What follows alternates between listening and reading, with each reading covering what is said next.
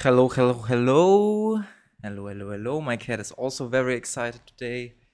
How are you guys doing? I hope you're doing well. My cat is kind of sleepy. I'm also kind of sleepy. Not gonna lie, we're in the middle of the week. I already feel like I need a fucking weekend. But well, here we are.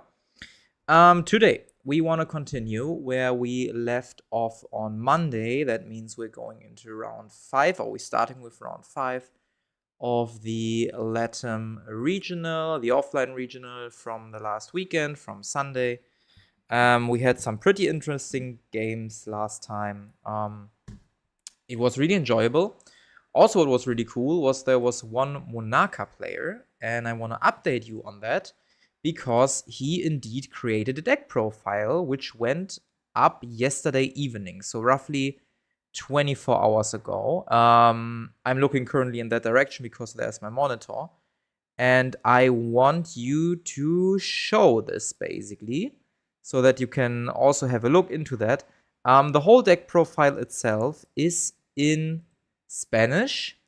And I'm a loser because I didn't learn Spanish back then. But then again, my school was kind of different in that regards. They just offered Latin and French. And since I didn't like, me as a typical German, the French language, how it sounded and stuff like that, I decided to learn Latin. Luckily enough, for the deck profile, YouTube auto-generates subtitle in English. And you can also click through the video to see the card he's playing. I think he explained the deck very, very well, so it's worth a watch. Here's the link. I'm posting it right now in the chat, so you should see it in a little bit, or already saw it probably, because the chat is before what I'm talking. I think there's a small delay of roughly 5 to 10 seconds. Like I said, really cool deck profile. He goes over the cards. I don't know if he went over matchups as well. I also don't know what placing he had in the end. I honestly don't know. But it's still cool that he gave us his deck build, his opinion on certain cards. Also, interestingly enough, he did not play the new blue Vegeta, which is completely understandable because I hate that card and I don't know why it's printed, because it's so reliant on your opponent not being able to interact with that. And as soon as your opponent is able to interact with that, you can't basically do anything with that card anymore. So I liked how he not included that. And even the in-archetype Piccolo, he said, is kind of like whatever for this deck. And I also agree with that. I think playing a Rosé is much more better for you, wasting, using your energy with that, because you get a double draw, so you see 2 new cards. You bottom deck something. Basically, the strategy with Monarch is to have a whole board with barrier blockers, as far as I understood it. And then if you combine that with a right floodgate like Heroic Prospect or Defending Friends at the right time, this can really hurt. So yeah, very cool deck profile. Definitely check it out, guys. Share some love for the Latam players. I think it's a well done deck profile. And the video just has 36 views. So I can think it's definitely worth clicking on that. Yeah, besides that, we also saw a very interesting game of EOS against Gogeta Blue, which was not easy to watch, I'll be honest. This like really drove me crazy, but we also casted together with Joe. That was really, really cool. And yeah, let's see how we will continue today. So I think it's time to go into the next game, or the first game, right? So basically round 5 at that point from Latam. I don't know if they had 6 or 7 rounds. I would suggest 6 rounds and then a top cut. I know now what won the event, and I know that there were also some things happening. And when this happens, I'll try to also explain that. I don't know if we get through everything today, because the top cut games are obviously longer. It's a best of 3. And I don't know how long I'll be on today, because like I said, I'm very fucking tired. Basically, I have 3 days of doing everything without any break for myself. So I feel like I need a break for myself, but we'll dive in now. So where is the correct thing? It's here. Great. So we'll dive into the 5th round of the Latin American Regional, Goku Black versus Kefla. Very, very interesting. Goku Black, a deck that after half a year of existence already got support.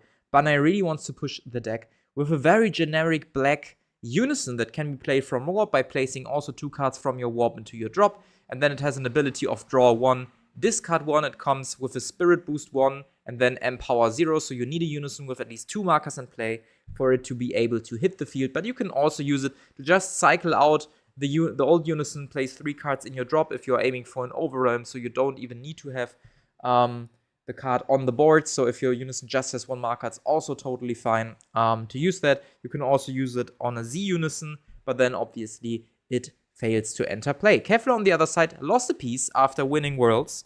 So Puthrillo, I think Puthrillo was his name, won Worlds with Kefla, and then Bana decided, you know what, we're always addressing the deck that wins Worlds, so we're addressing you now.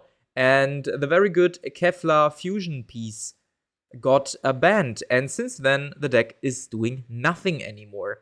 Because I think, and I need to look that up right now, so I need to open like another window of Firefox. Don't be too astonished. I think the Kefla that they banned was able to switch something in rest mode ignoring barrier, or bottom deck something ignoring barrier. So it was a very essential piece for the deck. The Caulifla. Let's see, it should be yellow, and I should be able to identify it. These were also like really old promos that they hit, and that were also kind of like gatekeeping the deck. Not in a good way, but you know what I mean. Was very crazy card and very hard to get at. So I think it was a yellow Caulifla, right? Do I need to put a filter on? Oh, there she is banned. Yeah, when this card is placed on another card by Union, choose up to one of your opponent's battle cards, ignore barrier, and switch to rest mode. Yeah, this was kind of essential for the deck to make the rest of the engine with the bottom deck happen. So I'll expect a very fast game right now. We can see Goku Black going first, hitting the top 7 search with the dual attacker. Very strong. Going already up to 2 markers. So Isaac basically needs now to go for the Unison, try to swing into that. If not, Carlos is able to already put 2 swings into Kefla with the old Unison, and then is able to spend a total of 3 energy to swing or to apply more swings into Kefla. Goku Black also, like, I would say the best aggressive deck we have right now, just because it's Unison based, right? It's very hard to punish or to kind of keep Unison based strategies in check. Only green and yellow are really able to do that. Green with obviously the most broken floodgate in the existence of the card game Dormant, just allowing your opponent to swing twice in total per turn, and yellow having the opportunity to play Bardock or Vegito when having 2 or more Z energy, taxing also Unison swings. The other colors are rarely able to touch it. Red needs a Z extra first and then an explosive dance, but Goku Black is also able to play around that with his Unison he has. Then we have obviously Black not really having floodgates, and the only floodgate it has punishes battle cards, and then Blue also known for the battle card punishments, but not really for the floodgates effect. So the best against Unisons. So the best effects you could basically do against Goku Black is try to bean your leader, try to make your leader as tall as possible, because Goku Black is not only swinging multitudes of time, he can also play Unisons from his warp, as well as removing Unisons from his warp to gain a 5k push per battle. So the combo power isn't really connected to his hand, but more so to the Unisons in his warp. And as we see right now, Isaac is going the correct way. He tries to remove the Unison. So he swings first, he's decharging. How is he called again, the little guy? The Cabba. He's comboing the Cabba away to generate Z energy for the Z extra. And now he's really thinking, do I maybe want to play another card, swinging into the Unison, removing that? Or is the energy better, like, keeping it in hand, just waiting for my opponent to do something, negate it? And now we have the crucial thing. So we already, without spending an energy, Carlos can do 3 swings, 2 being 15k, another one being 15k, and a removal on swing. So probably this means that Isaac will take a lot of damage here. He has still 2 energies open, 1 energy and the marker, which both he could use for his defensive stuff, right? So very interesting what we will see from Isaac defending himself. So you see the top 7 search, we found the, I think it's the uncommon Zamasu, the double striker basically, that has Empower 3 when it comes in play with 5 markers. You warp your opponent's board, and then on swing with this card, or when your opponent swings into you, you can give a card a 5k push and double strike for the turn. And there it is. The new promo was just warped from the top of his deck. This is the Unison I'm talking about that made the deck even more consistent, more broken, but also gave other black decks that are kind of building unison-centric, at least normal unison-centric, perhaps with the concept rare, perhaps with other stuff, more measures to play with. And this is an interesting design choice of Bandai as well. Instead of banning the 5-drop counterplay Black has, that is often talked about because some players or for some decks, it's a really gatekeeper card. They don't ban it, they simply invent normal unisons that are not able to play the counterplay and maybe give players a chance that these might be the better cards you should play instead of a Z unison, right? So what we're seeing right now is the typical stuff. We saw 2 swings with the unison, then paying 1 energy. This is the 20k crit unison that mills another 2 from the top of your deck. We see an awakening here now. Untap 1, draw 1, going down to 6 life, flipping the leader. And I think he forgot to flip the leader. There we see the Overwhelm, which is also very, very crazy in this deck. It's a free Overwhelm 3. You can warp 1 card from your hand to give a double strike for the battle. So you have the 15k double crit, and then you can just remove 2, 3, 4, however many of your unisons from your warp to make that double crit swing really, really tall. And most decks really struggle into that. And there we see Isaac tapping his first energy into the crit swing, thinking if this might make sense or not, if he can punish the swing or not. Really interesting to see what he'll play, and he untaps that energy again, meaning that he might think like, maybe it's not worth it yet, I'm not sure what's coming. He might have saw just the very, very nasty double crit unisons being warped, so there might be another one, and we see the immediate awaken here. So immediately putting 2 cards under it, drawing 4 cards. This is a Search Awaken leader, so basically you just need to find 2 different colored cards in your hand, put them under it, and then basically you have either a draw 2, an untap 1, draw 1, or an untap 2. But obviously the 2 cards you're putting under it, you're also drawing them. So in this case, it's a draw 4 instead of a draw 2, just to like, don't make -1 awakening. And there we see him comboing again. So we're now at a 20k total, or 25k. I think there was also a Sensu Bean being used. So now we have a 20k base leader. And this is what I'm talking about. Like, this is the strategy you should kind of go for when you're playing against Goku Black. Try to make your leader as tall as possible to avoid all those sneaky 15k swings, to kind of force Carlos to always use a unison from his warp to make it 20k as well, while you're just sitting there being like, yeah, please waste your resources. This is completely fine for me, but because you're running out of steam, right? So we see the leader swing. We're seeing 2 cards warped. Again, no unisons, but battle cards. Also the one of Tenacious. Very good to know for Isaac that this thing can't happen anymore. And then the warp of the 2-drop Kale on swing. And now as an activate battle, we see a unison flip here. This is the new promo. With an Empower 2, it comes into play, and he's allowed to put 2 cards from his warp back into his drop. He'll decide on the Gohan Rare as well as the 3-drop Overwhelm. But I think the effect will immediately be used to send 2 cards away from drop to warp as an activate battle to give a 5k push for the battle. And mind you, this effect is an activate battle. It's not once per turn, it's not limit 1. As long as you have at least 2 cards in your drop, you can constantly send them to warp again to gain a 5k push as well. And here we see his leader going to 25k, being just too much for Isaac to really do something about it. And here we see another 2 cards being warped on the unison swing, going to 15k now. And then a super combo used because he has 5 cards in warp to draw 1 for a 25k swing here as well. Forcing Isaac to think about, do I want to take it? Do I want to combo out of it? What am I doing here? And he's tapping 1 as an activate battle to combo with Peak Perfection, which chooses an energy from your opponent and switches that to rest mode immediately. Very good choice here from Isaac to kind of cripple Carlos' turn, make him think, do I want to keep this energy or not? Obviously not. He plays another unison. This is another dual attacker. Mind you that he played the last one the last turn, so obviously he's allowed to play this one again this turn. This will be another 2 swings of 15k, but we need to remember that Isaac is at 20k base at least, so we could potentially see a Carlos investing more cards from his hand, maybe like removing some of his unisons from his game to keep up the pressure, to do everything he could. And yeah, he points at leader, so this means he will most likely remove 1 or 2 unisons from his warp out of the game.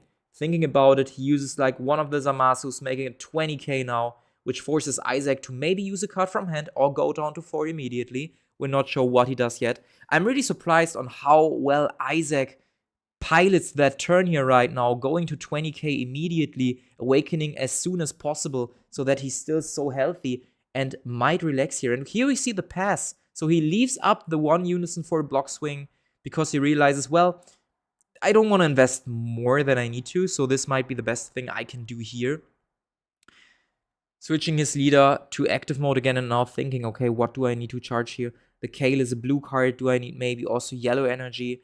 Am I cool with not having any yellow energy right now? He charges another blue one. So we have the marker, which is blue-yellow, and 2 blue energies being charged now. And what I would typically expect is the play of the Z Extra that came out in the Anybox. That kind of makes Kefla playable all of a sudden.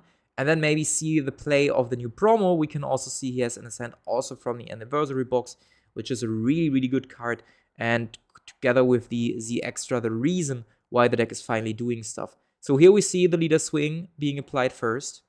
Carlos thinking if he wants to negate that or not, if he wants to block that. And he's like, you know what, I'll block it. Because I'm pretty sure that maybe we'll see a free play. I don't know if he found a second copy of the promo. If so, he can also free play it in his opponent's turn, which would give him like 4 cards in total in his drop again. So this is like a free 10k push whenever. And here we see the Z Extra being played. I will quickly look up the Z Extra and the whole Caulifla deck, because in Europe it wasn't really prominent. We had some players playing it at one point, but I think in America it was more developed, or you could see it more. So I'm not sure about every card, but we'll look it up live. This is why we have the internet right now.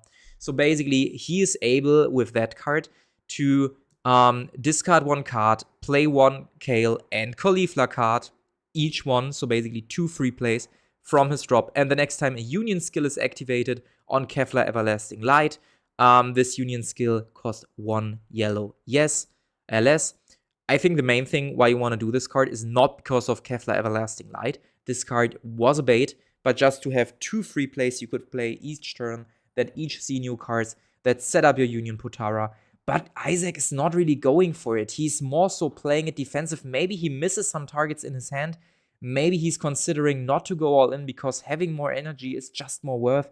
We also didn't see him yet using a super combo, which might also not be the best super combo in this match, right? We're not knowing if he uses the Kefla Unison, the Zamasu, the Kefla super combo, the Zamasu super combo, the blue-yellow one. We just know that with his leader ability, he is able to recover at least the Kefla one, or also the Zamasu one, like 3 multicolored cards from his drop area. He can basically pick him up to his hand, but he needs to be at 4 lives for that to happen. We now see the Bardock Floodgate being played. This is something I talked about. It will be very, very hard now for Carlos to swing through. It doesn't seem like he found a time bullet. And every time he wants to swing now, he needs to put a red mode card into his drop. So that means either an energy or a normal unison. And if he puts away his normal unisons, he's not able to empower anymore, making half of his engine completely useless. So what we're seeing here is the 7-drop Zamasu being played. So he can do it by warping 2 cards from his drop, drawing a card, and then every unison in his turn gets a 5k push. And he swings with that, critting an energy. And this is something really interesting now. So Carlos definitely wants to apply pressure. He also knows that the longer the game goes, the more strong Kefla gets, as well as the least good I will be, especially when more swings come in. And now we see Isaac playing a Peel of Shu and Mai. The judge currently questing, like, okay, did you fulfill the request of Bardock to put a rest mode card away? Isaac telling the judge, like, yeah, he did the energy, and I paid this, and now I'm using my marker for Peel of Shu and Mai. I'll take probably Indestructible off of it, drawing another card, and then if Carlos wants to combo, which the deck rarely does, he's in trouble, but he decides to... He's thinking about doing stuff. Interesting. Why didn't Carlos combo anymore? Interesting, but here we can see the Kefla super combo, and this is what makes the deck so strong. So by removing Indestructible and using the super combo, at the end of the battle he was able to bottom deck the 7-cost Zamasu, therefore killing another rest mode card for Carlos, so he is forced to spend another energy on the dual blocker. And if he wants to swing with that or with leader, he is forced to put another energy away. but he doesn't decide to do that. He's like, you know what? I'm trying to play this defensive with my Unison blocker, leaving one energy open to maybe play another card that I can play as an activate battle to give either a 10k push or warp a card my opponent is currently attacking with. Very, very interesting choice here. Isaac charging a third mono blue energy. He doesn't really rely on yellow energy yet, it seems like. At least I don't see a single yellow card here in his energy. Really, really interesting. Also, I'm interested if he plays the new Caulifla card, the new promo from Wave 1. I would suggest no, because it doesn't really do anything for the deck, but we'll never know. So here we see the effect of leader, putting one card away, drawing one. At least it looked like this. Draw one card, choose one card in your opponent's battle. Ariane plays at the bottom of its owner's deck, so using this effect means that he's very, very desperate, and he's looking for cards he's not really able to Putara. So he says, like, you know what, I need to get rid of some Z energy, because there are some Universe 2 cards I need. So maybe I just spend 3 and 2 for Android 18. Very good choice against Goku Black, because Goku Black isn't known for his Unison removal. It's a blocker double strike Unison that can make him bottom deck a card, or bottom decks also a card from field. I would suggest he will probably go with the please bottom deck a card from hand, because if he uses that effect, he's also able to restand one energy at the end of the turn, giving him the defensive capabilities to kind of punish or slow down the Goku Black, which already will enter his 4th turn, but with just 3 energy then. We see a 20k double strike swing from the Android coming in, putting 2 markers away from the Goku Black, leaving it at 5 now. And Isaac thinking like, maybe I use the extra now because I have a lot of cards in my drop. He first decides to ±0 Android 18, so Carlos need to bottom deck 1, and he just passes, restanding an energy off of the Android 18 Z Unison effect, not doing anything else. Pilaf, Shu, and Mai still on board, basically meaning that if Carlos ever decides to combo in his turn, that Isaac can still put it away. And he seems like he wants to swing first with his Unison, not with his leader, which has removal on swing. Very interesting choice, leaving Pilaf, Shu, and Mai at least at the moment alive. Maybe he also forgot that there is a Pilaf, Shu, and Mai on board, because Isaac can just simply say, you know what, I will take it away, as he goes to 20 base now with a Senzu Bean, and a Pilaf, Shu, and Mai effect would be enough to combo out of that swing for now. And he uses that effect, at least he points at it.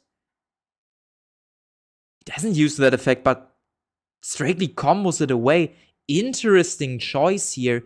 Maybe he is kind of waiting for Carlos to mill himself out, to punish him with a release from evil, so a leader negation, and then let him lose the game. This could be the case. However, I do not know if release from evil is maybe bound to a mono yellow leader, so this wouldn't be a choice then. Then we see the Koitsukai being used immediately, so we see a bottom deck 1, then a draw 1, also just to see new cards. Maybe find some answers against the Kefla player here, applying another 15k swing into the 20k space. Leader Isaac still with 2 energies open, comboing to 20 out of his hand. Isaac thinking like, okay, do I take it, do I not take it? He decides to take it, going down to 3 lives in total. Carlos being able to also play his SCR, but he decides against it. He just pays 1 and 1. Also, you see the lovely Aldart of the promo there in his drop, to play a Black Z extra just to apply more pressure, or also to have this 5 or less warp removal for no energy, which can really catch your opponent off guard. And it's a really, really good choice against the 5-cost promo Kefla that does not have barrier the moment she's played. At least not anymore, I think. No, it does not have barrier. So this could catch him off guard. Now we see a little bit of Unison cycling here and there. Oh, a super combo mill always hurts, but it's something you cannot really count with in Goku Black, as every burst of you is basically non-repairable. We see another dual attacker being played. Mind you, the last one was from last turn again. So having another ability to put 2 cards from the top of his deck in his warp. He swings again with it into their leader. Counting Unisons at the moment. How many do we have? 2, 4, 8, 10... At least some, I would say, and he sacrifices 1 with the leader ability to make it 20 again, forcing Isaac either to take it, as he does, or to combo out of it, but he decides against it, just taking the hit, grabbing a defending friend, so a last-minute negate, also another super combo being bursted. And this is the problem with Goku Black, right? While being very aggressive and very good into certain decks, it also has the problem of giving you another mental load by constantly reminding you that all of your super combo are getting milled. So if you're not immune to tilting, this is not a deck you should play, because most likely than not, you will see super combos getting milled. overwhelms getting milled, and drawing unisons. Something that will very easily kind of like break your mentality. So if you're one of those players that never has luck in his games, don't play this deck. It will break you mentally. We see a pass here from Carlos being out-tapped again, but with the Unison blocker in play. We also know that he now has the promo in his warp, which he can also play in his opponent's turn. So I hope that he remembers this, because if not, he will just waste a lot of defensive capabilities he has here. Isaac charging his 4th mono blue energy. So he's like, you know what? I'll never use yellow energy anyway. Oh, he did, right? Didn't he use it? Didn't he play the Bardock? Is the Kefla? Is the Kale yellow? Huh. Interesting. I'm not sure yet. They both forgot. Sadly, I'm just watching the first time to the chat now, so I don't really know what that relates to, Jack. But feel free to specify that once again for me. So Isaac thinking about, okay, what can we do here? What can't we do here right now? Maybe we go with the leader swing first. Maybe not. Maybe yes. Maybe yes. So we see a 15k swing into 15k base leader. Carlos thinking like, okay, I would just sacrifice this if you leave it at 15. Remove it from the game. I don't need that many crit unisons. I can just play one per turn anyway. Then we see a 20k double strike. Carlos thinking like, okay, I will block that. I won't take the double strike. I don't want to combo out. And then Isaac thinking like, okay, what can I do with that many energies now? What am I able to do? We see the 8-drop Broly being played. Very good card now as Carlos is on 3 energy, giving him a 35k single swing, followed by a 35k double strike swing as he switches that to active mode. Doesn't find a target to bottom deck anything from the board of its opponent. Swinging in with a 35k double strike on the Goku Black leader. Carlos signating like, okay, well, this is fine, as he will use the C extra for a 10k push going to 25k, and then probably sacking off 3 more unisons. But if I would be him, I would just play the promo. Just play the promo, warp some cards from your drop to your warp, and then we're fine. As he decides to, you know what, for 1-1, I will put 3 cards back, and now would be the time to play the promo over the card. But I think he uses his leader ability? Or does he play the promo? He plays the promo. Very good choice. So activate main battle, Spirit Boost Mon, play the promo with 1 mark, so with Empower 2, so he takes 1 marker.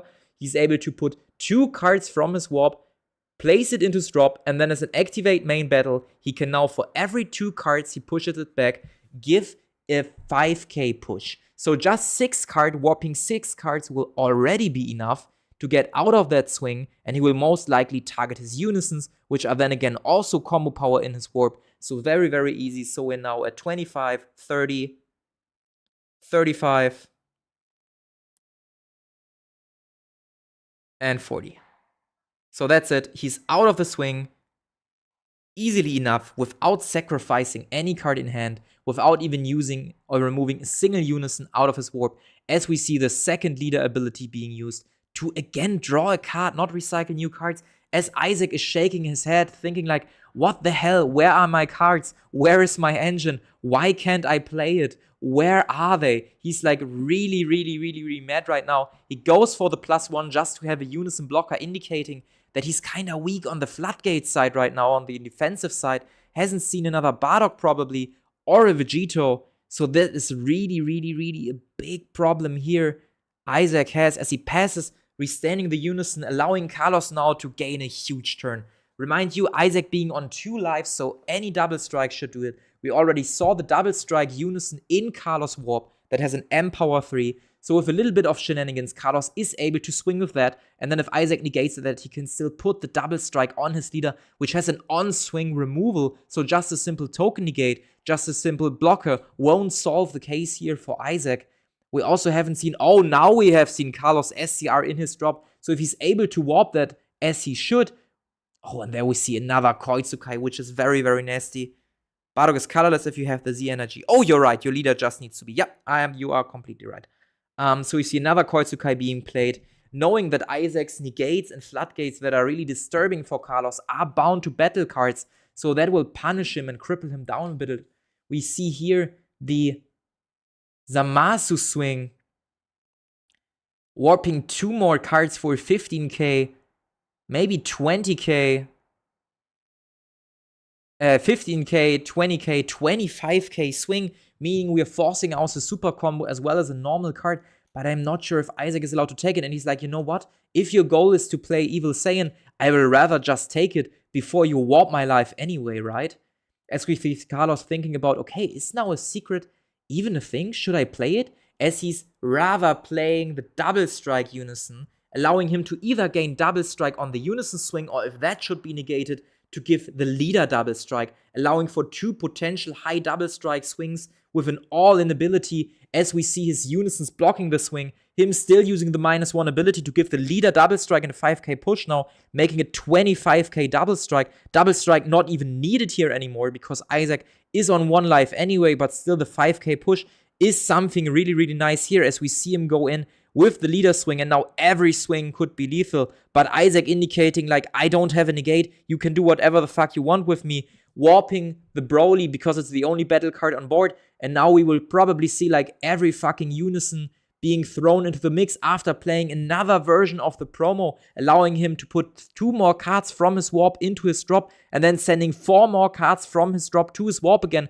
for a free 10k push. And after that, he's still able to remove every unison from his warp, gaining another 5k push for everything. So we're now at 30k, 35, 40k, 45, 50, 55, 60, 65, 70, 75, 80, 85, 90. We're currently at 90k base, and we're just seeing Isaac with, like, what, 7 cards in hand? Maybe some of them even cost something to combo them in. So this will most likely be the game as the game concludes here with a nice and friendly handshake.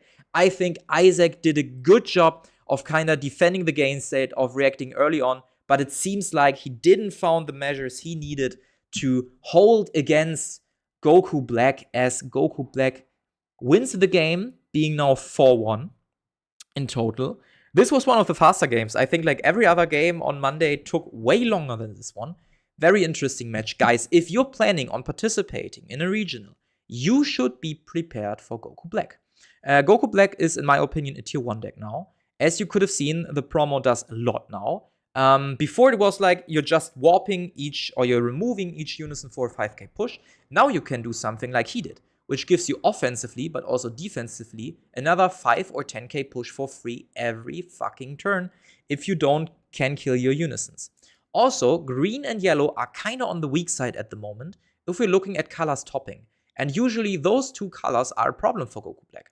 Because if Goku Black doesn't top deck a bullet, a time bullet, or he doesn't mulligan for it, or he didn't find it, yellow is very good at stopping that. And green is always a stopper, because dormant potential, combine that with barrier blockers, is always a huge problem for Goku Black. So since those colors are not that strong at the moment, if you plan on playing other colors, you should think what you could do against Goku Black. Think about applying pushes, something that also punishes unison swings. Leave more energy open than you would probably do against other matchups. All those kind of things. Don't swing into their unisons. Try to kill them, because every unison they use for defensive stuff, they can't use offensively anymore, right? It's like they're sacrificing cards from hand, so to speak. So the best thing against aggro is aggro, but be careful, right? It's a difficult matchup for most decks, and your deck definitely needs to have an answer. So we go into a very quick break where I'll fill up my water bottle and drink a little bit, and then we'll see each other with the 6th round. See you in a minute.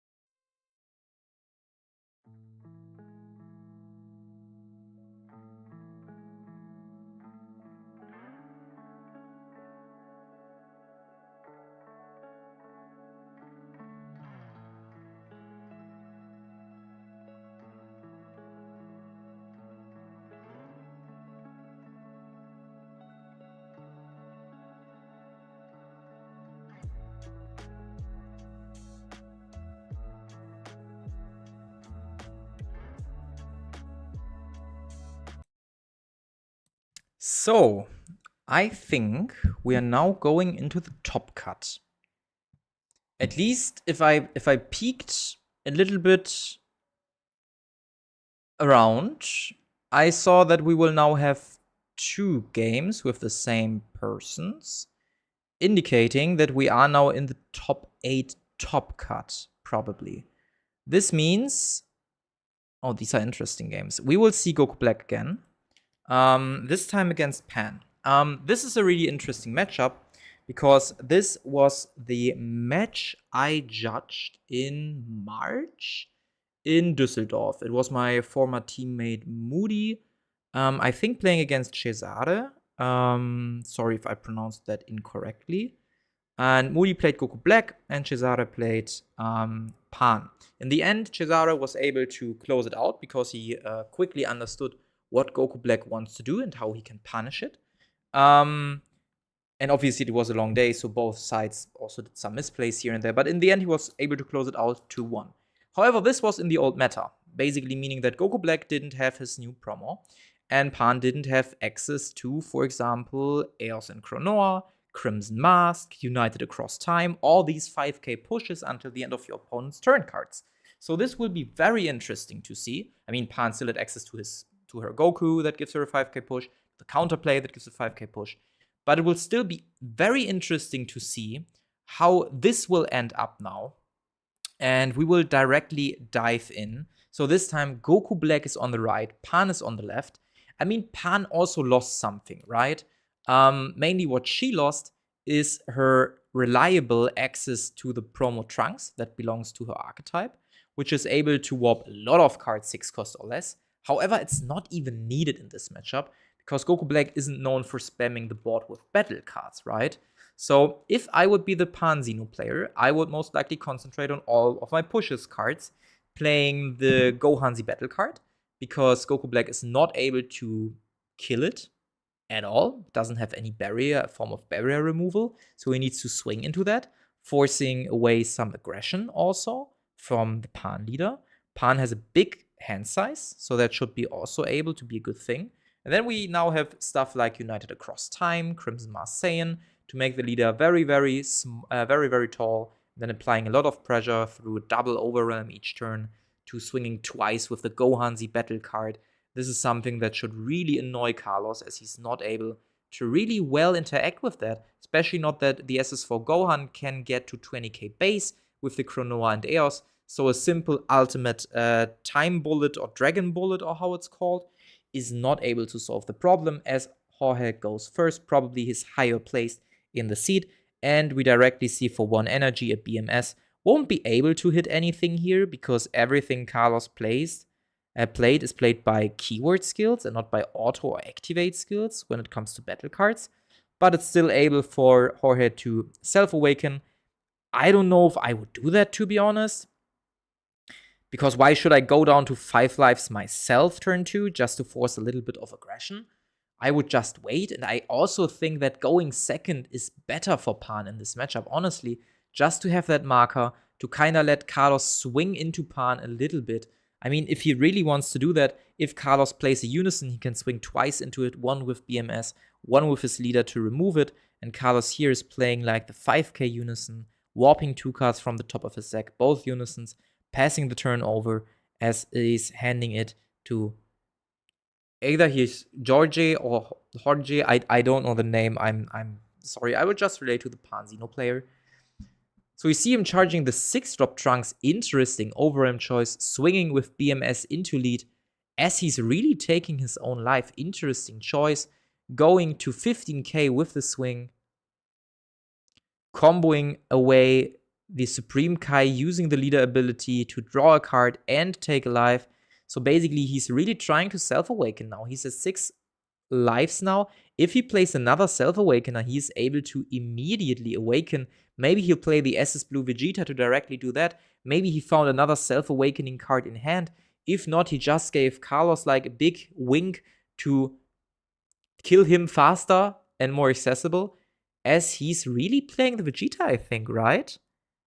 At least I would think about that he's playing the Vegeta just to self-awaken, go down to 5 lives. As he's doing that, being able to draw 2 new cards. It's like very, very brave choice to self-awaken here into this matchup. Very, very interesting. So he bottom decks 1, takes the life, he draws 1. Now he's thinking like, what can I do? We see the Time Agent Trunks in his hand. We see the leader being awakened. So this is like a burst 3. And then a draw 1. 3 interesting cards being bursted, indicating that he also plays the Goku card and then drawing 2 cards. Now he's basically able to play an Overwhelm if he has, and I think he has it, a combo attack in his hand. He's able to draw another card for free because he combos for free, but he decides to swing 5k into the lead, not even the Unison, indicating that he wants to swing with the card from his hand. Maybe here, interesting choice. As he combos the Time Agent, draws a card out of pan. To be honest, I would have played it differently. I would have used the Overwhelm combo attack, swinging with that, and then we also see a Kai in his hand, so he could later on swing with Vegeta, use combo attack in a combo, playing the Kai, generating another blocker here. I think this would have been the better choice, but maybe he thinks like, well, the Trunks is useless in my hand anyway, I don't need it anymore, so let's just combo it away. There we see the Overwhelm 4 being played. This is what I'm meaning, basically. He could have just not comboed the Time Agent Trunks from his hand, just leave it there, just let it resent there, and then later on when he swings with the Vegeta, combo the combo attack, play the Kai, make it a 10k swing without investing another card from your hand for free, as the combo attack combos a card from Warp. Should be 25k swing. Carlos needs to take it here. He has no choice, as Jorge or Pan Zeno Z-charges the Goku, and now he could swing with the leader as well and then use the Kai. I think he has her in her hand, if I see that correctly, but he decides for 1 and 2 to probably play either Kamba or Goku to make a dual swing here. He plays the Migra, even more interesting. So this is the reason why he already comboed Time Agent, but then again, he could have already comboed swung with leader and then combo the combo attack if he has the Kai in his hand, and I think he has the Kai in his hand. This is why I'm so interested on why he didn't use it. At least we see a winner stamped card there. He plays the Overwhelm Trunks, Overwhelm 4, draw 1, gets a 5k push for the turn. Very interesting choice here.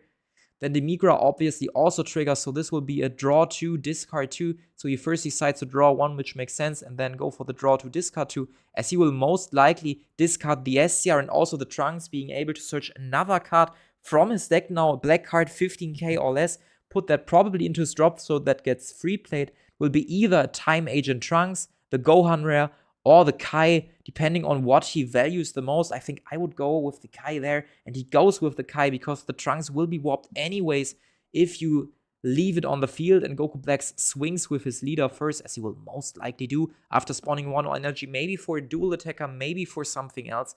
So there we see a top middle cut performed by Carlos.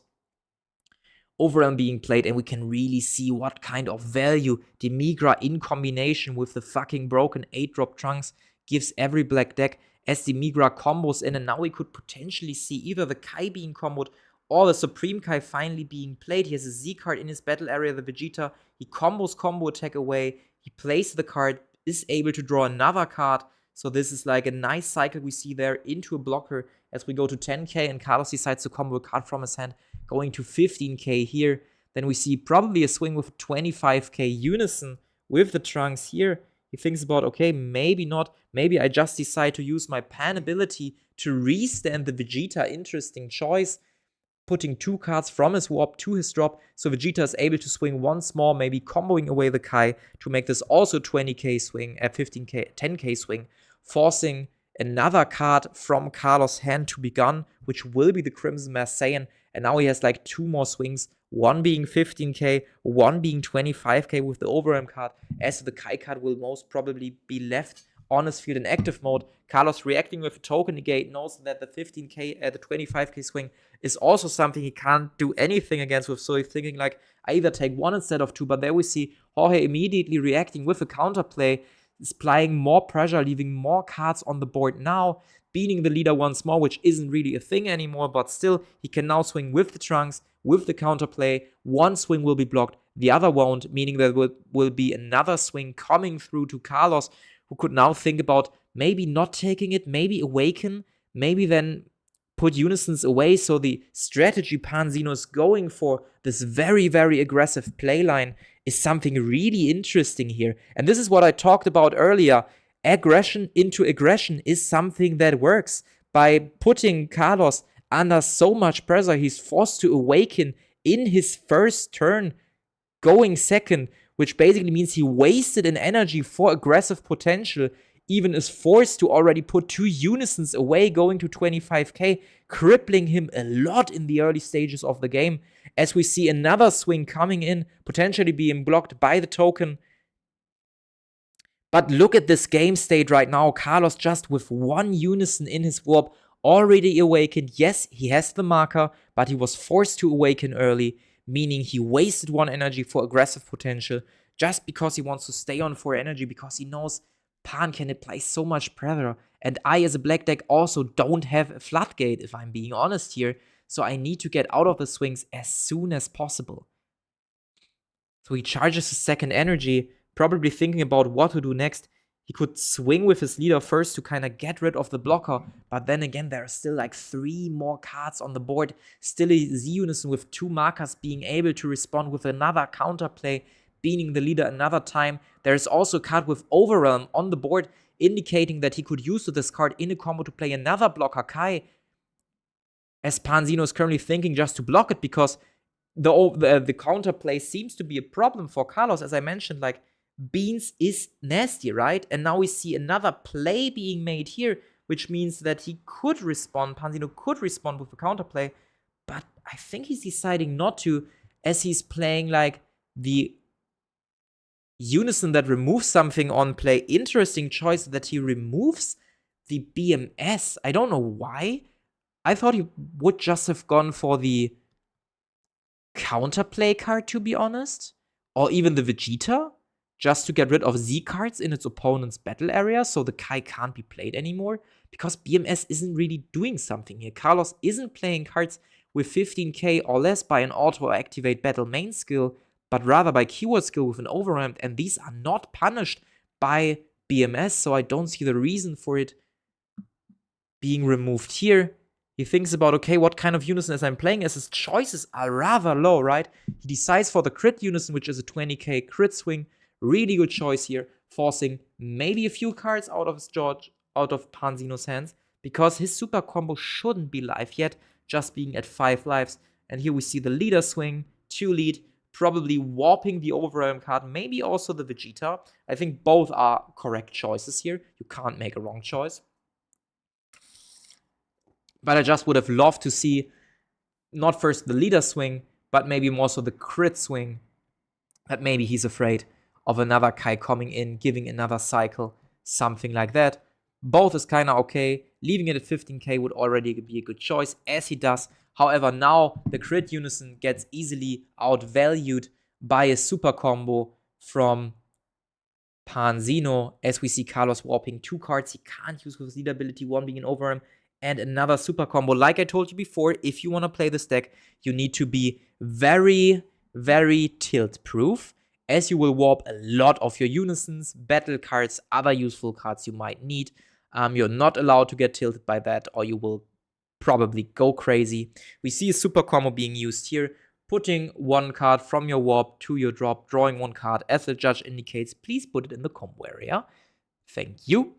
And then we see the ability of drawing 1, and then bottom decking 1, drawing 2. So drawing 1, and here's the bottom deck 1, draw 2. So it seems like he bottom decked the Koitsukai, which makes sense. Goku Black isn't known for playing a lot of battle cards in your turn. He's still playing something like token negates or Bardock free negate. This is something we could see in Goku Black as well. Maybe Bardock not being as prominent anymore due to the Zamasu promo that came out, because most of the time you will generate more combo power out of it than just simply negate it. But you could see it, right? So Koitsukai is not wrong, but it's also not correct. It feels like it is okay, but not more. He plays another free unison, warps another cards from hand, swings 5k into the Migra, as you should, because it's a free swing, it's a free pressure. It forces Panzino to play another Demigra Z-Unison in the next turn. So he currently counts cards in his warp and decides to, you know what, for the first time on stream, I will play now the SS3 Trunks, which is a critical strike here, And if he warps a card out of his hand, it even gets a double strike crit card. So 15k double crit, very, very crazy strong. Indicating like I have just 4 cards in hand, and Panzino being like, okay, cool, I have 10. And I have like a lot of cards in drop, so I could be able to use Bardock, to use a token negate, to use whatever basically. Oh, sorry, kind of tired here. The work has been hard, as he indicates playing a Bardock. So he warps all of his cards in his drop. There are at least 5 as he needs, and then he free negates that swing. Also, interestingly enough, Bardock being another 15k swing in the next turn against Carlos. Kinda nasty that he can't get rid of it anymore. He now reads the other card, like the unison he wants to play that get rid of the board. He's kind of contemplating, maybe this is the right choice because I still have 2 energy left to spare, as he's indicating to tap 2. And I think he will play the unison, which is a really nice choice here. So like I said, it comes with Empower 3. It now has 5 markers. So the whole board is being warped off of Panzino's field, as he kindly asks his opponent, may I read this card, sir? I don't see it played often against me, which is completely right? It's only a good card in Goku Black, to be honest. And then indicating like, okay, basically if I play this card, I warp your whole field, and then if I swing with it, I can either give it double strike, or leader double strike, or another card double strike, and a 5k push for the turn. So the cards are being warped. Vegeta is gone, really good, so the Gohan doesn't get even more power, and it disables the Kai play, and the Bardock, like, negating a free combo, negating a free something. George is thinking like, okay, should I negate, should I not negate, as Carlos says like, okay, then if you don't negate, we make it 5k push and double strike, so we're having 25k double. He now uses the activate Battle of the Trunks overrun. Interesting choice. You can't only do it in the turn where the card is in a battle, but you can do it every time, and you can also do it like 5 or 6 times. So in theory, you could warp your whole card, your whole hand, if they are just unisons that are kind of stuck. If you really want to do it, you can. And we're staying at 25k double here.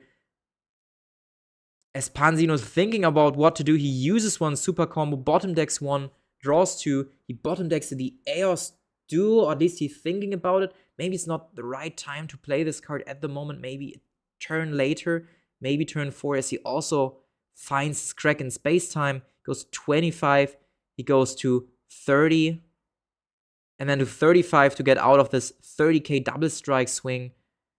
That took away quite some cards from his hand, and Panzino was already forced to use 2 super combos in his turn, as he goes active now, indicating that the turn was handed over by Goku Black, drawing another card, Crimson Mask, a very good card against that matchup.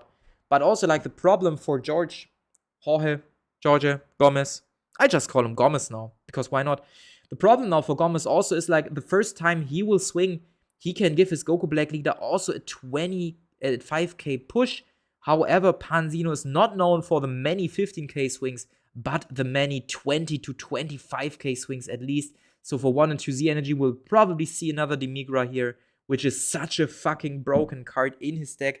Being able to overram twice so easily by just that much, by just investing nothing basically. And then also like being able to see so many new cards, combine that with the 8-drop Trunks Pursuit, also being able to play another card from your deck for free, so the discard doesn't really hurt, but it even benefits you, which is a crazy thing still to me, that this card got printed without any restriction, as he discards it right now in this moment with another True Fighting Spirit, because he really doesn't need to self-awaken anymore. Looking through his deck, I could see him maybe picking a Kai again, maybe Time Agent, maybe something he doesn't want to draw into, depending on what he found. We can see another Koitsukai here as well, but it seems like he goes for the Time Agent just to have this free 5k combo piece. Also think about this, if you're not able with Panzino to find a combo attack, just by discarding, just play another Overram, discard the 8-drop Trunks, play a Kai or a Time Agent Trunks off of that effect, you're suddenly able to +1 in hand with your leader ability, because you just generated a black 5k combo piece for free just by doing the stuff you already did before. So a crazy good card for this deck again, as Panzino seems to be the most, not the best black leader, I wouldn't call it best black leader, but definitely one that will stick around for a long time, like Soul Striker, like Warp Jita, or also like U7 Goku in yellow. or Nameku, a deck that will always come back, that will benefit from every overwhelm card, every generic black card, every card that makes the color more consistent. So now we see the 20k combo attack swing with the free combo from Warp, leader ability being used. So this means we draw one, we set one back, as he already indicated he did, going to 25k. And there we see the minus ability here, beaning the leader, because now the auto swing abilities from Goku Black happen. They both love, I don't know why, but it's nice to see the players having a good time, even in Top Cut, where stakes are relatively high, right? I mean, both of them already got their serialized cards, but it's about a gold card. It's about the gold Great MESZ, Great Saiyaman. Great Saiyaman? Great Saiyaman. It's about the Saiyaman, the Great Saiyaman. He puts it into his drop, indicating that maybe we see a Crimson Mask being played now, so he has 6 cards in his drop as he continues to do so. So this means, kind sir, may you please warp a card from hand, as Carlos probably warps a Unison, yeah, which makes sense.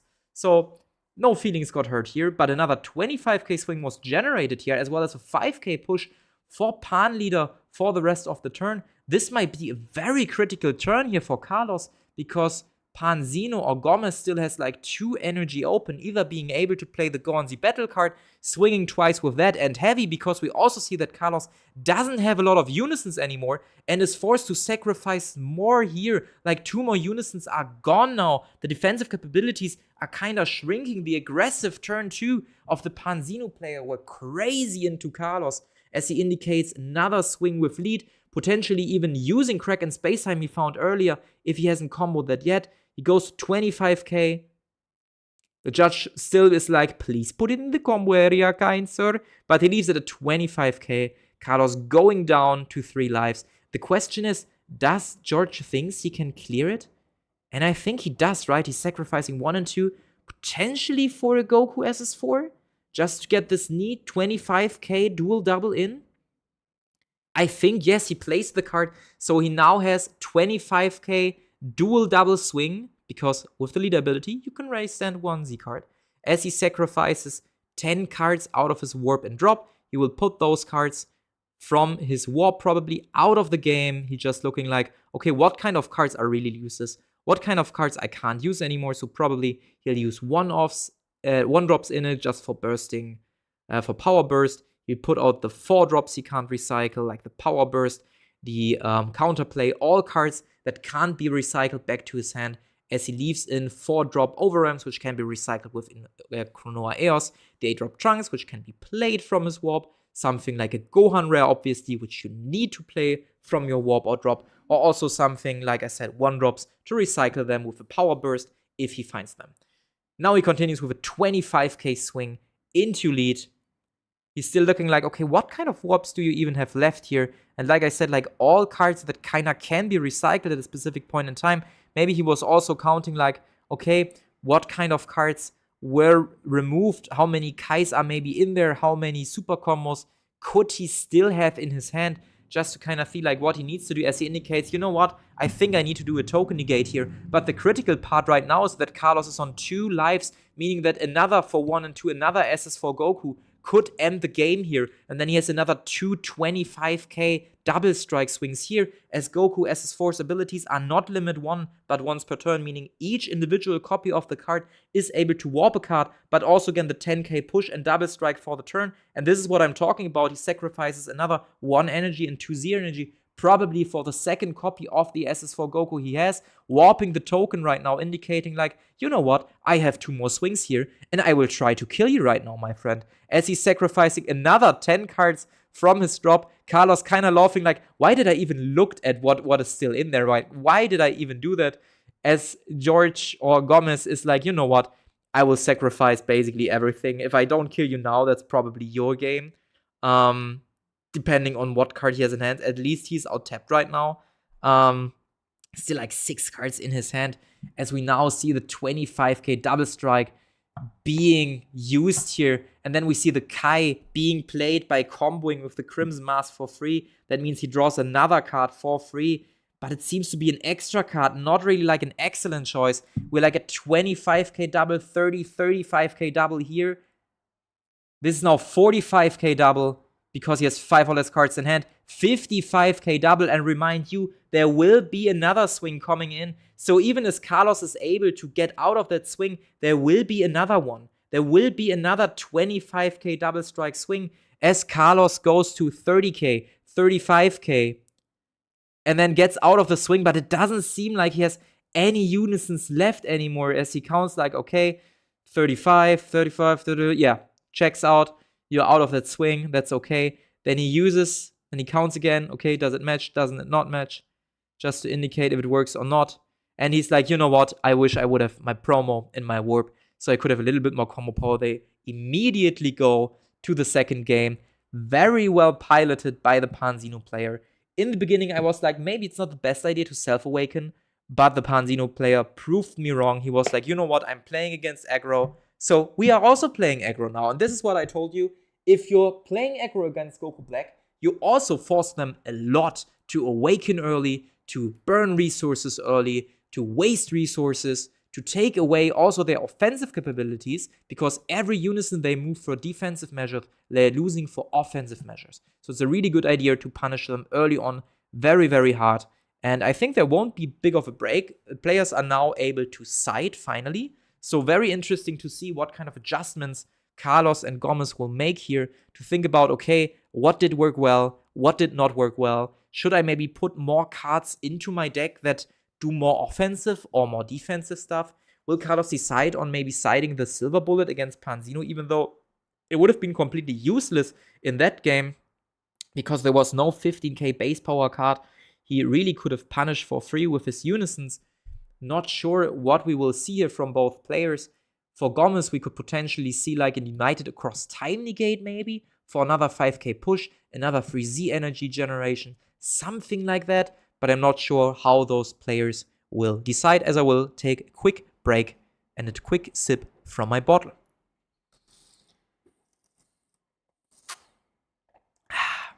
Stay hydrated, guys. If you haven't been hydrated today, just hydrate yourself. Just drink something, you know, just relax for a minute. Just think about life, think about the day, be mindful. You know, all the stuff these meditation apps are telling you. I already know that the next game in Top Cut will be a mirror. I'm not really excited about that. And then the final game will be a game of oopsies, which will also be very interested to cast, right? So I'm not sure how well this will go. So this will be very, very interesting, but maybe we just skip ahead now. Or are they close to start? They're not close to start. Maybe we skip ahead a little bit. So, second game, I expect it to go very similarly. I'm also really interested on Carlos goes first or second now. Maybe going first is better for him, but I always have the feeling when I'm facing Panzino that going second into her is way better than going first, because you can kind of slow down her awakening. And yeah, this is really interesting. Carlos chooses not to go first. Going second didn't really work out. Probably also Gomez went for that. And also interesting to see Carlos has United Across Time negate in his hand. I don't think that's a card that's really good into Panzino, but we will see as he uses his leader ability. He charges a check land, he sees a couple of unisons, he puts the dual attack blocker unisons into his warp. Very good choice here. Interesting thing here, if Gomez found a 1-drop, a Self-Awakener, he's able to immediately clear the unison if he plays it, because it's played with 1 marker, and I think it has a +1, so that goes down to 2 markers in total.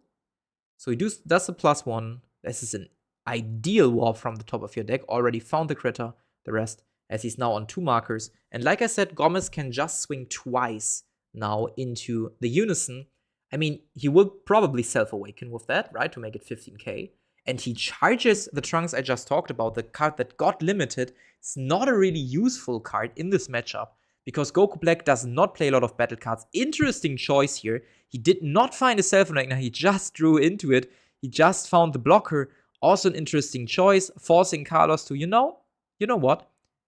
If you're thinking about using that, oh, but he combos it immediately, uses leader ability, he takes the life. Interesting choice. Also really dangerous choice in my opinion. Z charges the Kai, profits of it again, and then passes. And guys, I have to say, I love cards that say when you combo a card, draw one. It's so much fun to play those cards because you can just play one drop that draws one, swing with leader, combo the one drop, draw one. So you're just plussing in hand, which is kind of crazy. And I kind of love that you're also generating Z energy. I love my Shroom and Salsa BT12. However, I feel like it's really hard to figure out the correct deck list for that deck because it's such a generic deck with so cool playlines. But it's really hard to find the correct playline because also your Awaken is kind of dependent on your opponent. And I don't like decks that are dependent on your opponent when it comes to Awakening.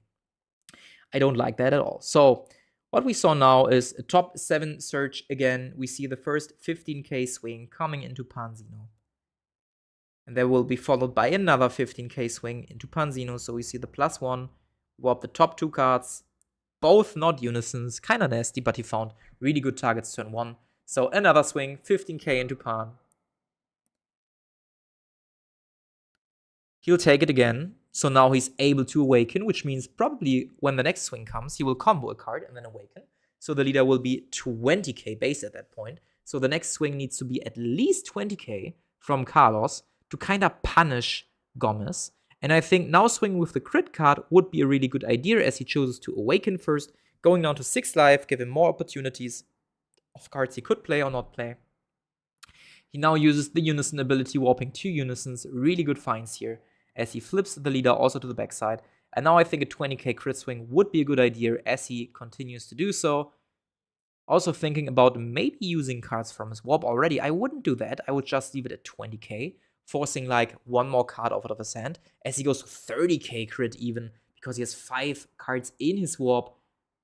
I think this will be very hard for Gomez to combo out as he just crits it. And I mean, the Trunks is okay, right? It's not the worst thing you can crit. At least you can play it later on if you need it. But obviously, it's kind of a shame that you can't really discard it later on to play a free copy of Time Agent, Trunks, or the Supreme Kai of Time, Guardian of Space-Time. So we see now a free Unison being played again. We are Z-charging one, grabbing one back, probably, or using that +1 to warp 2 cards from the top of your deck. Secret Rare is always a good find. I don't think Secret is that important in this game, but we'll see. Maybe I'm not correct here as he swings with another 5k, making it 15k. And I think this swing again should be 20k at least, to kind of at least force a super combo out as he makes it 20k. Very smart combo choice.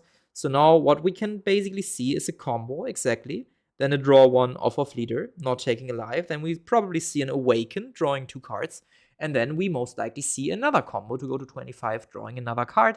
But this way, we at least kind of forced a little bit of abilities already out of Panzino's hand.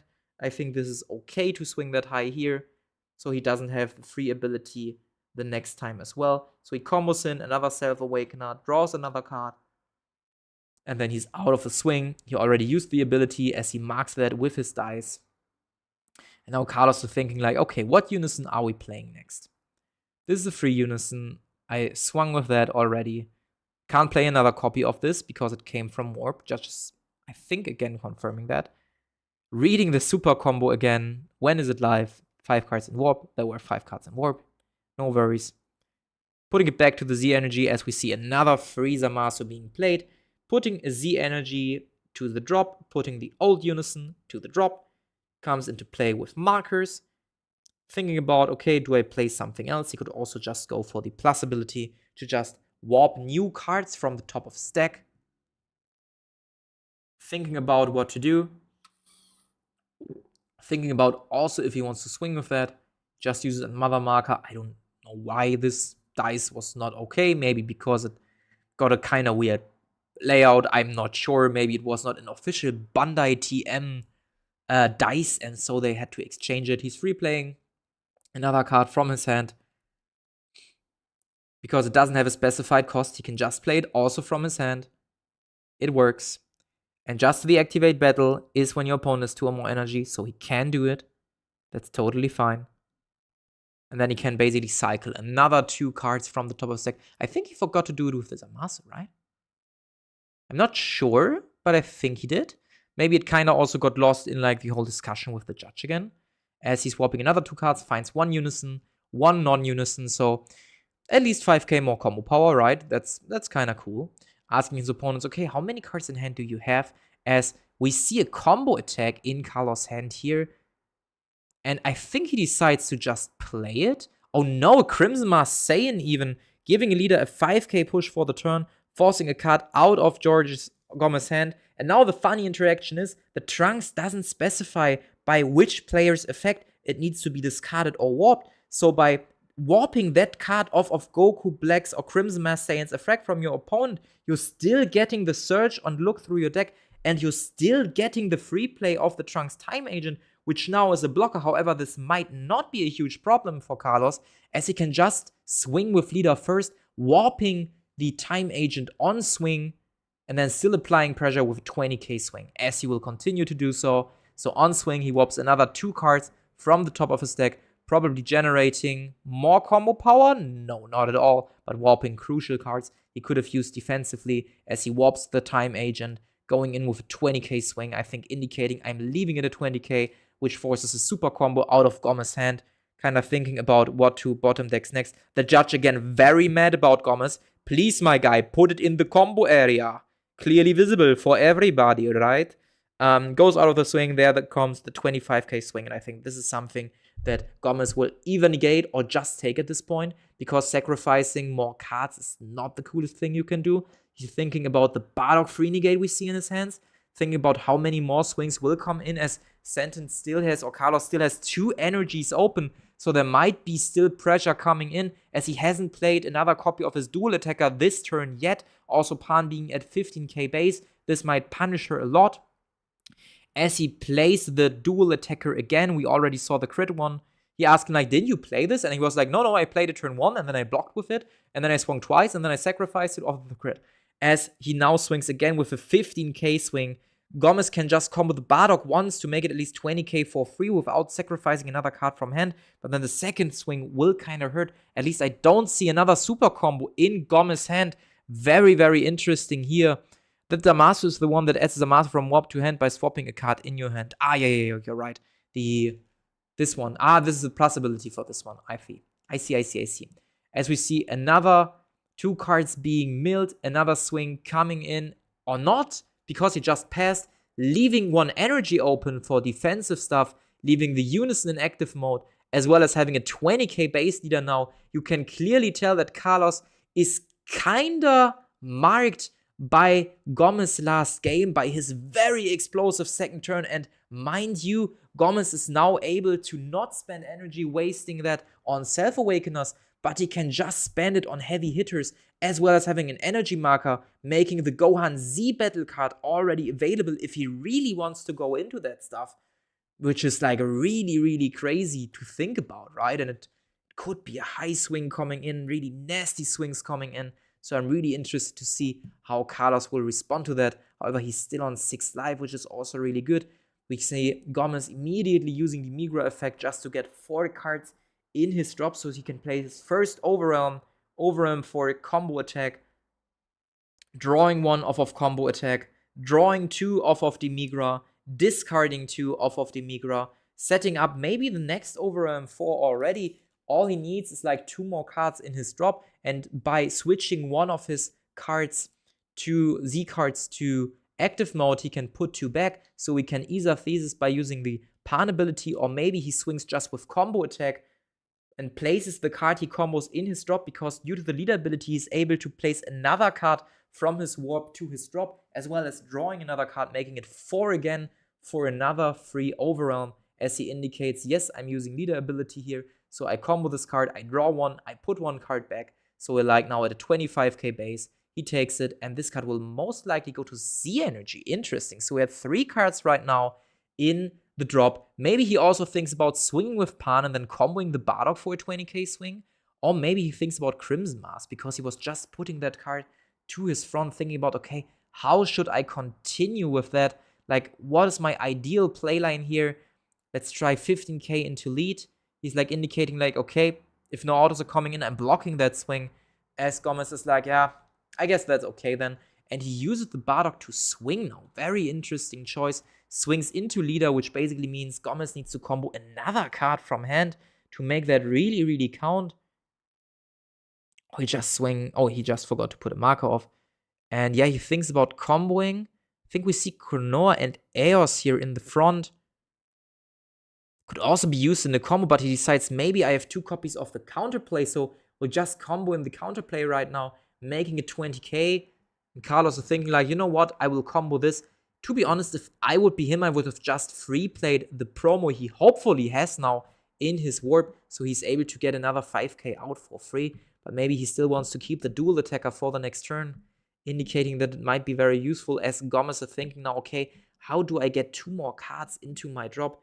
He uses leader ability already, not being able to restand a Z card later, indicating to me that he has no interest in playing a Z card this turn. So he just has this Overwhelm 6 ready, playing the Overwhelm now, beating the leader by a 5k, forcing Carlos to warp a card from hand, which he most likely will do just by warping a Unison, giving him another 5k push as an activate battle measure without really using anything here. There we see the Crimson Mask being played, swinging into our opponent. Carlos still has 1 energy open, so if he really wanted to, he could react with something else, but he decided to go for a token negate now, possibly also afraid of another swing coming in from the Demigra. But then again, it kind of doesn't look good for Gomez this game. Maybe he can bait out the token at this point. I think it would be smart from Carlos to say no negates here, kind of to force Gomez to invest more cards from his hand. As he indicates, I will just stay at 5k. The bait was not successfully, so he sacrifices 1 and 1. This will probably be the extra play just to set up Kai, which he should have done before, to be honest, because then with his Demigra swing, he could have comboed an Overwhelm card already, making it at least 10k, playing the Kai, drawing another card, because as it stands right now, he needs to pass. His Overwhelms will go away, and he is very, very open to every form of aggression Carlos can apply here, and there will be a lot of aggression, right? We're talking about a 15k dual swing for free, a 15k leader swing for free, which has removal on swing. I don't see a single another super combo in Gomez's hand at the moment, so this will be a very critical turn for him. I'm really interested if he can still turn it around, or if Goku Black is just too far ahead at this point. Also, like, look at this stack in his warp. There seem to be a lot of Unisons hiding there, a lot of power you can use as an activate battle, also indicating like, okay, these are my cards in warp, these are your cards in warp. As Carlos is now thinking about what to do, what to swing first with, maybe we go for the Unison clear first, kind of to bait some more negates maybe out of Gomez's hand. Maybe we also swing into leader, not caring about anything. But to be honest, his Unison is 15k as he swings with the token, minusing it immediately by 1 marker, so that means the counterplay isn't live anymore as he swings with his Unison into his opponent leader, probably sacrificing 1 Unison, making a 20k base. So that Gomez is forced to already use his leader ability, comboing 1 from hand, drawing 1, resetting 1 from warp to drop. So this effect has already been used, which means Gomez won't see many more cards for the turn, at least if they're critted. We see he drew a Kai very, very good, as Carlos is like warping another Unison or like 2 useless cards, I think. They will get another 15k swing. Gomez still has the marker open, and this would be a moment where maybe something like United Across Time would be a good card to make it more difficult for Carlos to swing through and kind of like mitigate the game-ending effect, as he's now forced to just combo from hand, minusing 1 in hand, indicating that I don't have a super combo anymore. I need to do bad things now to do something against you. I can't really do anything here anymore. We see another 3 Unison being played, another 2 Unisons being warped, indicating another 10k combo power, as this Unison swing goes into Demigra, being killed now because it would just take too much value out of Carlos' warp if he would swing with that into lead. So at least make that swing count in that direction. So now we're playing the second 3 Unison again. This is the one that exchanges, right? So by taking a Z energy away, he could recycle the Zamasu 7 drop, but it doesn't seem like he has it in his hand, or maybe he's just not interested.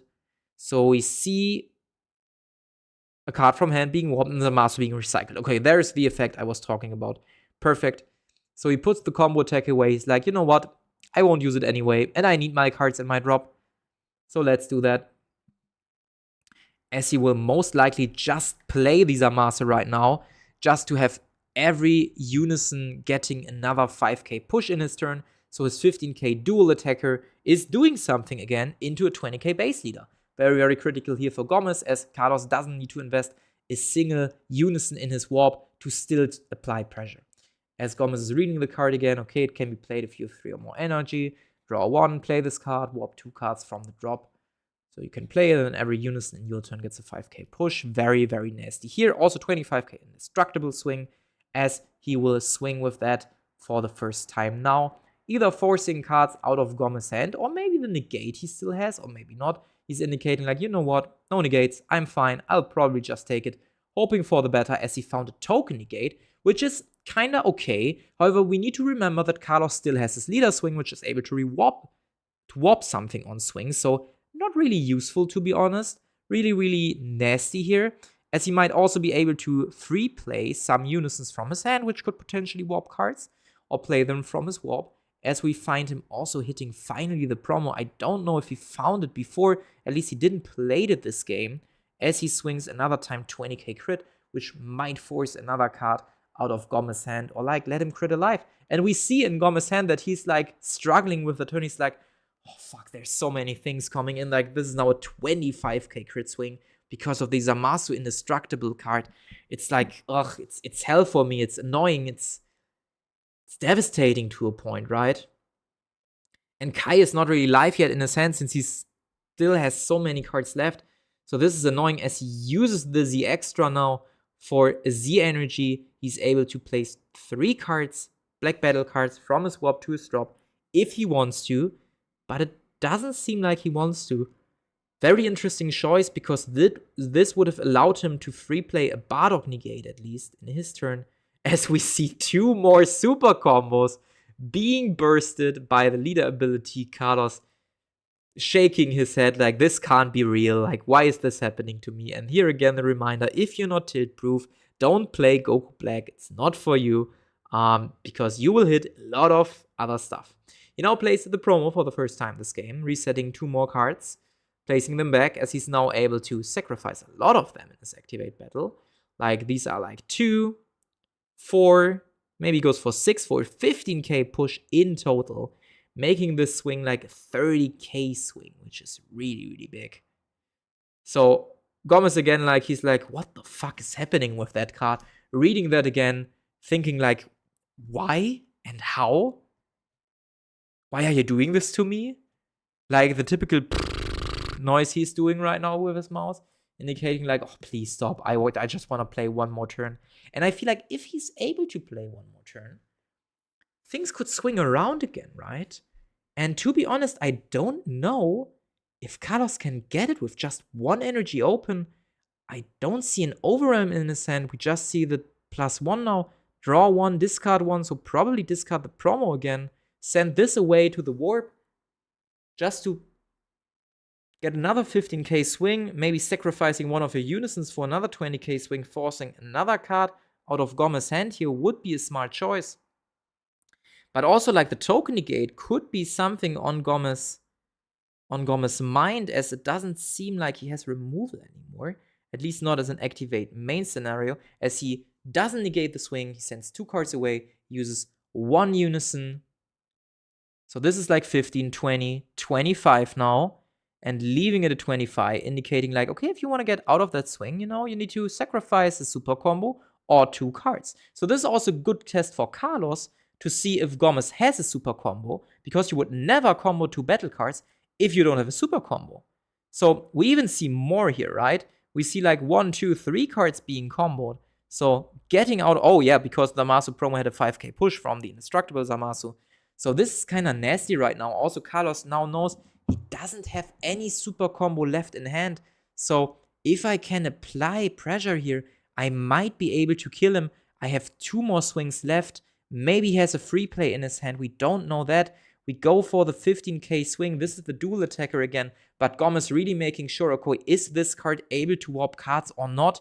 Because now we could see the token negate being played as a choice to kind of stop him right now. It is being played. We see the token negate here, giving Carlos the choice, okay, am I able to kill it or not? And if yes, will there be another negate for 1?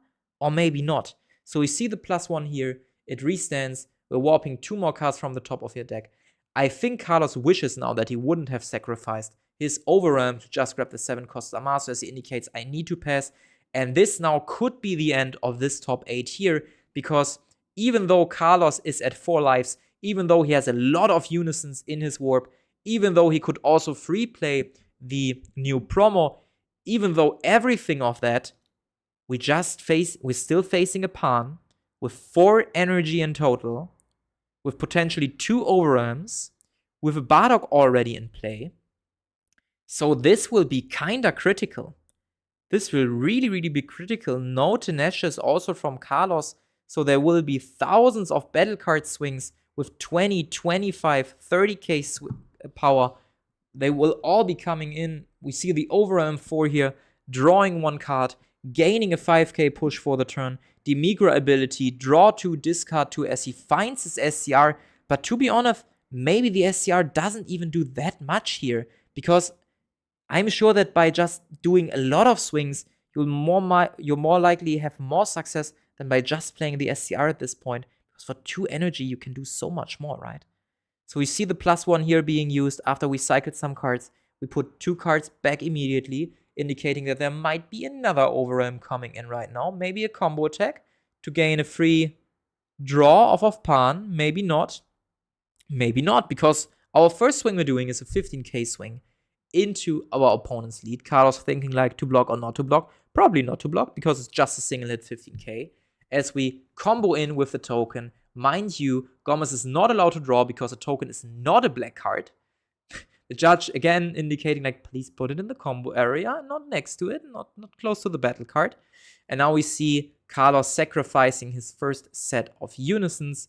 2 are being dispelled, also kind of like indicating to Gomez, I don't have super combos, I don't have combo power in my hand, and even if I want to keep it, so every swing you're doing right now into me will force me to sacrifice a few unisons I have in my warp. So now the next 25k swing comes in, and Sentin is like, you know what? I need to sacrifice 3 cards. I would rather just block that. So he blocked that swing. Gomez now thinking, okay, is it time for the second Overwhelm right now? Should I swing with Leader first? Should I maybe play a Z card now to make it 6 card in warp? Am I better off playing the Rosé because the card he has in hand seems like he wants to keep it? Oh, we also see the Mira Overwhelm here going for a very, very big swing in the end, potentially, which could close out the game. Very smart last Overwhelm choice. So we have the Pan swing here. We're going with the Kai ability. We have 5 cards in hand, so this makes it 25k. And now he lets his Pan leader ability trigger. So we are putting 1 card back. We are drawing 1 card. We see another Bardock free negate. Not really useful for his aggressive turn. I don't think he found another Overwhelm. I can just see maybe the counterplay in his hand. Maybe this will be his next Overwhelm card then, if he doesn't find anything else. He's contemplating on maybe doing more, but he says like, you know what, I think 25k is enough, as this forces 3 more unisons to be used, and this means that Carlos' hand size or combo hand size is going down. I think he just has something like 6 or 7 unisons left now. Very critical for him. So if Gomez can apply a lot of more pressure here, like for example with a Z Goku, we'll probably see right here, warping the token. This could mean like another few more cards out of his hand, because for every double strike swing he wants to mitigate, he needs to sacrifice 3 unisons at least if he doesn't want to take a single double strike. So now the counting begins again, kind of seeing like, okay, which cards am I not able to recycle? We go for the 10 that are the least useful at this point in time. Probably Self-Awakener, Time Agents, all those stuff. He indicates that he puts it away by just, you know, putting it back. Maybe the judge will interrupt that again, being like, no, it needs to be in a different area. This is not okay, this is not okay. Yeah, as the judge takes it away, he's like, no. So that we don't have any mix-up later. So this is the first 25k double strike coming in for Carlos. He's looking probably for his Gohan rare right now, as he plays it, negating that swing by taking a life to his hand, and then bottom decking a card from his hand, hoping to find anything more valuable than the cards he currently has in his hand. There we see the response with a counterplay for a burst 2. Oh, these bursts really hurt. There's a super combo. We see the draw 1, and then we see the Z charge 1 from his hand, which will be a power burst. Not really useful for Gomez here. Also warping the Gohan negate. So this really didn't do much. Yes, it negated a double strike swing, but then again, it allowed another single swing to be played, as Gomez is now counting unisons.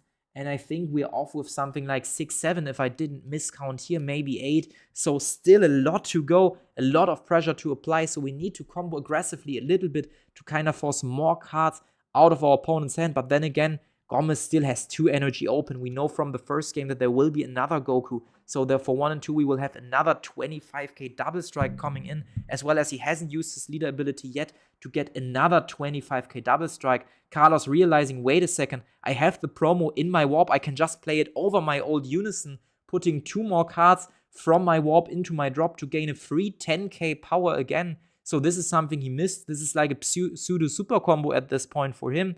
Just taking the cards away 2 times, making his leader 25k base. So he's also now at 25k. So this means he just needs to sacrifice 1 instead of 3 unisons in total, leaving him still with something like between 5, 6, 7 unisons in his warp.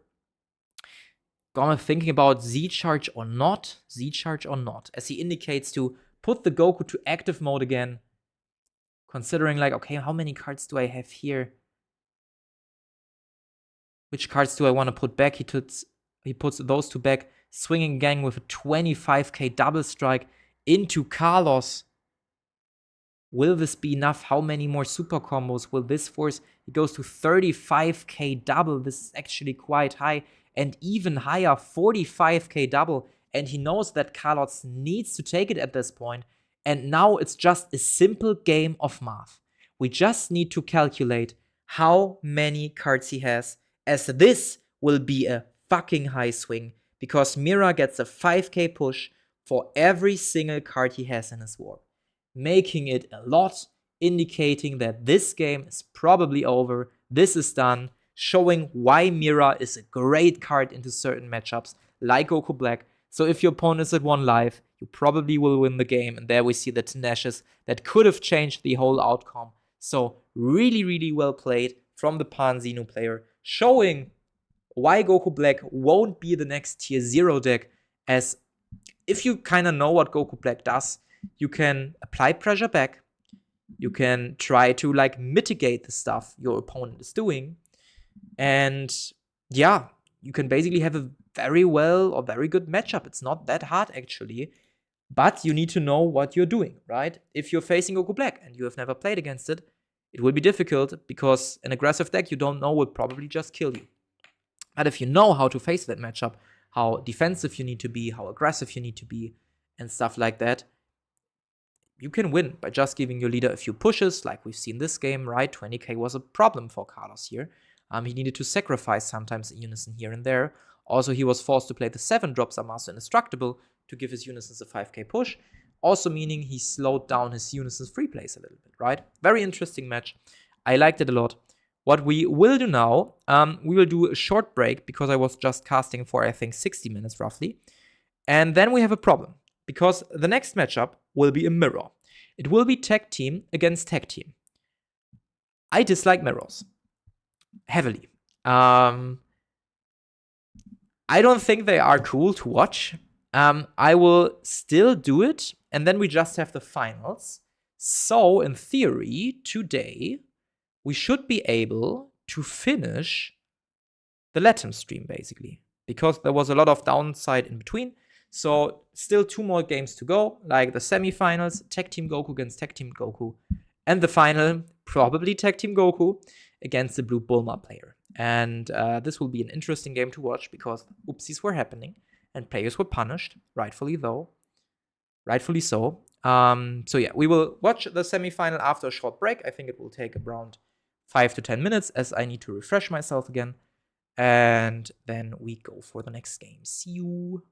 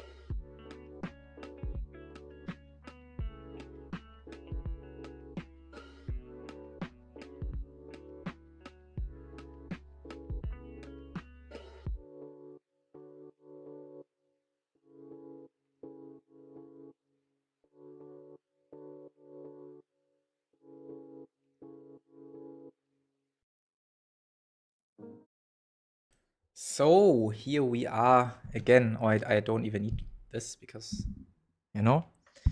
So. I need to turn this down. I have a headset now because in roughly 5 to 10 minutes, I will have the honor to have Joe Revel here again with me to cast The Painful Mirror, where apparently Olmedo got a match loss, as indicated by Jack.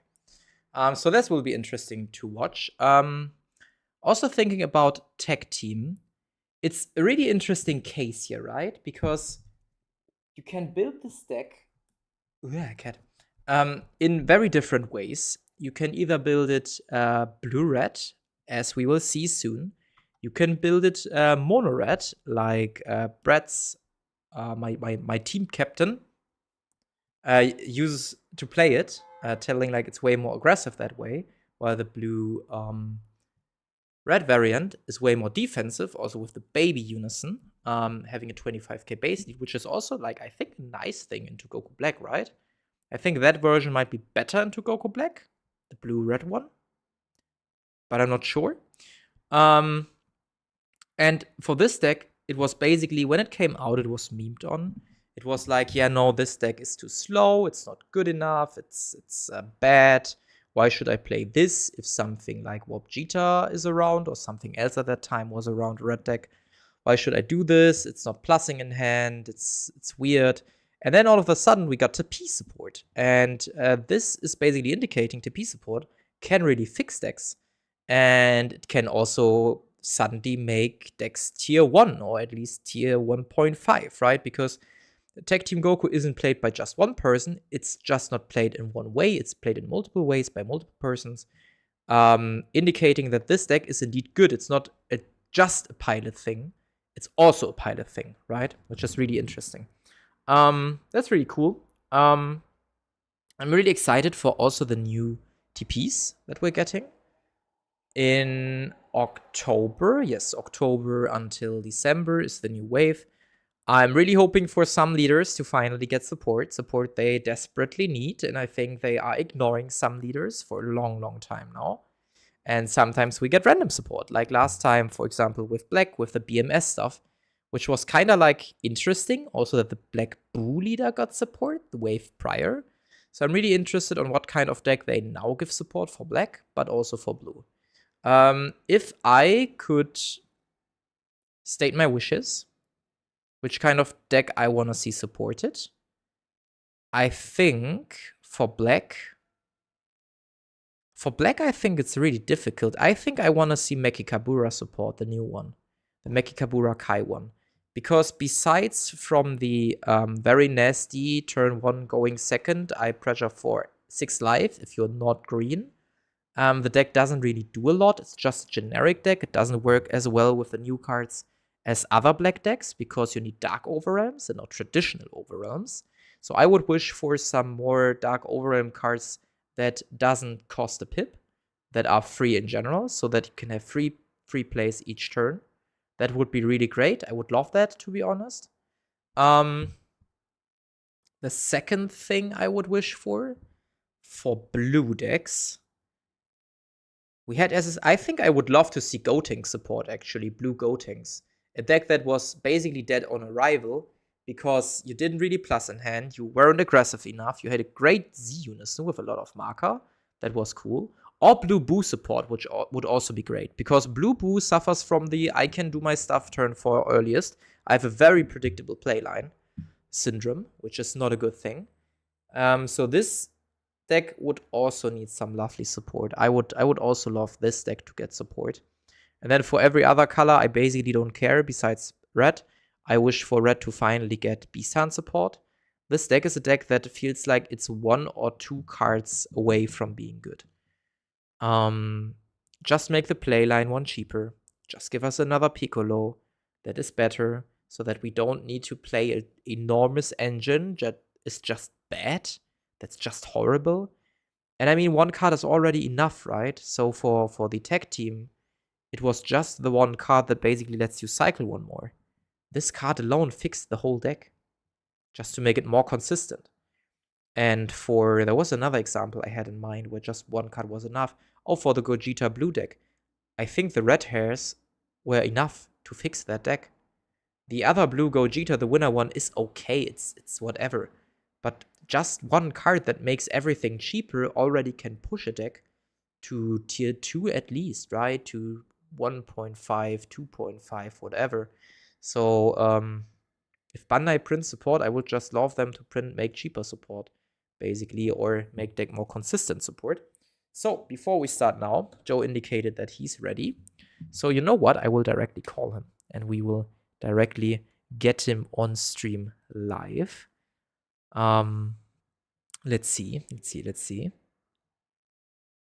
Hello. He's not here yet.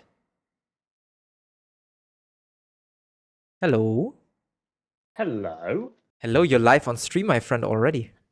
Oh, straight into it, hey guys. How are we all doing? Doing good.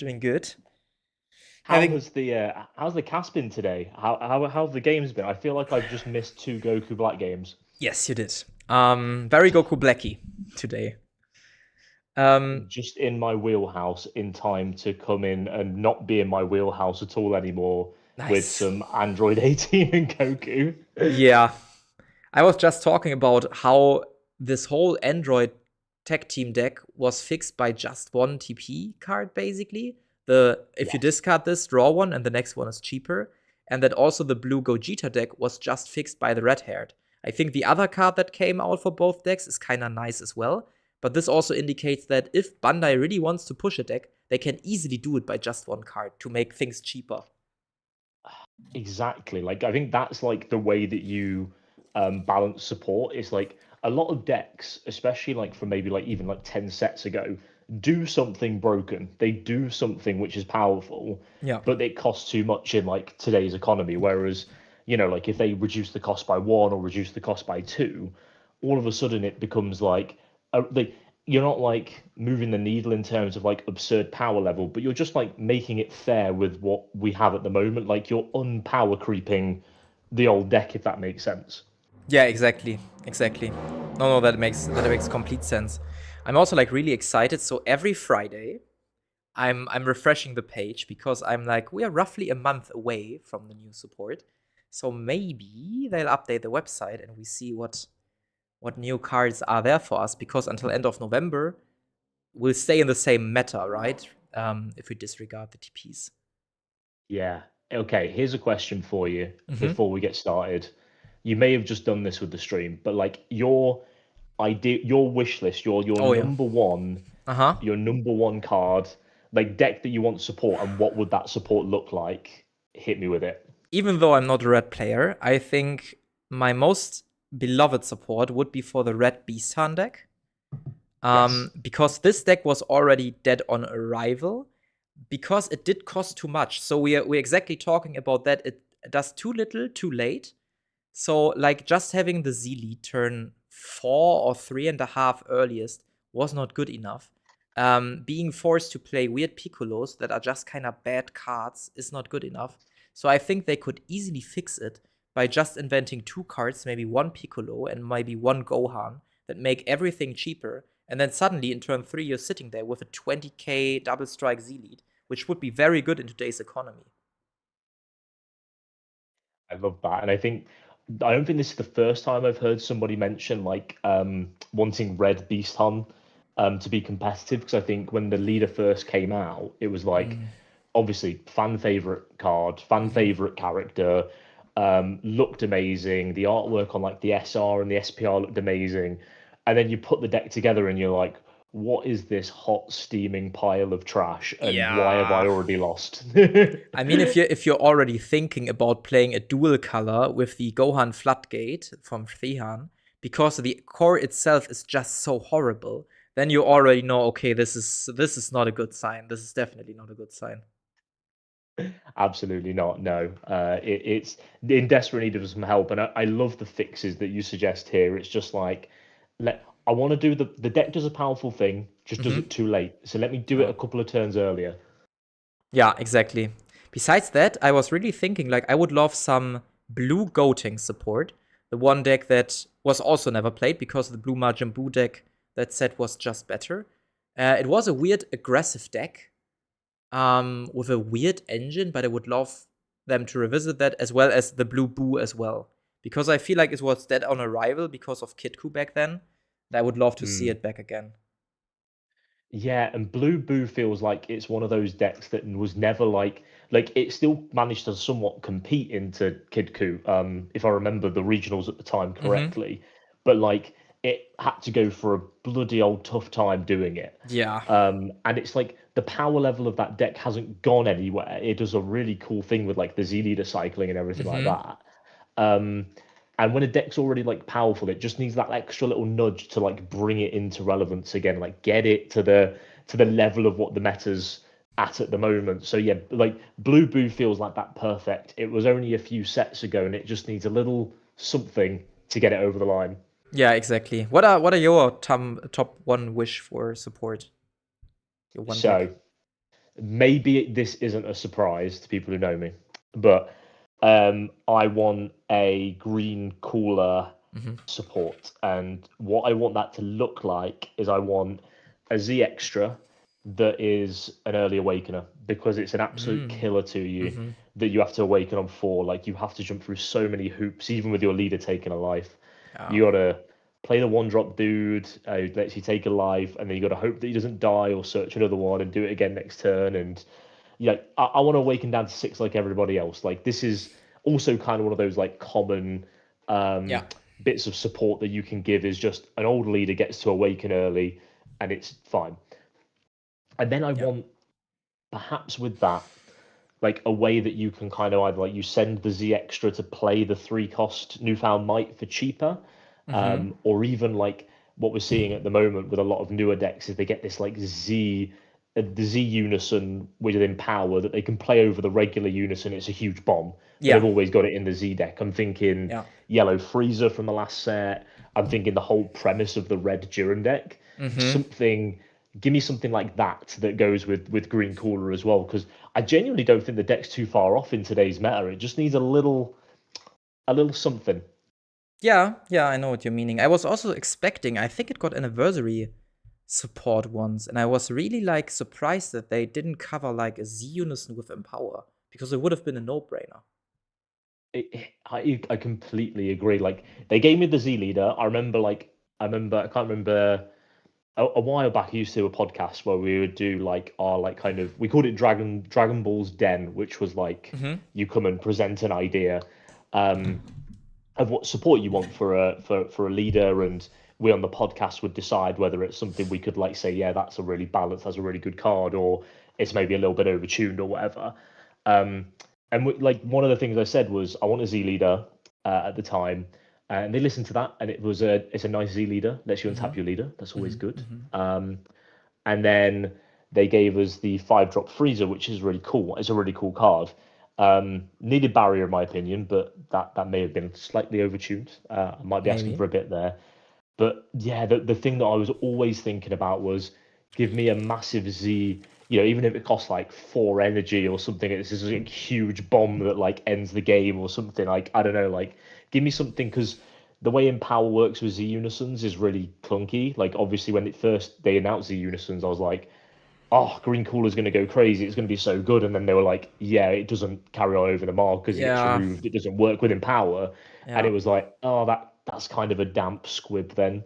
Um, so yeah, the way they corrected that was put the Z Unison in the Z deck and play it over, and it's more powerful, whatever. But it just didn't quite hit the same as like if you could make a starter in like an Empower deck from the Z deck, and you were always consistently doing what the deck wanted to do. Yeah. Yeah, I agree. I agree. It's really weird. I always feel like I mean they're not doing anniversary boxes anymore, it seems.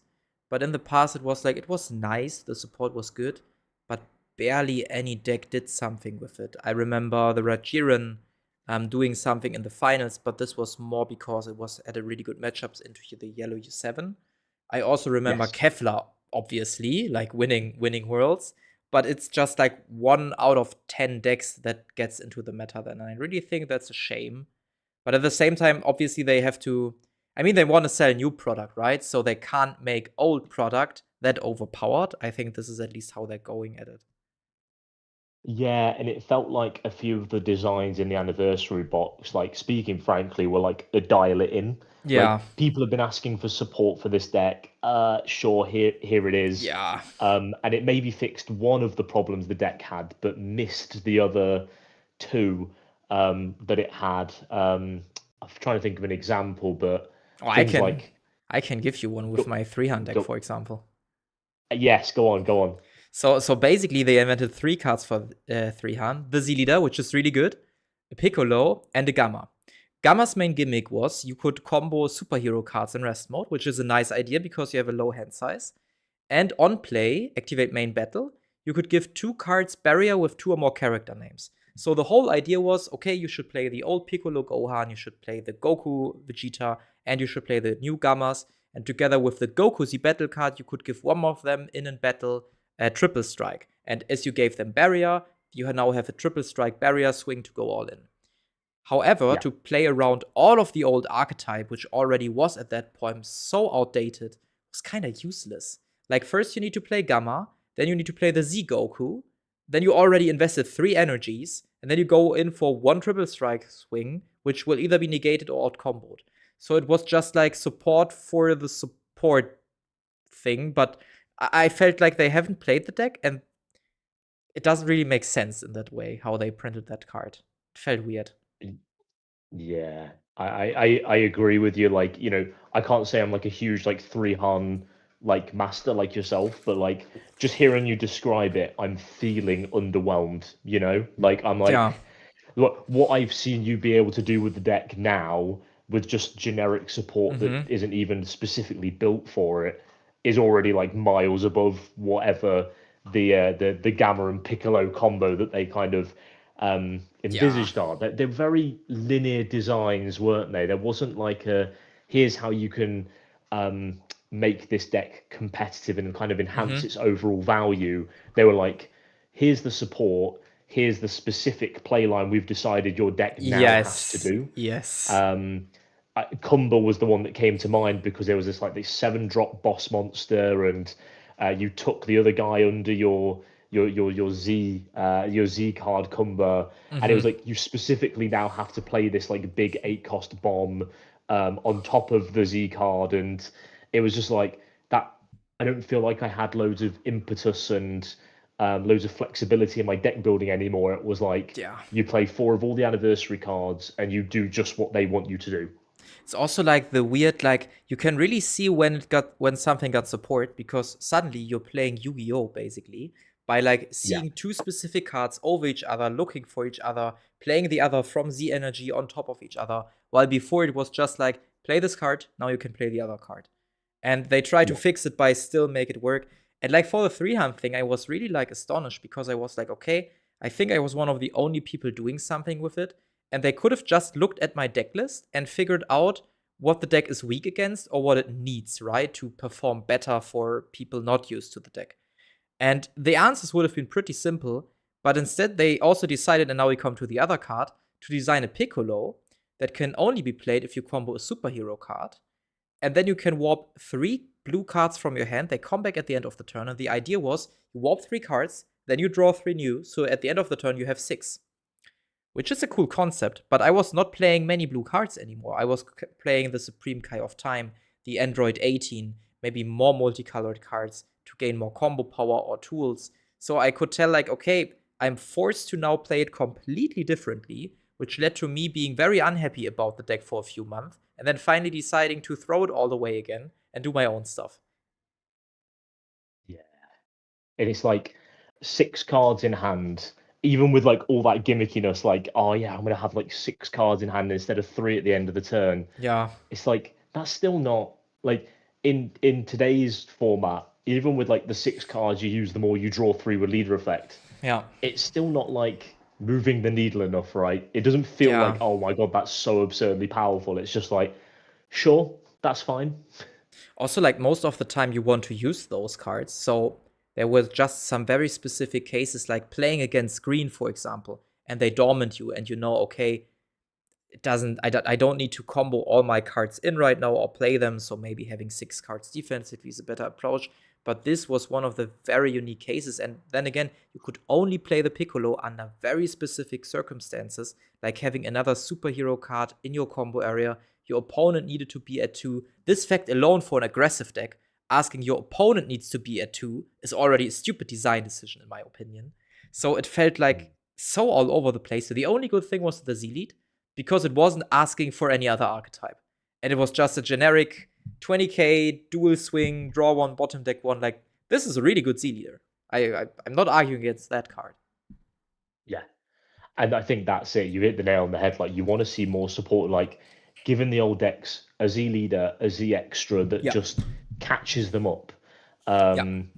Gives them something like, like you mentioned earlier with the Red Beast Gohan deck, like a 20k double strike Z leader.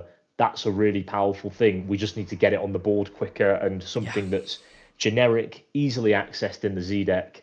Because if you're like relying on these like combo cards that you've got to draw into, if you don't draw the combo cards, you're a set 19 deck in a set 32 meta. Good luck. Yeah, doesn't work. All right, do we want to jump into the first game, like the first game with you? So, tech team versus tech team, the semifinal. We have put it off long enough, Bastion, but yes, I suppose we do now need to go and cast the the tag team Goku mirror match. Awesome. I'm really looking forward. So Jack already spoiled in chat a little bit that this game gave Olmedo a game loss. So we can expect some oopsie at some point. And I heard that in the Latam regional there was a little bit of an oopsie here and there. So I'm interested to see what it will be in the end. Yeah, and it's a really interesting thing when you're casting, like the oopsies happening where you go like, my initial instinct is always, I believe in the best of the player. I believe that it was a genuine mistake, and this is a super complicated game. We've been doing it for 31 sets, almost 32 sets. Of course, there's going to be cards and interactions that you don't quite you miss. Like, I've been playing since the game began. I miss things still. Like, of course we do. We're all human. And then sometimes there's just quite a few of them in a row that often puts a player in a more preferable position. And at that point, then it becomes a bit more of a, okay, I'm, concerned about what's happening with the gameplay here. So it's a bit of a like kind of fine line that you're like, I want to point out there's been a mistake here, and at the same time, like, not immediately jump to the, oh my god, we've made a song about him being a cheater. Like 2 minutes after you've watched the game, and immediately jump to worst case scenario. Exactly. Which, let's face it, we love the drama. So as a community, sometimes we hop to that as our first instinct. Also very interesting to see. I talked about this at the beginning a little bit. So a game loss has already been given, so I think... Oh, I mean the match loss after the game were done, so you can still cast it all. Let's see if you can find it. Okay, I was a little bit irritated because Benjamin has a 1-0 here, but this might be still from the last game we've seen, because Panzino was on that side, and she won by 2-0. I'm very interested to see how they will play, because on the right side, we can already see like a blue-red build, a build that is very defensive, combined with the baby SCR, can be to 25k, being able to also burn, as we see the catastrophic blow in his energy, while the other side charged mono red. So this will be a clash of two different ideas for the same leader. See, that is the exact thing we want to bring some excitement for here, because like seeing it's just like a mirror match and it's the same list, like that can get quite dull to watch. But we've got a mono red versus a red blue, and one of the things I'm gonna pick on you for here, Bastion. I'm gonna pick your brain here. Is you've played with Brad, and you've probably seen the kind of inner workings of this deck before it became popular. How do you see this playing out? How do you see the difference between the red blue versus the generic red? Like, who's got the edge here, if anyone? I think Olmedo got the clear edge here, because what the mono red version wants to do is apply a lot of pressure. You can go very high on your swings, but the problem you have with that version is that the defensive capabilities are not as good as for the blue red build. So with the blue-red build, you have the advantage of untapping your energy with your super combo to also use more extra cards from your hand for free. And also like having the Z Unison out first is a huge advantage here as well, because you can establish your whole playline, your whole extra card for free playline earlier. So I feel like going first might be correct here. And I think the red-blue version has an edge, just because both can do the same thing, but the blue version can do something else as well. And that's a beautifully succinct breakdown of what we're going to expect here as well. I find it really interesting that the mono red version has got like a bit more of an aggressive tone to it, considering basically a lot of the rhetoric behind this deck is it's a sit and do nothing and eventually Yeah. burn you. How true is that, Bastion? Like, is that correct from what you've seen the deck do, or Yeah. actually is there a lot more layers to this that people are missing? So when Krillin came out, I hated Krillin players because there was one regional where suddenly everybody showed up with Krillin. It was in the weird limbo between finals and the next official season, so still in the old wave of 2025, but after finals. And the whole community in Europe decided, let's play Krillin. And the way on how they played Krillin was basically like spend the whole turn wasting time with all the extra card cycle, and then in turn 5 either play Broly SCR and go in with a counter with a blue-yellow build, or just end it by burning or just waiting or wasting time or whatever. For this deck though, I feel like you can do a lot more. You won't swing as often per turn, at least not with the blue-red version, but at least you apply pressure here and there every now and then. So you can play a lot of more cards, you can swing with a unison every time, which also goes up sometimes to, I think, 15k at some point, if I'm not mistaken. So that alone gives you a lot of more pressure, while in Krillin, your unison wasn't even able to attack. Yeah, so it's a lot more of a like it's taken the Krillin idea and it's way more proactive with the Krillin idea, Yeah. is what I'm hearing there. Yeah, it's not like discard unison, discard extra cards for 5k push, but activate them from your drop, and then you get a 20k push and a draw one off of it suddenly. So this is like way crazier. Also interesting, if you're playing against the deck, I did like in the last 3 online regionals, always against Ivan.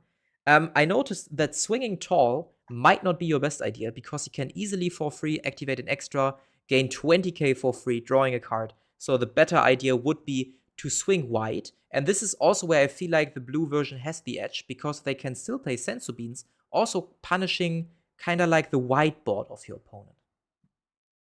Yeah, and it's really I think that's what's so exciting about watching the red blue version is it's like a deck building masterpiece in my mind. Yeah. In that you've noticed your red version, you know the strengths and limitations of it, and then when you add the blue into it, and you know half of the red blue cards you're adding are like old BT9 cards and that kind of Yeah. thing, but like the amount of kind of testing and innovation it takes to come up with this like red blue version that, as you say, it kind of fills in the weaknesses that you already spot about the deck. Where if you play against like a Goku Black, for example, that you just saw, your matchup is so much better because you're no longer getting poked down by 15k swings over and over again early in the game. If you can snap into an early Senzu Bean and an early Awaken, Yeah. it really fixes a lot of what you want to be doing with the deck. And this to me is like the spirit of Masters, right? Like it's an old deck. People wrote it off when it first came out. It got one bit of support that opened it up and fixed its issues. And you've got some of the best players in the world innovating and testing out the deck and making it such a powerhouse. Like if you told me at the beginning of the format we'd be seeing this deck Yeah. at the top tables and almost winning regionals, I would have laughed in your face. And now Yeah. I'm eating a big old slice of humble pie, Bastion. Awesome. Enjoy that while I talk over you eating that piece of pie. I'm kind of like envious here because I haven't eaten anything yet, and I will not for until we are done with the Latam regional stream. I think huge shout out again to Bretz for putting that deck on the radar. I think he played this in a store regional which Damien from the Lookout streamed, and then people kind of got excited about the very rogue deck. And then once it got support, he picked it up again, he played it again, he did something great with it. I think it was a top 16 at least. And then that also started other players to pick it up, experiment with the deck, and then one player was brave enough, I think it was Ivan. I know that an American guy also did it at the same time. I don't know my historical facts here for sure, but then also like investigating the deck more, thinking maybe about the deck has weaknesses. Can we maybe play it blue-red? And apparently it worked, and now we have like two different versions, both performing kind of well. And like I said, this version more focuses the red one on playing the Android 18 as soon as possible, applying a lot of swings with that, clearing your opponent's board, pushing your own cards. So this is what I was talking about, being way more aggressive, because the blue-red version does not play this 20k dual attacker that can either buff your own cards or also kill your opponent's cards by increasing their combo power to 30. That's how I quiet laugh to myself there, Bastion, as um, Oscar picked up a card which is 4 copies in his own deck to read the effect of playing the Android 18 out, because his deck doesn't seem to do that very often at all. Yeah, He was like, wait a minute, you can do that? And I'm like, I'm sure there's 4 copies in your deck. So I think he's a bit bemused by how much aggression this Android 18 is now able to put on with the 5k buff as well. Exactly. 25k dual attacker on turn 2. This is like already really forcing crazy. out the imposing presence as well. And then also we need to think that there are still cards, like the extra card he just activated, that gives another 15k push for him and minuses his opponent's leader. So suddenly this 20k swing, because the 5k were taken off of it, is a 35k swing again. And maybe Oscar's just forced to take it here. He's already at 4 lives. This is what I'm talking about. If he doesn't see his super combos, he's not able to respond to this aggression that early. Another 20k or 15k swing coming in now. So this is a lot of pressure already applied. And this is also a downside of the blue-red version. You have a lot of extra cards that are just stuck in your hand. For example, the catastrophic blow or others. Yeah, and you can't aggressively tap out a lot of the time as well when you're playing this. You've got your 4 Bira super combos, but it's such a finite resource that without that, if you tap yourself out and you don't have it, which is what I think we're seeing from Oscar at the moment, he's having to spend a lot of he eventually does use the Bira super combo here, but he's already had to take a ton of pressure, and I think he's kind of noticed halfway through this turn, this is how much pressure is being applied. You see him use that to untap the energy, and then Benjamin's like, okay, I'm going to pass then. I'm done with my attacks for the turn. So you do see him get a fair amount of value from forcing the super combo and then going, okay, you've untapped the energy. I don't want any of that smoke. You go. Yeah, exactly. Very smart choice from Benjamin here to delay that. I also just opened a Discord to stream my desktop for you, so you are not like a little bit behind, because the stream has a little bit of delay. So now he gave the turn back because he immediately Benjamin okay, if I force another swing now, probably my opponent will respond with an extra card that cycles more, that gets out of the swing anyway, so why should I do it? And now, interesting choice, we see the concept rare being played, negging the whole board of Benjamin, and also being able to on-swing either neg the unison, or what I would consider being better is to just draw another card. Yeah, absolutely. He's already holding on to an absolute book of a hand and just getting yourself an extra card. You need to see a couple more of those Beerus super combos, because again, he's aggressively tapped out for this play here. So presuming you've got access to that as well. But the Beerus can only untap multicolor energy, and there is only one of those sat there as well. So I hope Oscar's got a plan. I'm sure he does. He's not in the top 4 for nothing, but it does put you in a precarious position, especially when you've seen just how aggressive Benjamin is just got on his last turn. Exactly. Also, interestingly enough, he cleared his unison, so also slowing Benjamin's aggressive turns down a little bit, because the Piccolo is also able to draw 1, discard 1, which kinda slows the cycling of Benjamin down, as well as denying him a 15k swing. So he either needs to play the next turn as well, so forces him maybe to use the marker and then doing something with the 3 energy or not. So here we see the draw off of the concept rare, like I said, maybe to find more Beerus super combos, maybe to find more negates, at both players' hands are kind of like really, really huge at the moment. Even though I think Oscar had the edge when it comes to cards in hand. They're they're like huge hands, and also a tad bricky at the same time, as well, as we mentioned, with all those extra cards, plugging them up. reasonably like aggressive game here from both players as well. I think they both understand the assignment here that they don't want to get drawn into a long game here. I think particularly for Benjamin, he knows that Red Blue will have the edge with those extra burn cards attached to Red Mm. Blue, but both of them going, I know I need to pressure you early. And it's very interesting just kind of seeing them both kind of agree, okay, we're going to swing into each other here. And even though we both traditionally like a longer game, we're just going to go at each other's throats. Also, really interesting that Oscar plays the explosive demon wave, which it's a counter for 3, but could be played for 1 if you have Invoker. So maybe the Invoker package is higher than expected, because I know from Ivan's list that you do play like 1 or 2 copies of Catastrophic, but you're not really going into the Invoker playline with the 3-drop Rival Seeker, with the 5-drop. Oh, and here we see this baby SCR played from Benjamin. So even though he plays mono red, he decides to play that SCR, putting 1 card from his life to his drop, having a 25k base leader for the next turn, having a 40k dual swing, being able to bottom deck hidden more cards from Oscar's side to draw more cards. So as long as baby sticks, he pluses 1 each turn in hand now. Really, really interesting, but also aggressive choice. This is a really huge turn here as well, and you can see that like Benjamin has smelt blood in the water with this play. Difference of status here as well. Ooh, Honestly, takes killing all the markers baby off and inches. kills. That's a huge play from Oscar. Ooh, That is. yeah. That hurts a lot because it was basically no investment. I mean, yes, you're sacrificing your Unison, you're sacrificing 1 card from hand, but considering what the SCR could have done in terms of hand size or damage, it's like, this is like a really cheap out. I know, and that's just a kind of fantastic card to include, especially because that Piccolo Z Unison had accumulated so many markers. If you're Oscar, you do not mind at all pitching your Z Unison to wipe out your opponent's SCR for 0 energy.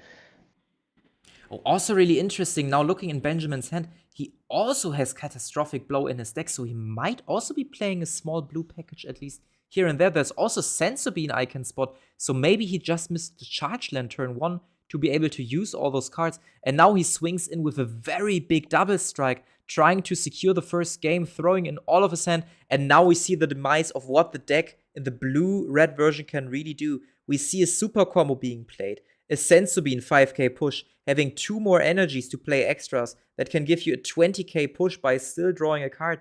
I think we still have the free leader ability he can do, as he uses the first one right now to draw 1, discard 1, discards the Goku, plays the Goku, nagging the Goku currently swinging into, drawing another card. So I think he can easily get out of the swing, to be honest. This is it, and you mentioned it earlier, Bastion, as well. You said don't swing tall against this deck Yeah. because it will be able to power on so much combo power. We see Benjamin's had to like sacrifice a super combo for just nothing because he has none of the energy. It's cost an extra 10k, double Senzu being another super combo as well. Yeah, What no, are we gonna see here? This is crazy. this is really crazy, and I don't think Oscar will lose the game here. I think Benjamin shouldn't have comboed in that high, especially because he's a 25k base leader anyway. Maybe he didn't have an opposing presence or any other free floodgates in hand, or it was just because he was missing a checkland, because he was also comboing in a Biro super combo, indicating that indeed his blue-red package is also maybe higher than we expected so far, as we can see Oscar just playing more Sensus, being able to then combo the 1-cost cards from his hand, now being at 30k, 40k, 50k, 60k, also have necked the SS4 Goku. And still look at this hand size. This is an unbelievable hand side here as well. I think I've peaked another Beerus super combo. So a huge Invoker package. That's 3 Yeah. 6-drop Gokus with Invoker. So clearly a huge emphasis on Oscar on the burn in this deck as well. Hence the Demon Wave being in there as well. Exactly.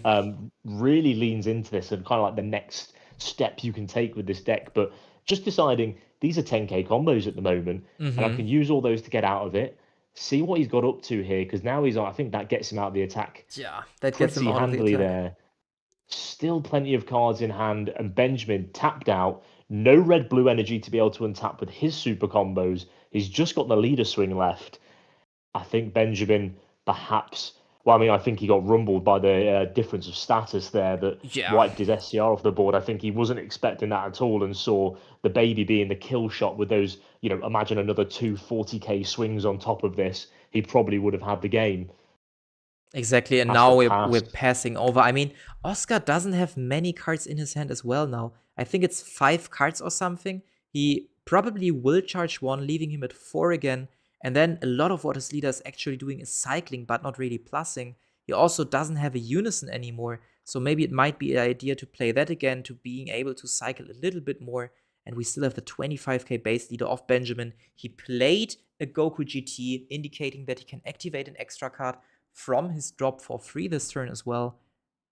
Yeah, and this is like one of the new support cards I talked earlier. This made him basically to cycle another one by giving his Z Unison another 2 markers, making it more sticky, being able to kind of discard the SF3 Goku, a barrier card, which is when it's played, you can do a top 5 search, pick one extra card, place this in your drop, and shuffle your deck so you can activate that extra card for free later on with your leader ability. Gets impulses of sadness and rage off the top. He'll be able to read his own copy this time, Bastian. Yeah, awesome. Also, maybe the Android. I don't think he's playing the Android 18 though, right? He was picking that card up as well, or just the No, I mean, impulses.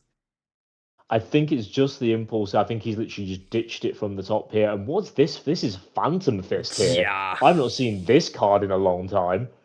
this is a very interesting card, and I'll be honest, I think I have to read it up. Oh, but interesting choice. So for the effect, he needs to discard, and when he discards the Goku, he can play it for free. And I think at the end of the turn, he then just gets the energy back, right?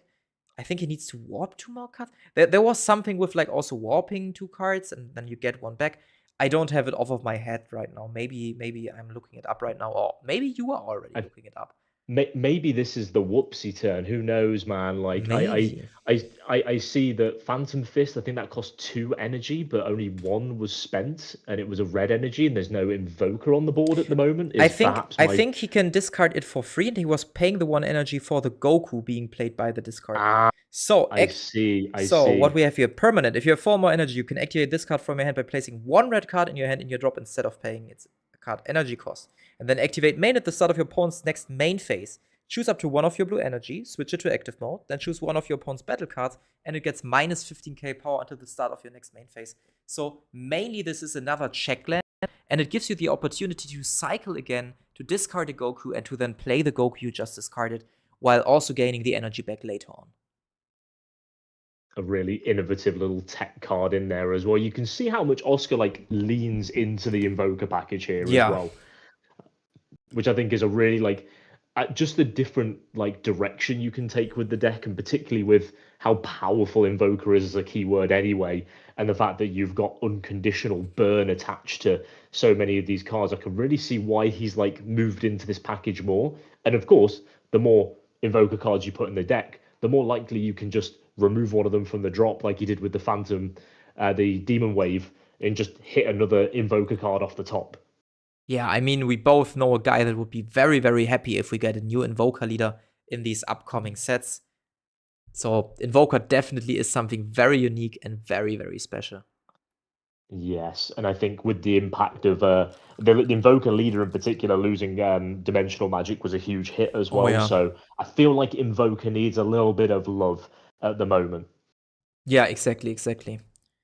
Like, this counts for blue in general, I would also say.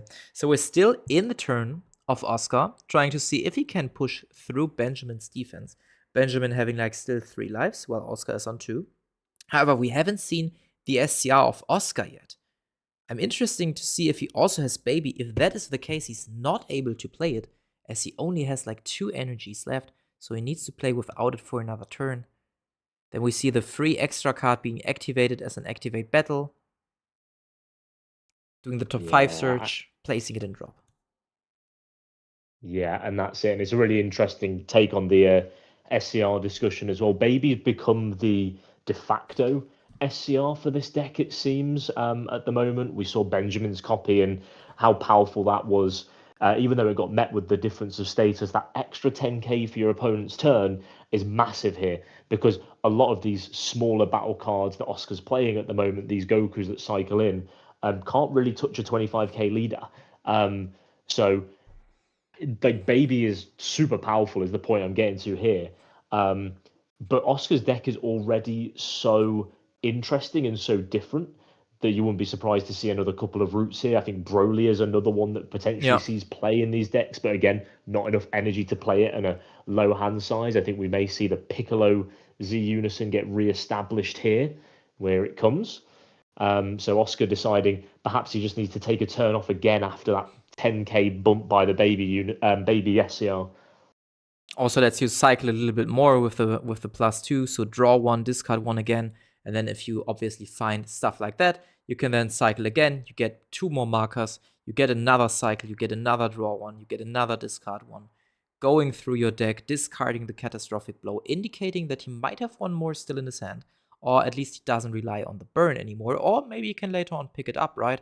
Because if he plays 3 copies of the boss monster for Invoker, he might also play the Rival Seeker, which he can play for 3 and then evolve on top, and then when he has 5 energy, he can basically burn his opponent. So there we just saw Oscar use the effective catastrophic blow from the drop, which is you warp it, reveal the top card, and if it is a red-blue, you add it to hand. I don't think he actually revealed it there, Yeah, I though, which don't might be think it well. either. This might be where the judges kind of step in or where there's a bit of a discussion. I think I saw him check it and add it to hand. And Yeah, yeah, you see he's like yeah, showing the judge now, this is what I yeah, yeah, this is what yeah. I picked up, this is why I added it. But no reveal Yup, on that catastrophic blow. And you do have to reveal it to your opponent to prove you have found a exactly. red blue extra card to add. And I think what we can see here as well is that he picked up a Sensu Bean, right? So, and this was a blue card. I think he picked up a Sensu Bean. I think he was just like, yeah, I think I can draw it. Also interesting to know, I don't know if the extra card is limit 1, the red one. Because he used it already earlier, so I need to check that as well, like the new extra card for the deck. Maybe it is limit 1, the whole if you discard it and draw one, discard one, but I'm not sure about that part. But the catastrophic blow on was definitely a thing, and they're talking about it right now. Yeah, exactly that. I think that, yeah, the judges have spotted that one. And adding a Senzu Bean to hand, particularly in this predicament, if you've decided that you're not going to be going for game this turn and you want to be defensive on your next turn, very beneficial card to be able to pick up. But no, unfortunately, you cannot pick that up with Catastrophic Blow. It does have to be red, blue that you're picking up. Yeah, also, like, I'm just reading favorable situation. It is at least a mid 1, and I think right at the start of the turn, when he already didn't have a unison, he already used the limit 1 to draw 1 to discard 1 again. So I think this is another oopsie we have seen here from Oscar. And to be honest, 2 oopsies is kind of enough to let it slip, and I think they're still discussing on how to handle that. So I could see just a win given here to Benjamin. Yeah, and I think this is a unfortunate situation here where there's been too many different cards seen at this point, and it's so Mm-hmm. difficult to be able to reverse game states that it would simply, I don't know if you agree with this, Bastion, being a judge, but if I was the judge here, I would say this has got to be a game loss because Yeah. we Yeah. can understandably have made a mistake here, and you're in top 4, you've been playing all day, totally get that, but we've gone past the point where we can return ourselves to a appropriate game state. New cards have been seen. We can't reverse a lot of these draws and discards because Oscar has now seen extra cards, and when he can see extra cards, he might well change his game plan based on that knowledge that he's got unfairly. Yeah, exactly. I mean, they're discussing right now if he should just put it back on top, but even then, he knows what card is next. Shuffling it back might change the game state as well. Also, more stuff has happened, so you can't really prove that he didn't put the card somewhere else, right? Nobody saw what he was drawing into. So if I would be the judge at this point, I would just say, like, well, this is a game loss, but it seems like they continue to playing. Interesting choice here made by the judge. Yeah, clearly wants to see us come to a natural winner of this game here. Yeah. Wants to prolong us watching this Android 18 Goku mirror match here as well. Yeah, absolutely, I agree. It's an interesting choice here. Um, I think if me or you maybe had been judging this, we would have maybe called a game loss here. Yeah. A bit too much has gone on, but both players, as long as both players agree to it, and this is the judge's call, then this is where we go from here, and both players accept it and move on with the next turn. Although I do think with only one energy open and maybe 5 or 6 cards in hand, Oscar might well be in a tricky spot anyway. Yeah, exactly. Also, like they're getting interrupted again, so maybe now a game loss is given because of also the other oopsie, maybe with the limit one thing. Because this was even maybe more critical, right?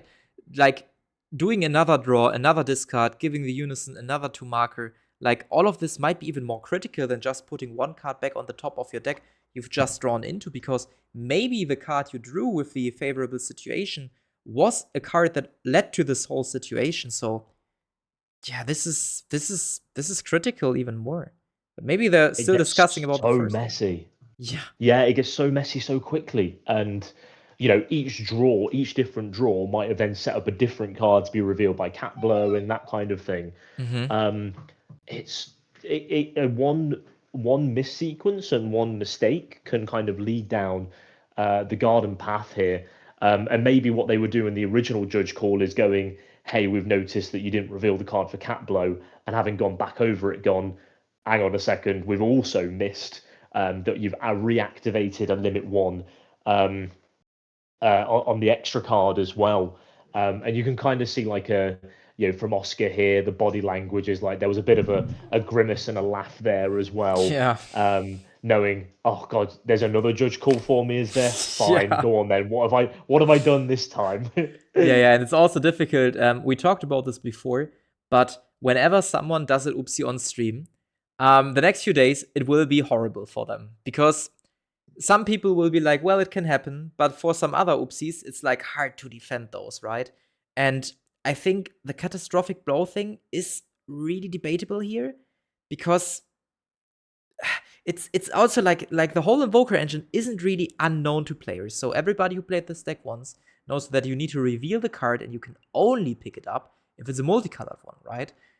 With the limit one thing, it can happen. If you use something at the beginning of the turn and then you spend 2 or 3 more energies and then you discard it again, this is a oopsie after so many games. This can happen, right? It should still be punished, but this is something you Yeah. can't really say it has been done with a malicious intent. Catastrophic one blower was really difficult to defend, and even if it was an oopsie, the next few days for the player will be hell going online or Facebook or whatever. Yeah, exactly that. It's um, I think this is where I often err on the side of caution, Yeah. particularly when it comes to casting and watching players. Is there is a huge impact. You may well have made a mistake here, and then when you see like a huge post kind of bashing you, saying you've clearly cheated, and people start making the aforementioned AI slop songs about you, like it's a real shame, and then players end up stepping away from a community and they don't Mm-hmm. want to play anymore because this is what's happening. So I always err on the side of caution, and Yeah. particularly when you get to a top cut and it becomes a long old day of playing non-stop, things can happen here. If there is a continuous pattern of things happening, then we also need to be able to hold players accountable for that. And that's where I think the rules of the game come in and we go, it's a game loss, it's a warning. If we see this, kind of sloppy play happen again and these mistakes keep on coming in, particularly where there is a benefit to the player when the mistake comes in, then yeah, absolutely. We can start having a conversation and following what the Bandai tournament procedure is for getting players held accountable for their actions. But yeah, it can be really damaging kind of watching players make a mistake on stream and immediately get strung up afterwards Yeah. for making this mistake. I 100% agree. It's also like a very difficult choice to make here. Like, I mean, players needed to be accountable, right? And if we see a pattern of people constantly doing oopsies, also like really some you could tell like, okay, this has been maliciously done. Like, for example, at an online regional, have a second stack of card next to you, you can just shuffle into your hand when your hands are off the screen. This is obviously something different than misplays. The question is like, if we're going on those witch hunters, what are we really doing? I think we're just scaring players to be on stream, because even if they just do oopsies, there might be an AI slop song coming around, like, and then you're basically tainted with that forever, right? So I'm not Exactly, sure if that yeah. is really a good idea to do. And I think that's it. I really like that you've pulled this in, Bastion, about like the wider community of the game as well, because then it does become quite intimidating to start. It becomes quite intimidating to play on stream, and you kind of get a bit of an anxiety. And then we've even had situations where players have gone, I don't want to go on stream, and it's been like, what are you Yeah, hiding then? What are you exactly. hiding by not going on Exactly. stream? And it's like, after enough of that behavior, you eventually go, oh well, maybe I love this game, but I don't know if I want to play it anymore under these circumstances. And Yeah. for me, it's about growing this game first because it is such an amazing game. Yeah. It's so much fun to watch. It's so much fun to play. Um, I want to do everything I can to encourage our players, and also the other side of that as well is encourage our players to be able to play in a safe environment where players are held accountable if there is, particularly the one you mentioned there, where people are like taking super combos from their hand and handing them over and Yeah. doing shady things off screen. Absolutely, that is another facet where we need to protect our community from that behavior. Yep. But we also need to make it encouraging and want people to come and play and not feel like every play is scrutinized when you're trying to navigate 32 sets worth of cards for the first time and perhaps making some miss sequences and not quite understanding the cards and your first number of goes at it. Yeah, exactly. I mean, it's also a thing like if this happens multitudes of time, right? And these are always oopsies and Bandai doesn't hold them accountable. Obviously, you get angry at certain players, right? Or you get very cautious when playing against them, which gives you another layer of things to think about, right? So while you're thinking about how to figure out the match, you also need to constantly look at your opponent's hand all of a sudden, because you know there have been incidents in the past, so we need to really hold them accountable, but maybe not to witch hunt every individual. And I mean, I'm speaking from experience, like one of my old teammates, I was basically uploading a deck profile with him. He played, I think it was Green Mai. And in the finals, which were on streams, so many misplays were happening from both sides. Yes. Like he overpaid at one point, he underpaid at one point. Obviously, what the community only sees is the underpaying one, right? Because this is a misplay where you could say, like, okay, this is to his advantage. They didn't see the overpaying one. And then I was there on Sunday, having uploaded his deck profile. And then all of a sudden, Facebook was burning. And I was trying to defend my teammate because I was like, I know him. I know that he does not have any intention to cheat. This was his first success he ever had on a regional. But I could really feel like how bad it can get. And like imagining myself at this point where I'm not defending Yes. someone, but I need to defend myself. This was like horror for me. So whenever I was on stream from that point on, I was like checking everything 2 or 3 times before doing anything. And that's like, it's a really important thing you pick up on there, because then that takes away from the fun of, being on stream playing against a friend or a teammate or any other opponent, because you're watching every single play to make sure that there isn't some kind of like whoopsie or mistake, and things start coming into question. And I think that's like what we're touching on is just how complicated these situations are. And I Yeah. think quite often the discussion becomes a yes or no answer rather than this like what it actually is, which is a very complex, very nuanced um, idea. That some people do have bad intentions, some people do not have bad intentions. The majority of players want to turn up, play their favorite deck, and have a couple of games, and that inevitably comes with a few mistakes as well along the way. And yeah, pointing them out is going to help us grow. But at the same time, we also think about the way in which we point out these mistakes as well. Yeah, exactly. And now we see something very, very interesting. Talking about the Android again, he activated the extra cards, so the game seems to continue. He put a lot of extra cards under it to push certain cards of him so they can still be on the board, but have a lot of power. And now we have a 25k dual swing coming in. Oscar being at what? 4 cards in hand, 2 energy open, 5 cards in hand, just being on 1 life. So even though Oscar did 2 things that kind of seemed to be for his advantage, he's still pressured a lot. Still 3 energies are open. Yes, and what I would hark back to here is the previous turn where, in order to get out of the double strike swing, Oscar had to, he was able to combo up really tall and get out of it, but he had to use so many resources to do that. There was double Senzu Bean, there was double super combo, there was multiple invoker cards comboed from hand to get out of it. And then on this turn, he hasn't been able to finish off the game last turn, so he sat with those 2 energy up, sure, but only like 4 cards in hand. No real ways of untapping the energy to use multiple powerful cards like this power release that we've seen from him to get out of these swings. So Benjamin, despite what we've been talking about with what was happening on Oscar's board, seems to still just be in the driving seat, even after having his SCR blown up for 0 energy. Yeah. Really interesting to see how he will continue this turn. So Oscar's now tapped out because he uses the extra to get a 25k push, or at least 15k push. No, 25. It's 25 when you pay it for one. It's 25. It's 25. And then also to see a new card.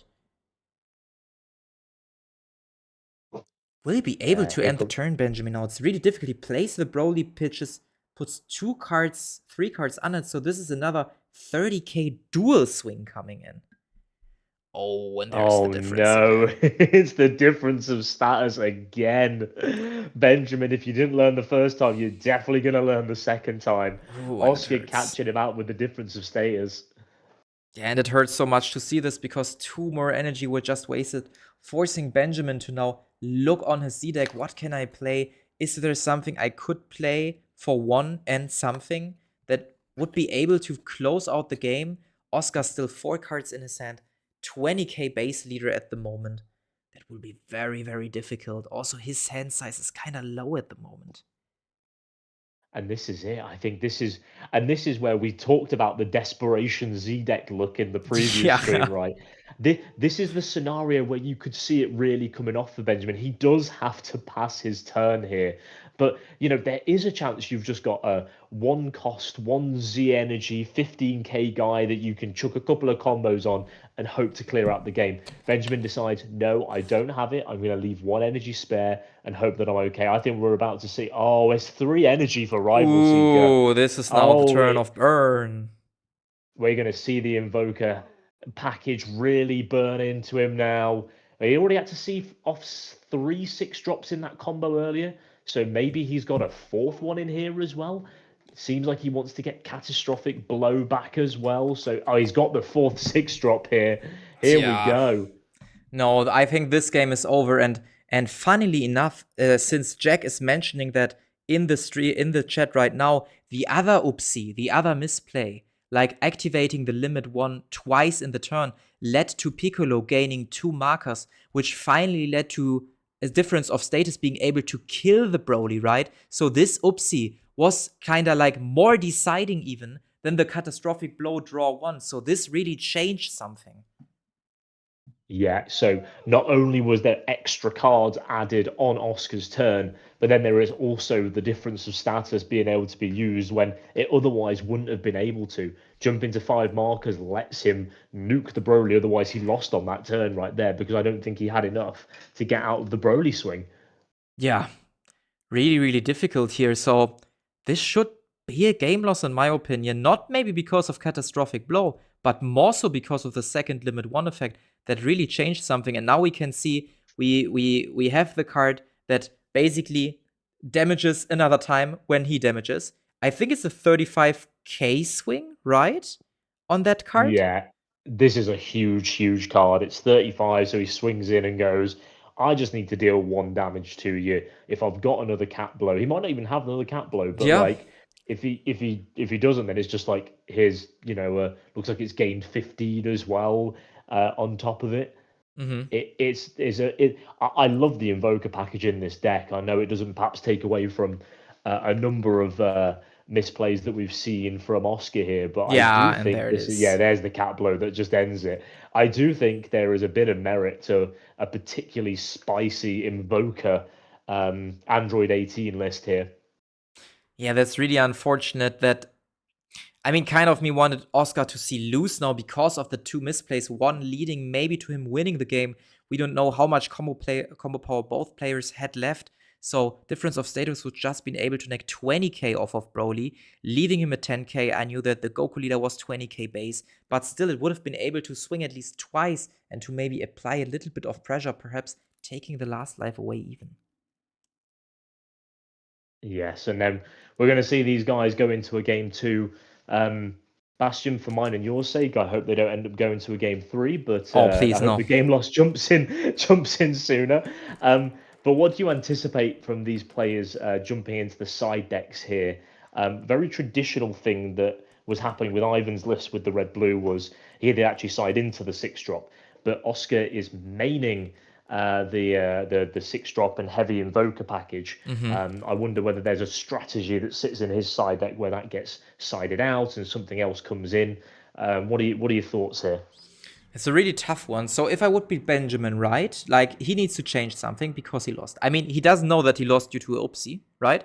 Or to a misplay. He thinks that, Yeah. okay, I didn't do something well. Difference of status was maybe a big problem. So I could see him side out maybe the A-drop Broly and respecting difference of status a little bit more. Maybe also including the concept rare that is able to take markers off of the unison from Oscar so that a difference of status doesn't hurt that much anymore. At least this is how Oscar approached the matchup because he was respecting difference of status, even though we didn't saw it from Benjamin's side. So I think this is the adaptation I would do from Benjamin's side, putting out the tall guys and maybe including more smaller, more wide guys, respecting the unison a little bit more. Yeah, that's a really good shout out there as well. And would you say there needs to be any changes to Benjamin's play here as well? Like we saw him be quite aggressive at moments in this match. Would you say there needs to be perhaps a bit more of a tempering of the aggression, or do you think Benjamin was actually on the right path here? Was what he was doing? I think Benjamin played correctly in the first couple turns. So, like, playing out the Android 18 early, forcing a lot of cards from Oscar's hand, this was really, really crazy and really put him in a desperate spot. But I think the moment Benjamin lost the game was the secret being minus to death by the difference of status. Because while he was doing 1 damage and while his leader got a 10k push, he wasted like 3 energies for that. Opponent just needed to invest 1 energy for a new unison later on. So I feel like this was the critical moment, and Benjamin should have counted the markers on the unison, maybe swing into that first before playing the SCR right away.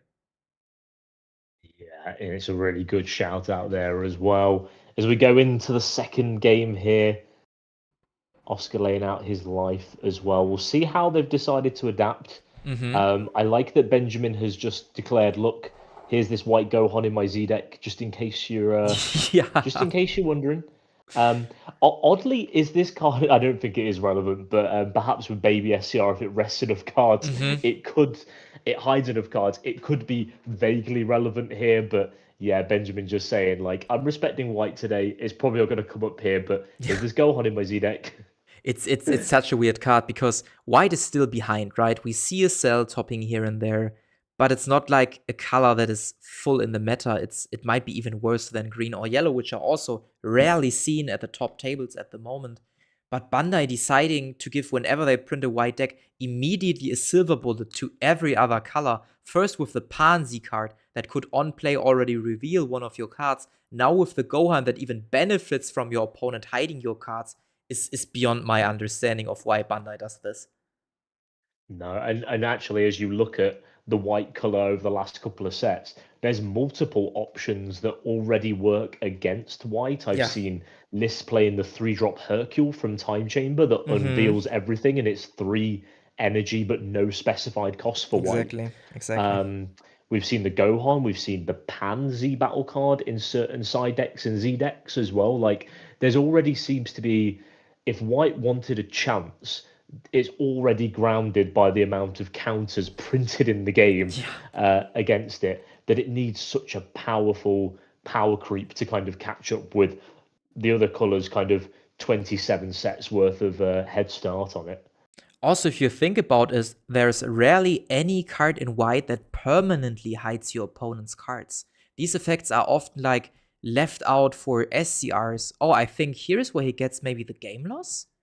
Because they are laughing and he's just like, oh fuck. So maybe the judges still did something because the game is not continuing, and I'm wondering why. Going back to the other topic, only baby SCR can hide your opponent's board as well as the SCR with Gotenks and Vegito, at least the energy, but this is also time limited.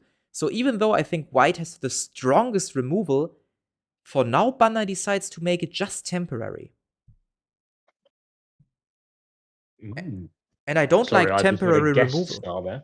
Mm-hmm. Yeah. I think that's it. I think it's so confusing that white has been designed in this way. Yeah, exactly, exactly. Really interesting choice of Bandai. It gets kind of like added on a layer of KOing. So, for example, the new 8-drop cell is able to KO, as well as like older cards, the GT, like older, right? As old as White can get. The GT Trunks card, I think there's a SS Blue Sun Goku that also KO. So, White is in the weird wigs of KOing, which is or might be the worst removal if we taking back to hand into account as well, next to that. And then like the temporal removal of hiding cards, but only under specific conditions. I think the hiding aspect is really good, just to protect your stuff. But when we look into removal, it's kind of lackluster, to be honest. Yeah, I want to first of all apologize to our viewers for my co-caster in the house here taking over for a couple of seconds there. Somebody had the audacity to walk past his house. And I will also say, going to your point again about white as well, is um, you almost want hidden to be like a permanent effect that happens, or some kind of floodgate that white has that just Mm-hmm. permanently hides boards, or if you want to swing, you've got to permanently hide something, because that is basically a removal. It's almost like a remove from game effect that would be really powerful niche for white to have, especially because it's lacking so many of these um, other options that other decks have. Black and warp cards, and they, unless you're playing against other black decks, they're not coming back. So being able to permanently hide cards, and unless you're playing against white, they're never coming back. Um, just feels like the right place to design. Sometimes I feel like Bandai are taking it very steady and very measured with white, and what Mm-hmm. I'm really hoping they'll do is give me a reason to play it. Give me a reason to get excited about white. And Yeah. I think the SCR that came out recently kind of did that. Yeah. The Gohan and Gotenks SCR was definitely one of those. Oh yeah, that makes me want to play white. But apart from that, there's very little in the color at the moment. So, and especially because it's so easy for people to just go, "Here's a card in my Z deck. I'm countering what you're Yeah. doing." Yeah, they immediately see White, just put it in and be like, yeah, whatever. You can't really hurt me with that SCR even anymore. Because for 1 and 3, I'm playing a 35k double striker or something that also KOs your board like 30k or less. So I skipped Yeah, a little bit to the future because they were still discussing. We still see a 1-0 for Oscar, so I don't know what they discussed. Maybe it was because of the prior game, as I don't speak Spanish and I have the sound muted. I don't know any of that. But I guess we will tell once we have the final game who won in the end and how it's standing right now. This time Benjamin goes first, also kind of a difference compared to last game, and he also saw his checkland. Very interesting here. yeah, exactly that. And I think Benjamin did incredibly well last game, but you could see he was really missing his check land. And as soon as, like with multicolor energy, as soon as you get quite far in the game, it becomes even more detrimental trying to charge that multicolor because of energy exhaust. So unless you can use a Vegeta divine restraints, and your opponent has enough cards, I think it's in rest mode, or enough cards in hand, that you can charge it without energy exhaust, you almost end up being a turn behind trying to charge it later. So I think what Benjamin did last game was just go, I need to sacrifice the blue energy and just play as a mono red deck, because otherwise I'm just going to be a turn behind and I'm going to lose. Imagine that baby turn that he can't actually play the baby SCR because he's had to charge an energy exhausted red blue card just to be able to turn on those effects. It would have really pushed him back in tempo. Yeah, also very interesting. Benjamin still applying the pressure, isn't able to play Android 18 yet because the extra card asks your opponent to has 2 or more energy. But Oscar could potentially play her, but I don't think he's playing her. At least we haven't seen her on his side yet. He's still missing the blue energy as well. Oh, and this is his SCR choice. Very, very interesting. He's not playing Baby, he's playing Bulma, therefore being able to charge a blue card from his hand. So this also solves the delayed checkland problem because it gets charged in rest mode anyway and gives him like an acceleration for his burn turns as well. Very crazy choice of an SCR. Yeah, we were debating it earlier in the last game, weren't we, Bastia? We were wondering, is it going Yeah. to be Broly? Is it going to be Baby? No, it's Bulma. And I think Benjamin's probably doing the same thing that a lot of us collectively are doing as we're Yeah, watching and going, is this not tied to a blue leader? Because it feels like it should be tied to a blue leader. exactly. Benjamin checking it out and going, well, I suppose it isn't. I suppose I can just do it. And providing it's a blue energy that I'm charging, which the Hmm. multicolors do facilitate, um, he's all good. And yeah, Benjamin gets done reading and goes, fair play, mate. You got me. I wasn't expecting this SCR. Exactly, like you can play this SCR, you can draw two. However, the only cards that need to be blue are the card that you put from your hand into your energy, doesn't need to be mono blue, as well as the second effect to untap a blue card. But then again, it's not bound to mono blue cards. So you can, for example, restand a blue red energy, a blue red battle card, a blue red unison, or even like a blue red leader, right? Very, very interesting SCR. Rarely This is things seen. for our this is things for our players to get used to when we start looking at multicolor leaders as well. I was just going to quickly point out, Bastion, is looking at your cards that specify if it has to be blue, red, or Yeah. mono blue or mono red is going to be really important because Yeah. these are all going to work when we get multicolor leaders and extra multicolor energies that I'm sure will be used with them as well. So yeah, really heads up, like we're seeing multicolor kind of invented by the players, and this is going to become so much more important when BT32 drops and you're all got specified multicolor leaders to work with these deck building constraints in. Yeah, exactly. This will be very interesting to see. I'm already spotting those cards. I was noticing them 2 or 3 sets ago, where they just had specific pips, but were not asking for any leader color anymore. For example, the yellow Vegeta that takes a life on play and takes it back at the end of the turn. It doesn't need your leader to be anything. It just asks for this yellow pip, maybe for a specified amount of energy you or your opponent needs to have. And I feel like those cards would be very, very relevant in the next few sets. Absolutely. I think one thing I would point out there in addition is most of the concept rares that have been introduced, Oh yeah. specifically the Trinity ones, are all just spend two of that color to play them. So we saw a little bit of that happening with the Gohan successor builds when that came out, where they were Mm-hmm. playing. Brian Samuel was playing the yellow concept rare in Gohan's successor. So looking at any of those and also all the concept rare unisons, I believe they don't specify a leader. I think they all just have three of that energy. So get prepared for some crazy crossovers that you can do with all these multicolor cards. Like this game here and this deck that you're seeing in front of us in the game is almost like the precursor of to what to expect from some of these decks in BT32. Yeah, exactly. Also, like the leaders itself being multicolor, like even if a card is bound to a black or blue leader, you can still play it. And I think deck building itself will be very interesting and way more complicated than before, because if you just consider your leader to be mono blue, most likely you will just look into blue cards, maybe into very specific cards. For example, if your leader is an android, there are a few other cards, right? But you're very strictly bound to one color. And now, with the meta opening up again, suddenly players have to not only respect one color for deck building, but two color, or maybe also even the intersection. So there's a huge potential for deck building, very unique builds, but also older multicolored leaders coming back, or older leaders coming back suddenly playing multicolor. Yeah, exactly. And that's where this Android 18 Goku deck came from, is the old leader, mono red, but can I fit some multicolors in to take advantage of these cards that use both colors?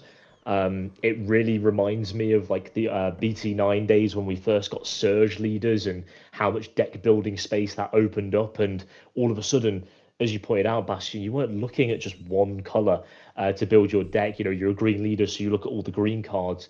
You were looking at everything. You were looking at anything that said, I can use this if you've got multicolor energy. I'm looking at cards that have a green yellow energy, or a green red energy, any of those things. And this is when this game's at its best, when you've got so much deck building owners, so many Bandai games now, they come out with your leader has to match the color of all the cards in your deck. Mm-hmm. Whereas Masters, one of I think the first Bandai game that came out, was very much as long as you've got the energy and it matches the color of the card you're playing, you can have all four energy, you can have all six energy. The recent white cell list, that one of the white cell lists that topped, was using all six colors in the deck, which is so much fun to consider when you're deck building. Yeah, it's crazy. Also, to point out here, as we were just speaking about the concept rares, Benjamin is tapping out for his red concept rare. This is maybe an adaptation from the last game, because Oscar was really good at like minusing the unison down, but having a unison now with barrier in play might be different.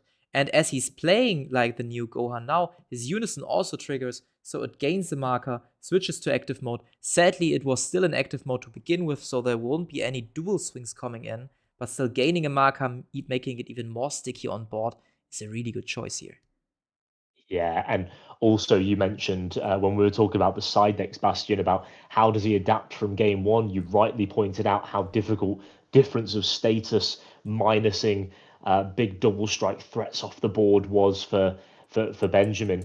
And this big double strike threat sits with 4 markers. Difference of status isn't going to just wipe it directly off the board as well. So another kind of key adaptation going. So much at this high level of play, you play the player rather than the deck, and you notice, especially in a best of 3 environment, how does your opponent play? They might play the same deck but play it with a different kind of flavor. They have a different play style. So much in this second game is like, how do I adapt to how my opponent played rather than just how do I adapt to the deck my opponent is playing? And we're seeing Benjamin in this small example here, not only picking up on what lost me the game last time, but also how does Oscar like to play? And I'm going to play around it by using the concept rare here on turn 3. Yeah, exactly. They're still discussing things. I think now Goku swung into the unison just because he doesn't want to invest more cards from his hand. They're still discussing. So this whole match, this whole best of 3, I think this was a very clumsy one. Like one not to enjoy also from the player's perspective, with so many interruptions, with so many weird things going on there. And it seems like Yeah, I have this, aged horribly watching this Bastion. yeah, I won't lie to you. it takes It's for forever. it, I'm used to the Goku Black decks games just before, and this like takes double the amount of time. Absolutely, because they're both playing these like particularly now like we've realized Benjamin's playing the red blue version, and he's also gone for a slower approach in this game as well. Yeah, You're just noticing like how much time both of them in the first game decided to get more aggressive with each other, and almost in this game they've both gone, okay, let's both take a step back from each yeah. other. So we're hitting a 3 energy turn for both of them, and they're both healthy life, healthy hand, waiting for kind of feeling each other out to go, who's going to make the first slip up here? Like, who's going to give me the opening? And when we spoke about slip ups in the first game, we are talking about this difference of status on the baby SCR, for example. So, which of that moment is going to happen to give one of these players the opening that they need to like kind of punish? Because at the moment, it's pretty it's pretty even. And there's high life and there's high cards in hand as well. So we're just going to kind of see, can they feel each other out and find a way through?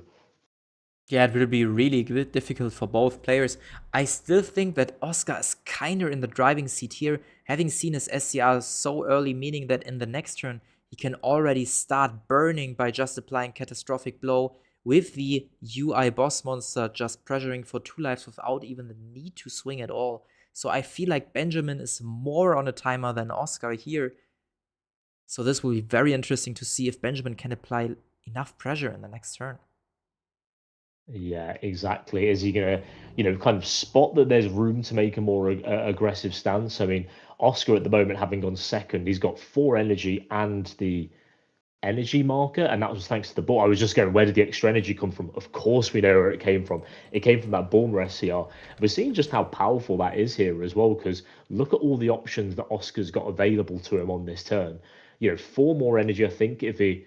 Yeah, another like 4 energies worth of plays can be done here. He can Mhm. obviously wait and play this really defensively, which this deck is more than happy to do. But if he decided he wanted SCR here with his opponent like tapped out and just wipe the, you could like go after the concept rare, you could take a life and you could apply a bunch of pressure. You don't need to worry about difference of status here. You can force a bunch of kind of super combos and then Senzu beans out on the swing here, like, and still have energy then left over to defend himself next turn. I think it's, I'm really enjoying the Bulma tech. Is the point I'm getting to.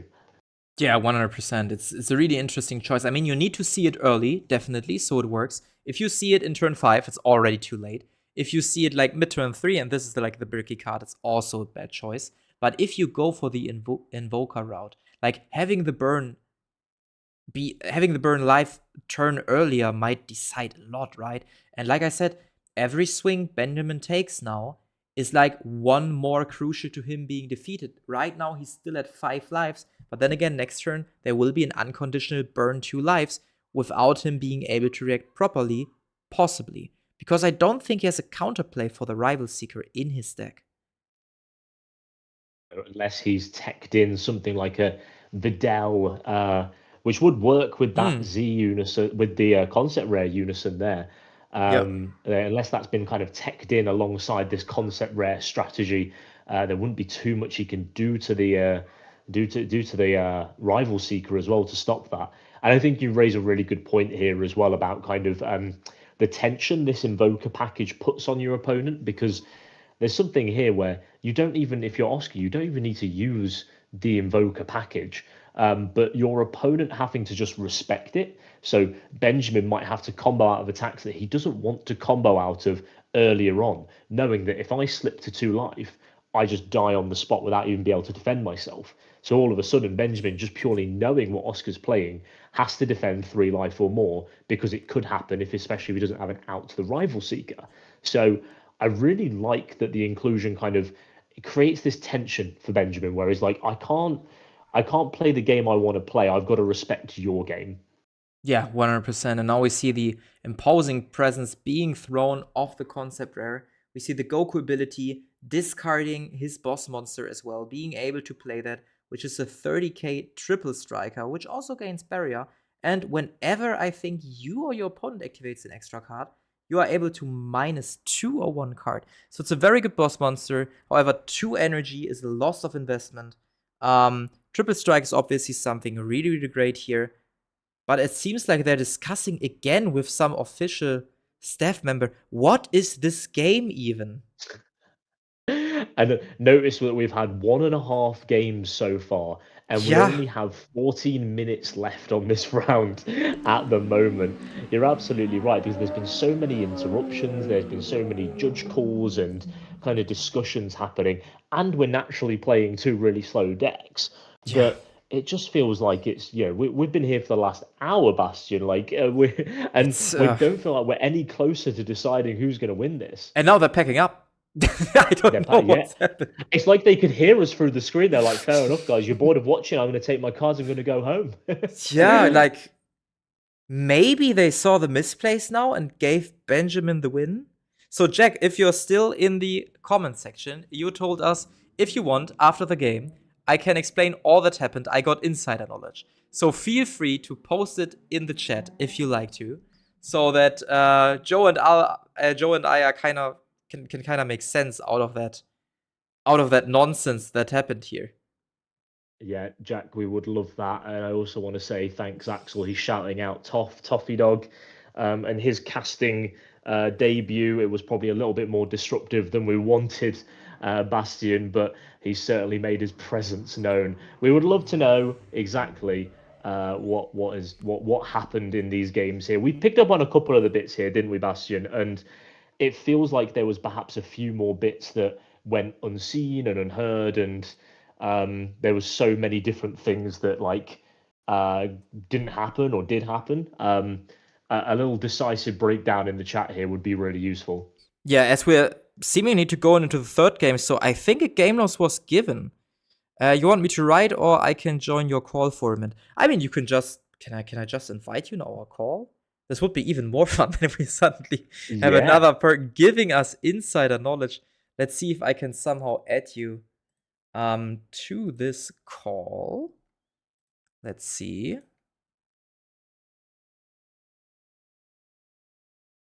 So I'm alone here now. So basically what we're doing now is we're changing up the room. And then see if it works or not.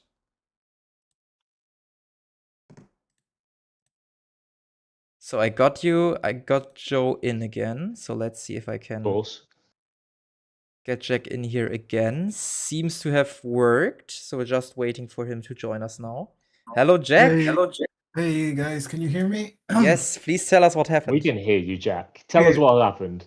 So in game one, everyone saw the catastrophic blow. He grabbed the card without showing it.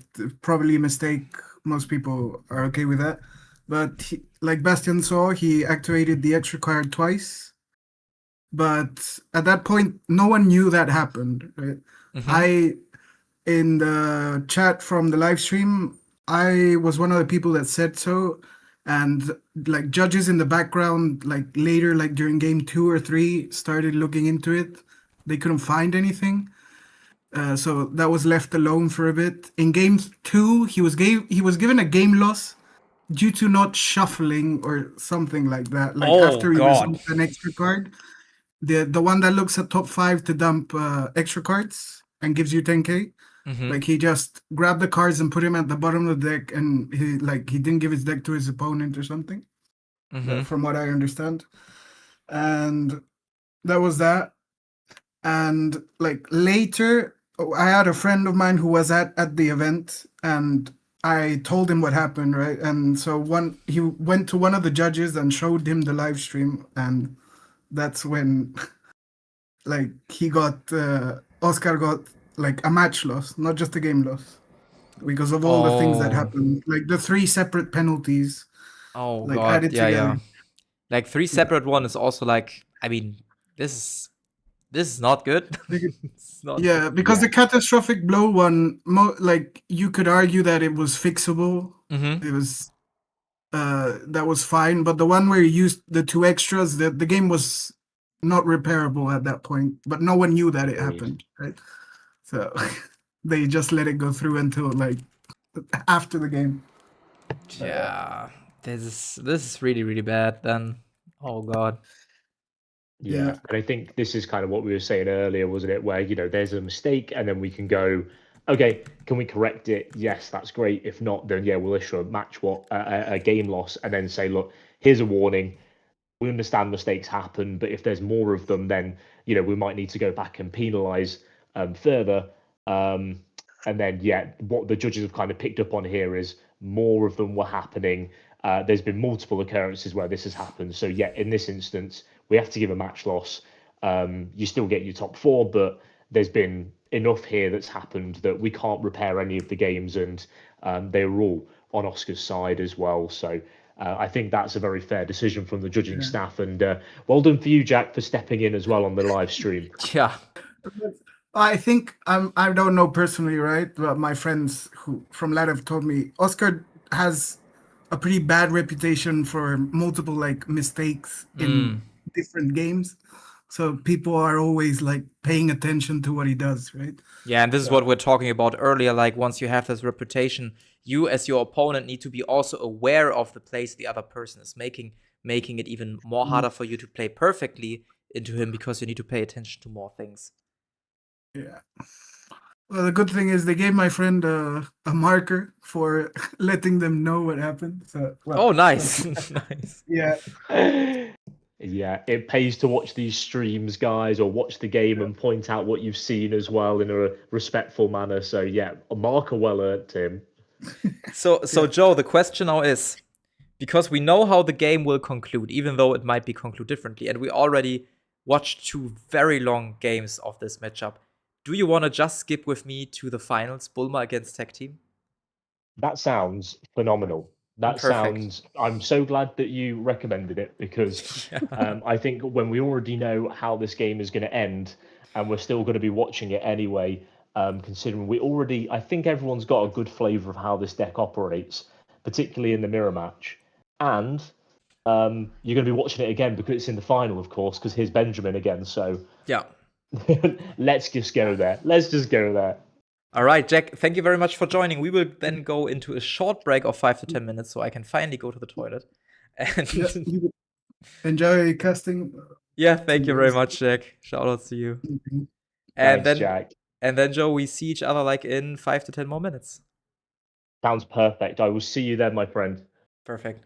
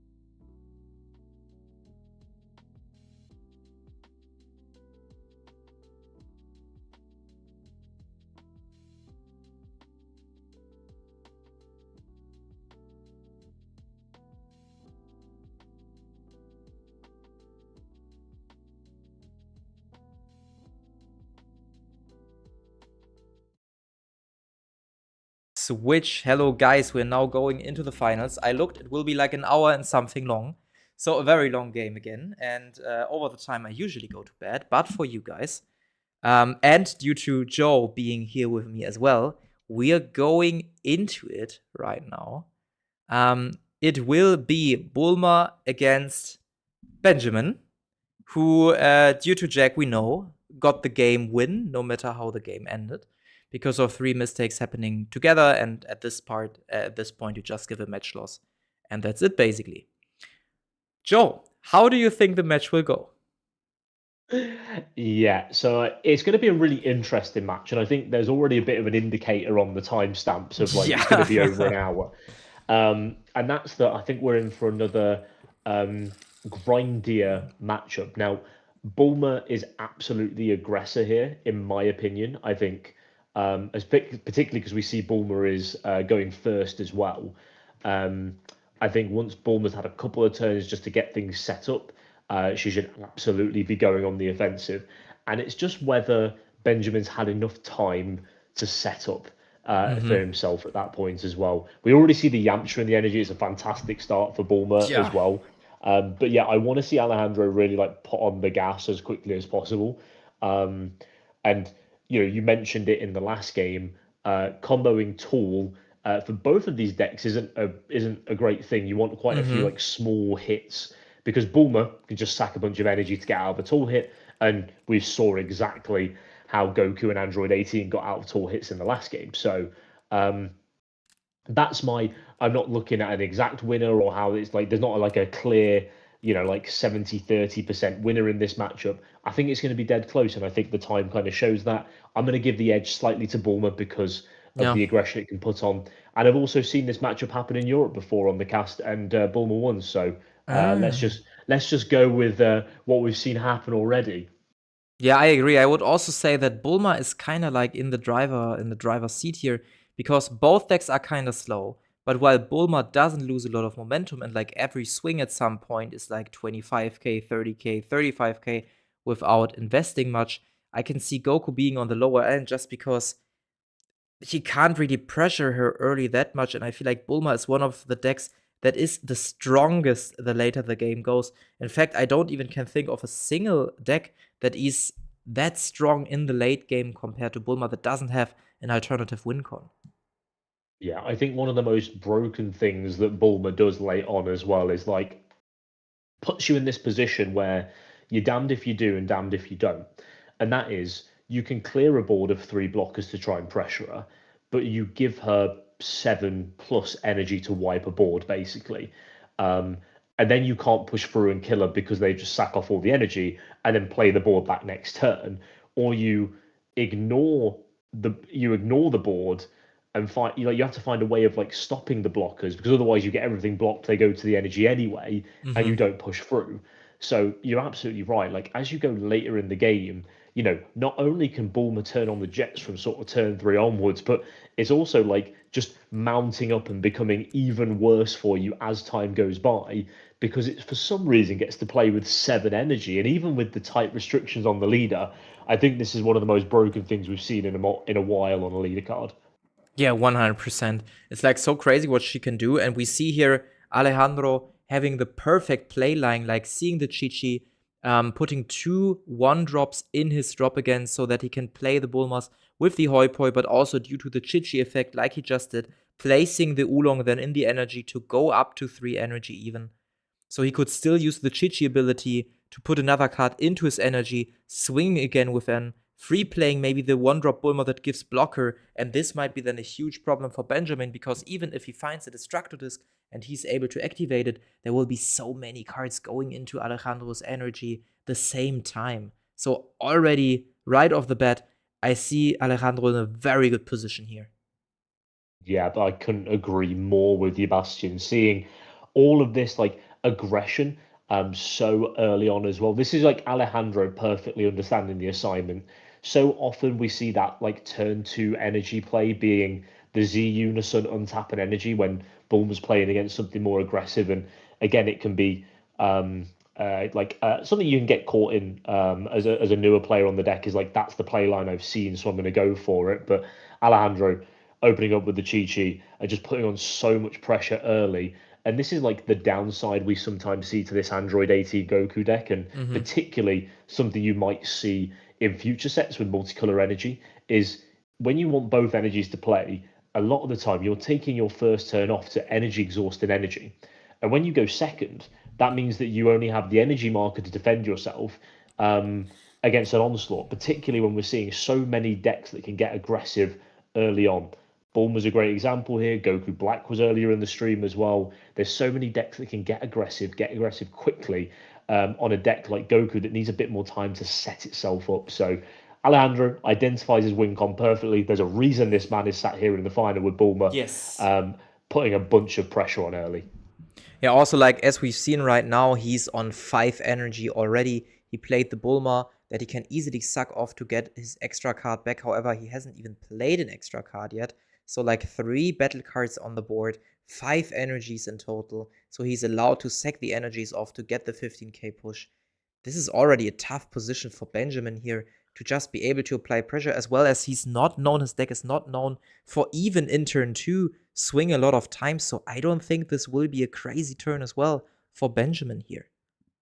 No, and limited removal options this early on in the game. You mentioned the Destructo disc line, which, yeah, that's a way of clearing up a couple of these guys. But the problem is, as we've just seen there for Alejandro, they just pop back into the energy. Yeah. And if you're giving Bulma 7 energy to go into on their turn 3, when you're a particularly slow deck that's not enjoying this early game aggression, my God, are you going to be in for trouble on turn 3 when there's 7 energy and a board full of Earthlings staring you down, and particularly that Yamcha that was charged on turn 1, just sat slyly hiding at the back of the energy there, waiting to pounce when Alejandro swings with anything next turn to cause a double strike swing and then a second double strike swing as well. So I'm hoping that Benjamin might well have an answer to that Yamcha should it come up with his remaining energy, but he'll definitely have to take the turn off here.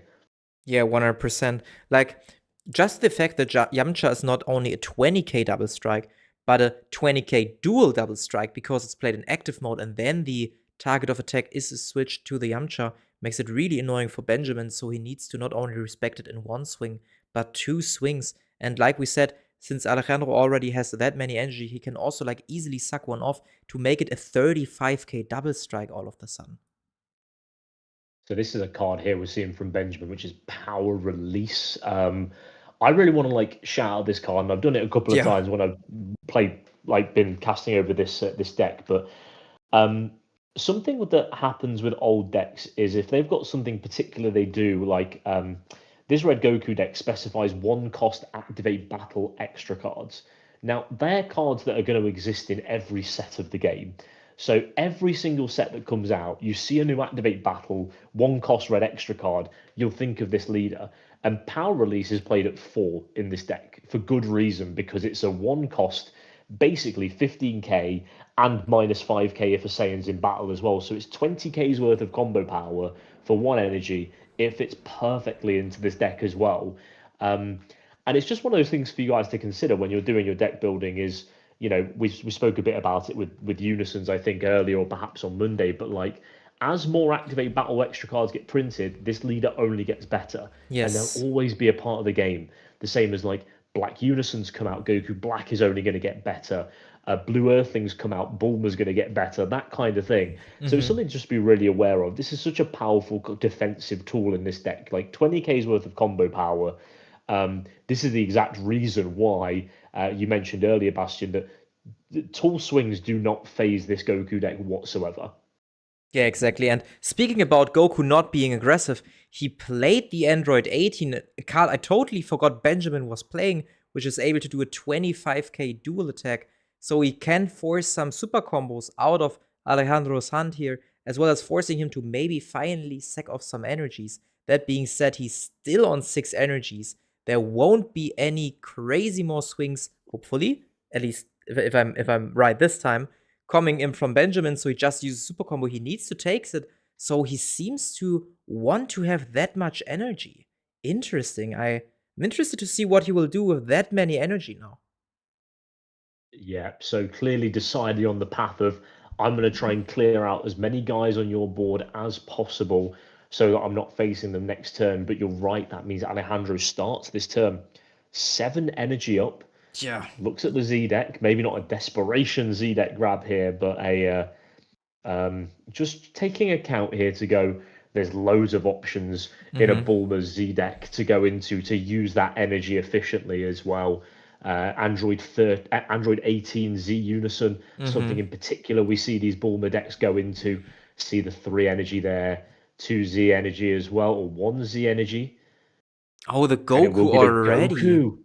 Oh, interesting. Smelling bit of blood in the water perhaps again here.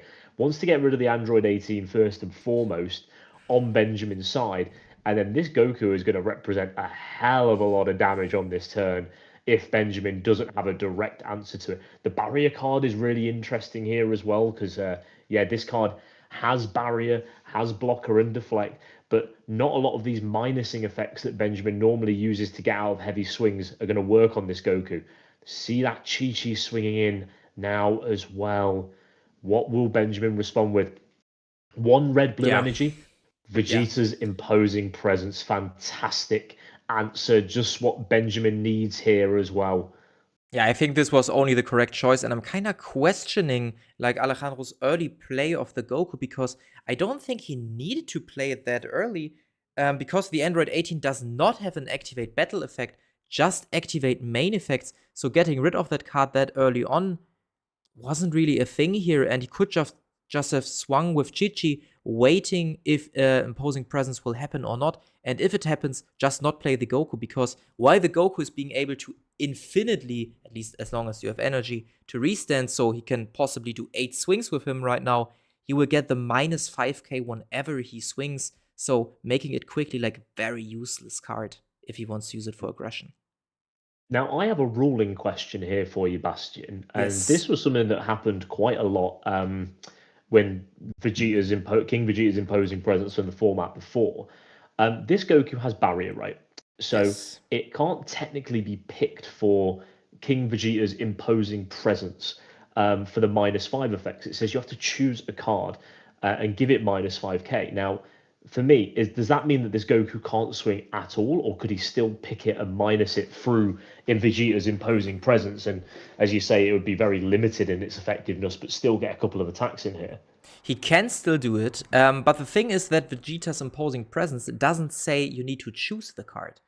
Basically, it states your opponent can't attack with cards for the turn unless they give the attacking card -5k power for the turn each time. So the keyword basically we're looking for is choosing, and since you don't need to choose the card, you can even swing with barrier cards by just giving them -5k, as Alejandro is doing right now, to at least apply the first Fantastic. 20k swing and maybe a 15k swing followed by that as well. Yeah, great timing. Just as you were wrapping up explaining that ruling to me, Yeah. we see the Goku swing minus itself by 5k as well. And as you pointed out, even though he can swing through this, minusing by 5k each time, it's not particularly helpful because it's not infinite swings anymore. It's 4, maybe 5 max, and each time they become less threatening because he loses power. And I think that really harks back to what you said at the beginning of the turn about swing with the Chi-Chi first before committing your energy and see what your opponent's answer is. Because let's face it, Benjamin is activating that imposing presence regardless of whether you played the Goku first or whether you're just swinging with the Chi-Chi. So it's like bait out the answers, see what the answer with that energy is going to be. And even if it's nothing, you get free information by deciding, is your opponent going to combo out of it?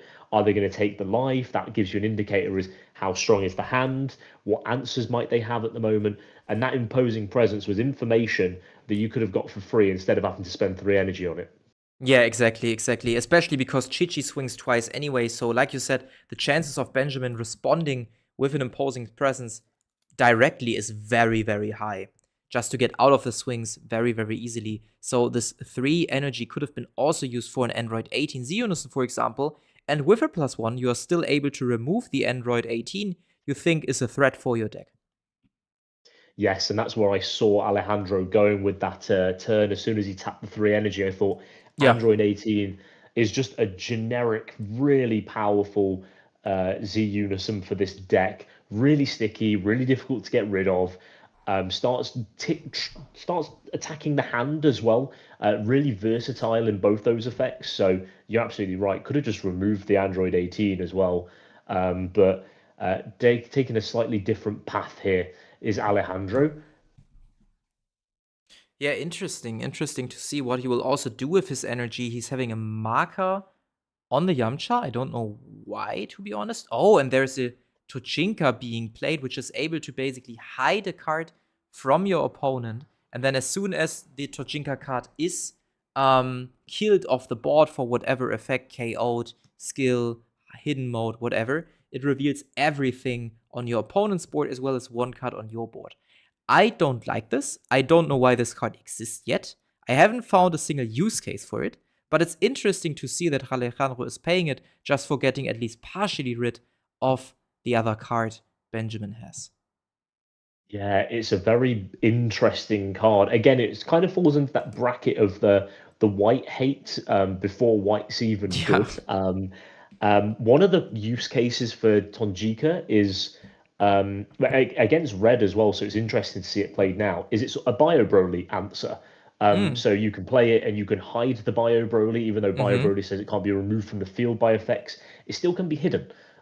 So it kind of gives you a nice play around, especially when we've seen some red cell decks using Bio Broly alongside most red decks as well. So yeah, I'm very interested by the 2 energy used here for it. It will untap an energy at the end of the turn. Yeah. I think that's why Alejandro has popped a dice down there to remind himself to untap that energy. But yeah, very interesting play and quite a energy hungry play putting the Tonjika down now this turn. Very, very interesting. As we see Benjamin being forced to sack 2 super combos off, as well as other cards he needed to combo in by paying their combo cost. Very interesting playline. Also, good thing you pointed out, Joe, is the answer to Bio Broly with the Tonjika card. And also, what kind of works well, it's a barrier blocker card as well. So getting rid of that card might not be as easy for most decks, and it immediately makes defending friend life as well because it's a blue Z card, right? Ah, fantastic point. Yeah.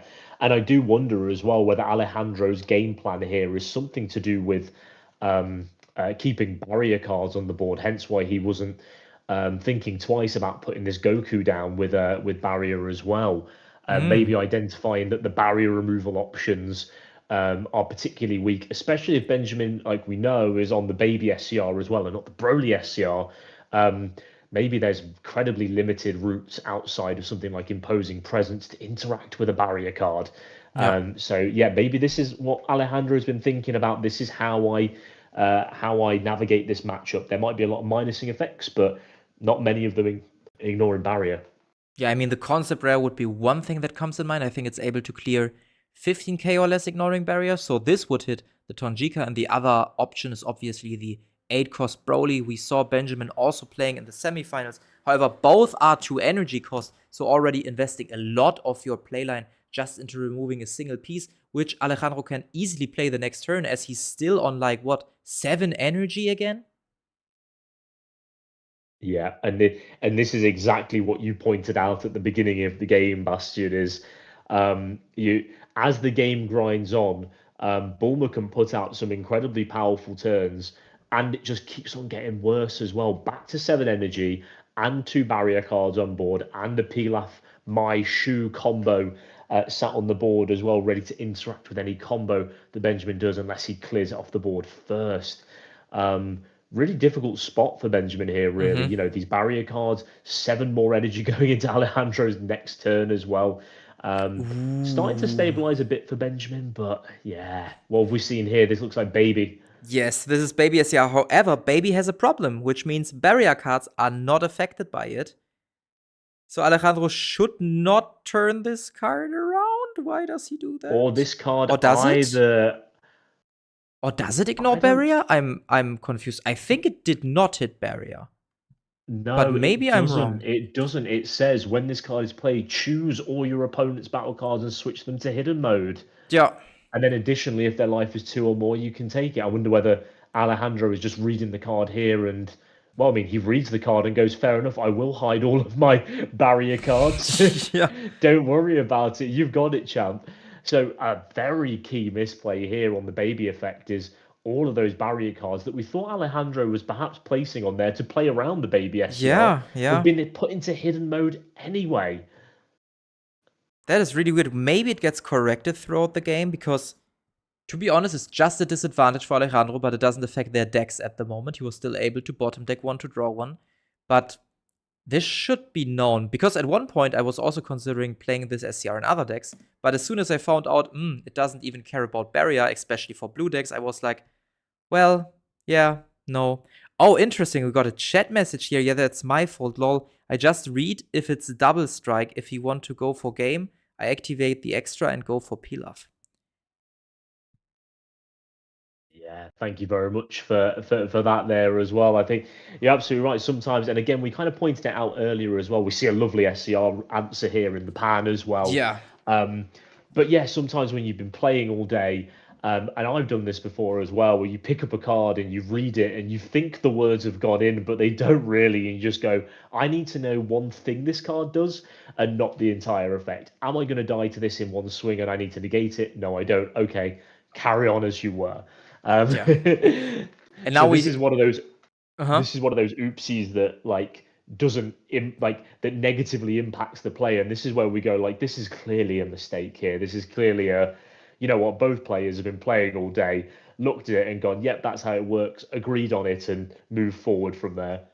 Yeah, very, very interesting. Also, a thing I want to highlight, if you're on stream and you're on an official Bandai stream, you are not allowed to have sleeves that are having symbols, figures, images that are not officially from Bandai. So either you're using matte sleeves, just one colored sleeves, or official Bandai product. So what happened right now, as soon as the Z cards were made hidden mode, because they have like a color and something on them, right? They were removed out of the sleeves. Very interesting here. And then we also have a chat message. Small hint: could Pan be played? Ooh, I let's mean, have a little. Baby was played. There was a hidden mode card, 3 hidden mode cards. Does Pan only specify battle cards in the battle area or cards in the battle area? It's battle cards, and it also counts your opponent as well. Yeah, but then he doesn't have enough cards to even activate Pan because at the moment he swung into it, there were just 2 battle cards on the board. Therefore, Pan should still be a 4-cost card, if I'm not mistaken. Yeah, I if those also cards are counting it hidden as well. yeah, I also thought that it was just cards in the battle area and not battle cards. This is like very crucial to know, and I will never forget this now. And yeah, this is obviously like a very crucial play because Alejandro was at 1 life at this point as well, and like his whole battle card swing were stopped. Even though I think that he swung twice with Baby, so that should be okay. At least it's not an active mode anymore. And the other battle card he had, maybe he could have swung with this, but I'm kind of hesitant to admit that this might have been enough combo power to close out the game anyway, seeing that Alejandro still got like 6 energy and a lot of cards in hand. Absolutely, yeah, it's a crucial point out there on it being battle cards in Yeah. play and not cards in the battle area. Mm-hmm. The pan should absolutely have cost 4 energy still and couldn't have been played at that moment. Yeah, but this is like one of the misplays. I would say like could have been, you know, an oopsie because back in the time there were field cards and then only battle cards. So maybe players Yes. was like, yeah, it counts cards in the battle area, right? This can easily happen. And then as soon as hidden mode cards get introduced, obviously maybe you don't think about this interaction, especially if you're not playing a deck where your cards are constantly in hidden mode anyway, or you're not facing white often. And particularly if you're like, you know, when it comes to white as well, like there is quite a few kind of complex rulings when it comes to hidden. So like my thought here initially, and I probably would have made the same mistake as Alejandro was, well, they're battle cards, they're just in hidden mode, but you're right, they stop being battle cards and just become cards in the battle area is a really important distinction. So we're learning too at the same time as you guys. Yeah. And also, Piotr, saying in the chat another hint about baby SCR right now. I don't know what you're hinting at. If it's like the hidden mode to barrier thing, we already pointed that out. That it basically can't be done at that point, right? So that the 2 Z cards in Alejandro's battle area should still be in revealed mode because Baby doesn't target ignoring barrier. Yeah, and that's an important point, isn't it? Because if the cards didn't get hidden, then Pan all of a sudden can activate as well. So a couple of misses for our players here. I'd be interested to know what we were looking at with the Pan not Pan SCR, the Baby SCR at that point as well. Mm-hmm. If something else had happened with that card, but we do see it go back over to Alejandro anyway here. Oh, I get the chat comment here. Attack Uh, twice under Pan SCR with Baby. Okay, this game is already like, oh my god, there are like so many things happening. I wasn't even paying attention to that because I was like, I think we talked about something else there, like still being confused about the barrier cards being switched to hidden mode by Baby SCR, that we didn't even got the catch on the Baby swinging twice, even though Pan was active. So maybe Benjamin thought that Pan just said you can only attack with this battle card now for the turn, but not with other battle cards. I'm not sure at yeah. this point. Well, that's it. And I think this is like a really good example of like both me and you have missed that as well when we're watching. And we've got so into, well, here's something else that could have happened. And like talking about a different interaction that we've also seen that one fly under our nose there as well. So if we're experiencing that and we've got the bird's eye view of what the game is and we can watch each detail, never mind what's happening with the players as they're trying to navigate this game after a full day of play Yeah. and a top cut with like a best of three on top of it as well. Like it can be at times a massively confusing game to navigate when it comes to timings, and yet so rewarding when you get it right. Yeah, and here we get another misplay as Piotr points out that he used the power release, like the red extra card we can see on the right side. He used it while attacking with Baby, even though power release specifies that the 15k push can only be given to a red battle card. So a lot of oopsies, like really like small things where you could just read over the cards being made. I don't want to call this malicious at all. We just need to remember they are just playing like the what now? 5 games Swiss, then maybe like 3 games for each of the semi-final as well as the quarterfinals. So this is potentially like their what now? 9th, 10th game in a row. So I can totally understand if certain things are going critically wrong here at this point. Exactly, and I'm just thinking about the game we just watched Benjamin be a part of as well. Incredibly intense game, a lot of mistakes flying under the radar there as well.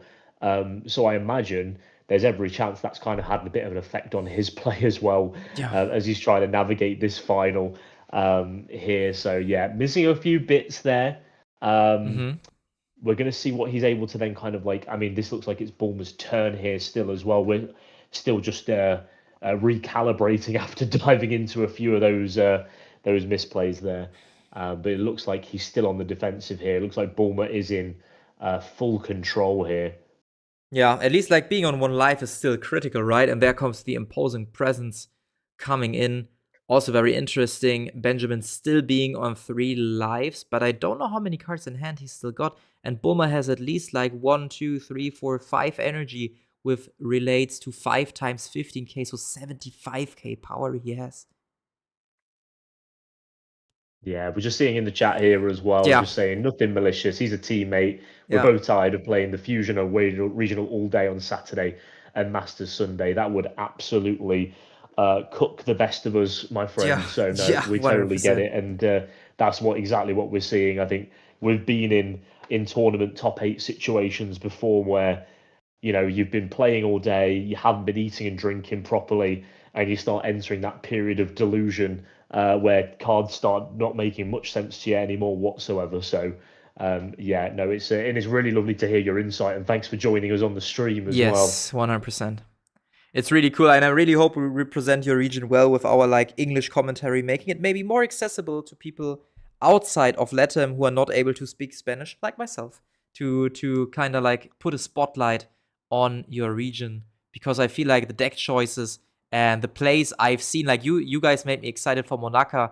And indeed, I want to point that out again. The guy who played Monaka saw the stream and then made a deck profile commentating under the last live stream we did. So if you want to watch the full Monaka decklist, you can do so. The video is in Spanish, however, there are auto-generated English subtitles. So if this is what comes out of those streams, I'm already more than excited to do many more of them.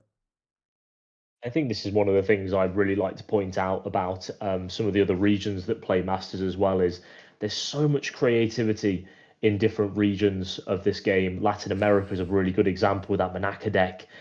You often see it in Oceania as well, where even though the tournament size is smaller, you've got a real high, like a condensed amount of really good players on really imaginative decks in those tournaments. So they're a real joy to kind of come on here and like watch them play out and provide this commentary over the game, because you just miss so much by, you look at a top 8 listing, top 8 deck list from Latin America and go, oh, it's Latin America, of course Monaco's on there or whatever, but you see the games and you go, look at the deck building, look at the skill that's involved in these games. This is why it deserves a spotlight, and this is why we shouldn't just write off deck ideas because they are in a particular region.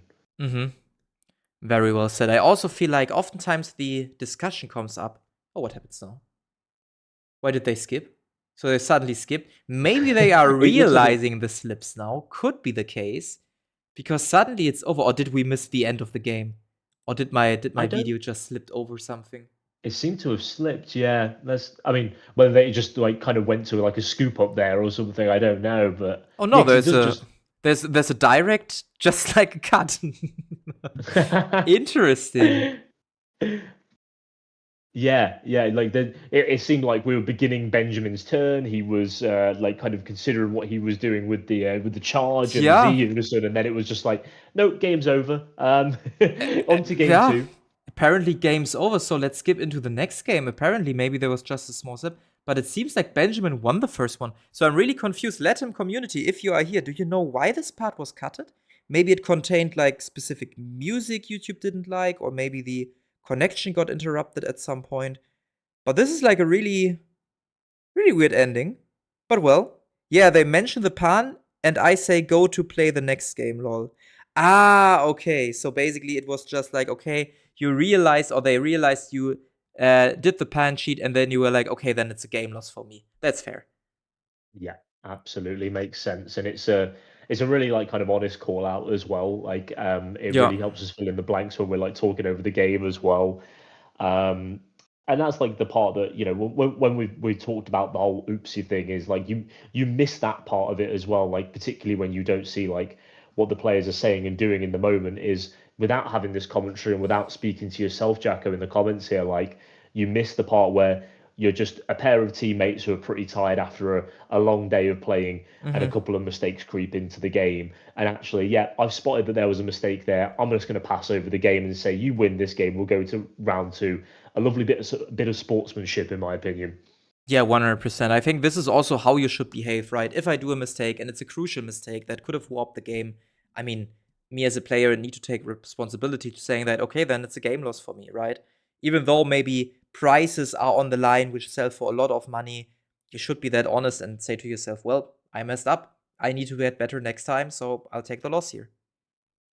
Yeah, absolutely that as well. I couldn't agree more. And I think there's like that sportsmanship that kind of runs through this community in general as well. Like so many games we have where we're like, actually, I've made a mistake there. It's a huge impact on the game. I'm gonna scoop up for this one. We'll go again. Or you know what? That's your game. I really love seeing that, and I think that's why this game has lasted for as long as it has. It's why we're moving into BT32 in a more excitement than ever, because this community is what matters. This community that we've built around the game, it's been like this from day one, and yeah, we've lost players and gained players along the way, but this has always been my experience of the Masters community. So I just want to shout you all out, everyone who's watching, everyone who plays. Awesome. Yeah, it's really awesome to have the community, and even though obviously something like Fusion World might be bigger because it's more easy to get into, right? Because play lines in itself or the interactions are less frequent, and maybe the card pool is not as big. I feel like the Masters community in itself is very stable, and nowadays we rarely have a player leaving the game, but more so also new players like trying out the game at least, and then maybe also considering going to regionals. We survived the goddamn pandemic and many other Bandai card games that came out, so that's a really good sign. Yeah, I couldn't agree more as well. I think we've been Um, we've gone through so much as a community. We were Bandai's first game, and it's just a joy to like still be here 32 sets later, still talking about this game that we love. It's a real pleasure, and we don't do that without such a strong community around us. Yeah. Sad part is we don't know what the players changed, if they changed anything, right? They were now able to side basically. We just see that the marker is again on Benjamin's side because he won the game, right? So Alejandro could decide once again if he wants to go first or second. He already went down to 4 lives, also with the token negate. Plays out a Yamcha right now, so this is again a 20k double strike for him. Maybe he even sacrificed an energy, I missed that. So putting down Benjamin already at like, what, 3 lives? 4 lives? I'm not really able to see it properly. Maybe even 2 lives. So at least not many lives.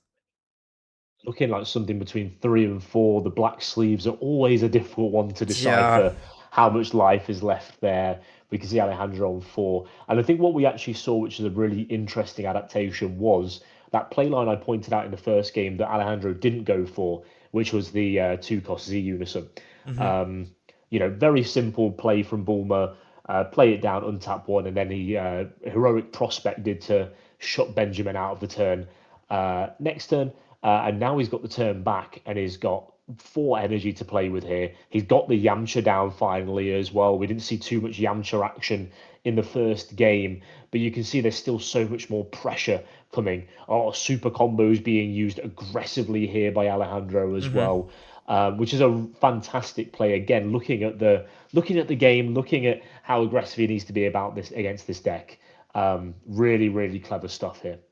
Yeah, also interesting. I think both players are also kind of fed up with the day. I mean, we just got the information that they also played Fusion World the day prior, and now they play for what? Like, I think the stream is like 10 hours long.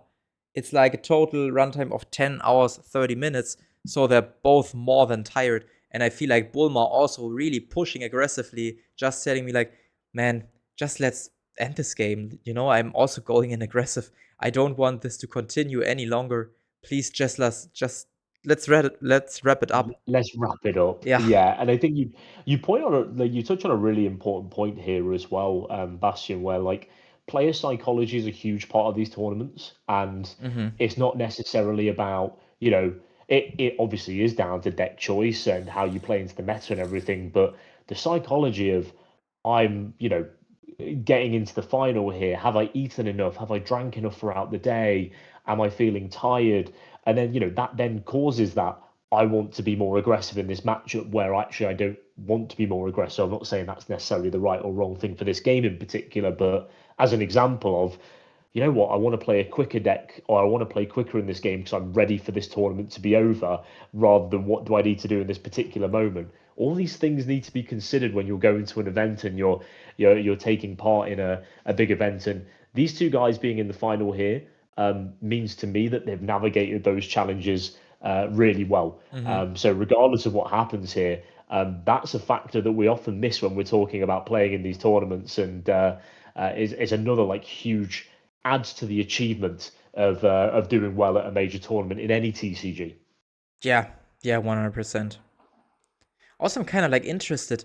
Even though Benjamin got the first win, I'm still believing that Bulma got the better matchup. So the question is, will we see this being the last game, or will there be another third game holding me off from going to bed? So my my alarm will basically kill me tomorrow morning when I stand up like a zombie, and I'm like, Just guys, I want you to appreciate what Bastion is sacrificing here. my sleep. He's sacrificing his sleep, his sanity, all things so you guys can be entertained by this. So I just want to do a big shout out to Bastion for that. Yeah, also shout out to Joey joining me once again very spontaneously on a co-cast here, and I feel like it's so much fun. Like when I turned on my PC on Monday, I was like, man, I should have done this earlier in my life at some point. I think we both had the same thought, didn't we? Like as we started like casting and everything, it's like, God, I wish I'd jumped on the boom earlier at some point and Yeah. become a professional TCG caster. That would have been awesome. Yeah. That would have been so good. So There's still what? a chance for us, friends. Yeah, this is the big chance basically to make us famous and rich by casting more games. Blow up the stream, everyone. We want to be famous. Yeah.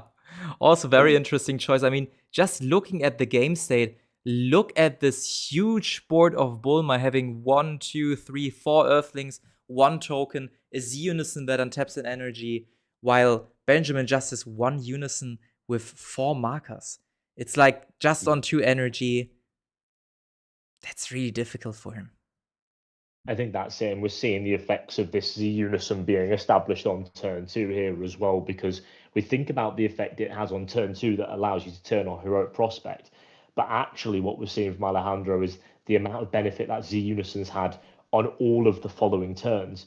It means Alejandro can be so aggressive with all of his plays, use all of his energy, and have a guaranteed energy at the end of the turn to defend himself as well. So he's quite happy to spend that extra energy he basically gets back every turn on an additional aggressive push.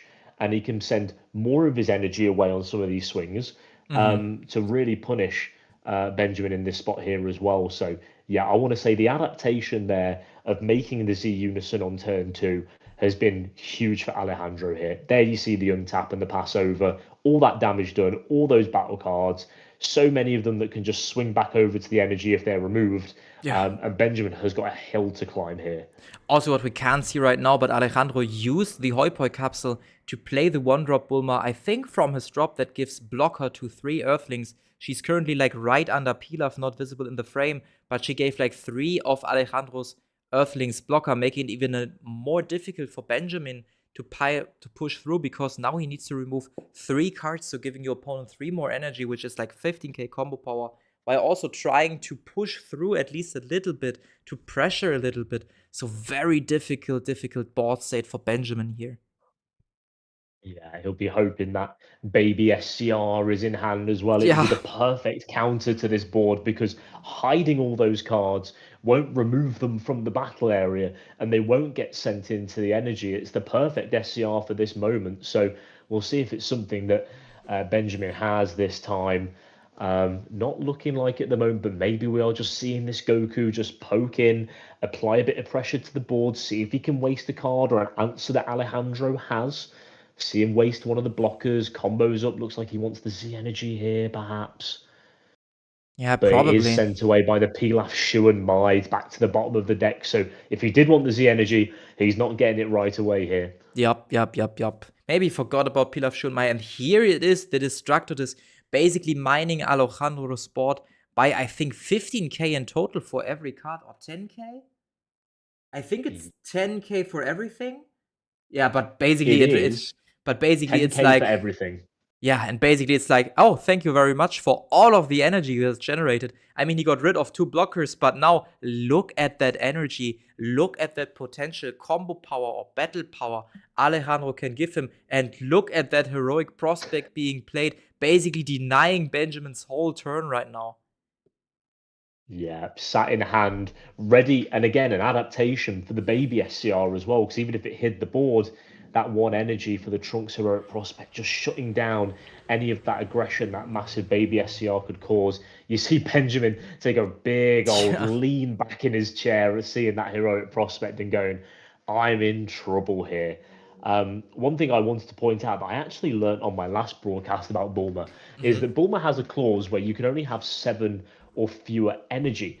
And you can see at the moment for Alejandro, he just had his board wiped and he's got way more than 7. I think I count perhaps 10 energy there. Now, the ruling is, if you have your entire board removed at the same time and you were on less than 7 energy, all of those Earthlings come to the energy at the same time. Yes. So you get to hang on to the extra energy and the extra power. Alejandro is going to start next turn with 10 energy if he gets there, which is crazy, because if you didn't think Bulma was crazy enough already, being able to go up to 7 energy so readily, think about it with 10 energy, and that's 15k for each card that gets sent from the energy to the bottom of the deck. That is an insane amount of combo power, and we did mention that Android 18 Goku likes to get out of tall swings. I don't think it can get out that tall a swing. Yeah, and I think it's really important that you mentioned how the ruling is for Bulma, because I think they're currently discussing exactly that. This is why it's not continuing because they're thinking like, okay, how is the leader worded? How is the structure disc worded? Is it really happening all the same time? Like it's a permanent, not an auto, so it should work like this. And I think they're really like considering like, okay, does it really go like that? Does it really work? Isn't that too much energy right now? Yeah, and I mean, trust me, when you see your opponent charge to 10 energy, Yeah. you're asking every question to go, is this something my opponent really can do? I believe the answer is yes, with the way that Destructo Disc is worded, but of course, we'll leave it with the judges on the table to decide for themselves how it gets ruled here. There is an interesting alternative like effect on Destructo Disc. It wasn't really relevant here, but particularly relevant because red lacks a lot of barrier removal, is that after the -10, your opponent chooses one of their cards with 10k power or more, ignoring barrier, and then that card gets -25k. So Destructo Disc can be a board wipe and a barrier removal at the same time. Yeah. Again, it's got an activate battle skill as well, so it's another card that came out not directly linked to this deck, but because it's a 1-cost red extra card with an activate battle text on it, immediately slots really nicely into this deck as a way of interacting with barrier and also interacting with giant boards like Bulmers. So great card added into the deck here, and a great answer to this board by Benjamin, but he is staring down maybe even more than 10 energy here. Yeah, which relates to 150k combo power. I mean, just think at that. If there will be a final swing coming in from the leader, a single strike or something, this game will immediately be over by Benjamin not having a negate. And as he's realizing this, he's establishing the extra, realizing that maybe Alejandro doesn't have that much Z energy. But truth be told, even if you just swing with something very, very small in Bulma, like for example a 4k Oolong, this can suddenly be a 20k double strike out of Yamcha out of nowhere. So explosive is kinda just okayish against Bulma. Yeah, and it's a great play around. I'm really glad you mentioned that, Bastion, as well, because obviously you swing with the 4K, you only have to send the 4K power, and then Yamcha with its 20K double strike body springs out of the energy and causes a real headache for Benjamin. We're seeing the Trunks start off the turn here. It's a really nice, like, and this is what's really nice about these like floodgates that are battle cards, is that, you know, you just get a nice 15K body at the end of the turn. And you can start your turn by just doing a simple 15k swing to leader. And we see the Wolfang Fist is going to be the answer to it here, not the explosive dance, but you know, it's a 3 negate thanks to the Z Unison on the board. It minuses it by 15k. And now we're going to see Alejandro. What has he got to do with this 10 energy after just losing the Trunks there? I was just thinking, like, will he tap now 10 of his energy? Like, what kind of unison abomination will come into play now? But he's just like counting and considering, like, okay, what kind of energies am I even able to put at the bottom of my deck with the leader ability, or like bottom deck it? And also interesting, since there was like no imposing presence right now, Alejandro is like, you know what? I can spend 3 energy, and let's see if you have an answer for that. If there is an explosive dance, if there is an imposing presence hiding in your hand still. Because if not, this could be a very critical turn right now for Benjamin. Absolutely. I want to just point out the adaptation. So we pointed this out in the first game, didn't we? Where we said he could have swung with his Chi first before making the Z battle to see what was in the hand. And we actually see that from Alejandro in this game. We see the trunk swing first. We see a Wolfang Fist and not an imposing presence or anything, or an explosive dance that Benjamin might want to begin his turn with. So then Alejandro goes, brilliant. The coast is clear. I've got 10 energy. I've got 10 swings with this Goku, and you don't have an imposing presence to minus him and stop him from doing that. So, how about it, Benjamin? Draw your answer to this. Otherwise, you're going to hit 25k 10 times. And as you mentioned earlier, 150k potential combo all coming out of the energy if he just gets low enough for this Goku to be in kill shot range.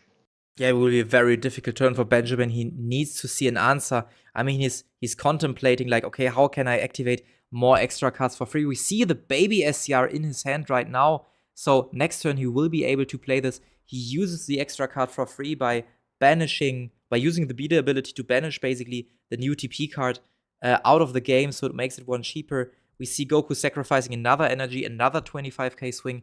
And at this point, it's just like, can you find an answer or not? Because if not, your hand size will be like 0, while I still have 7 open energies I can play with.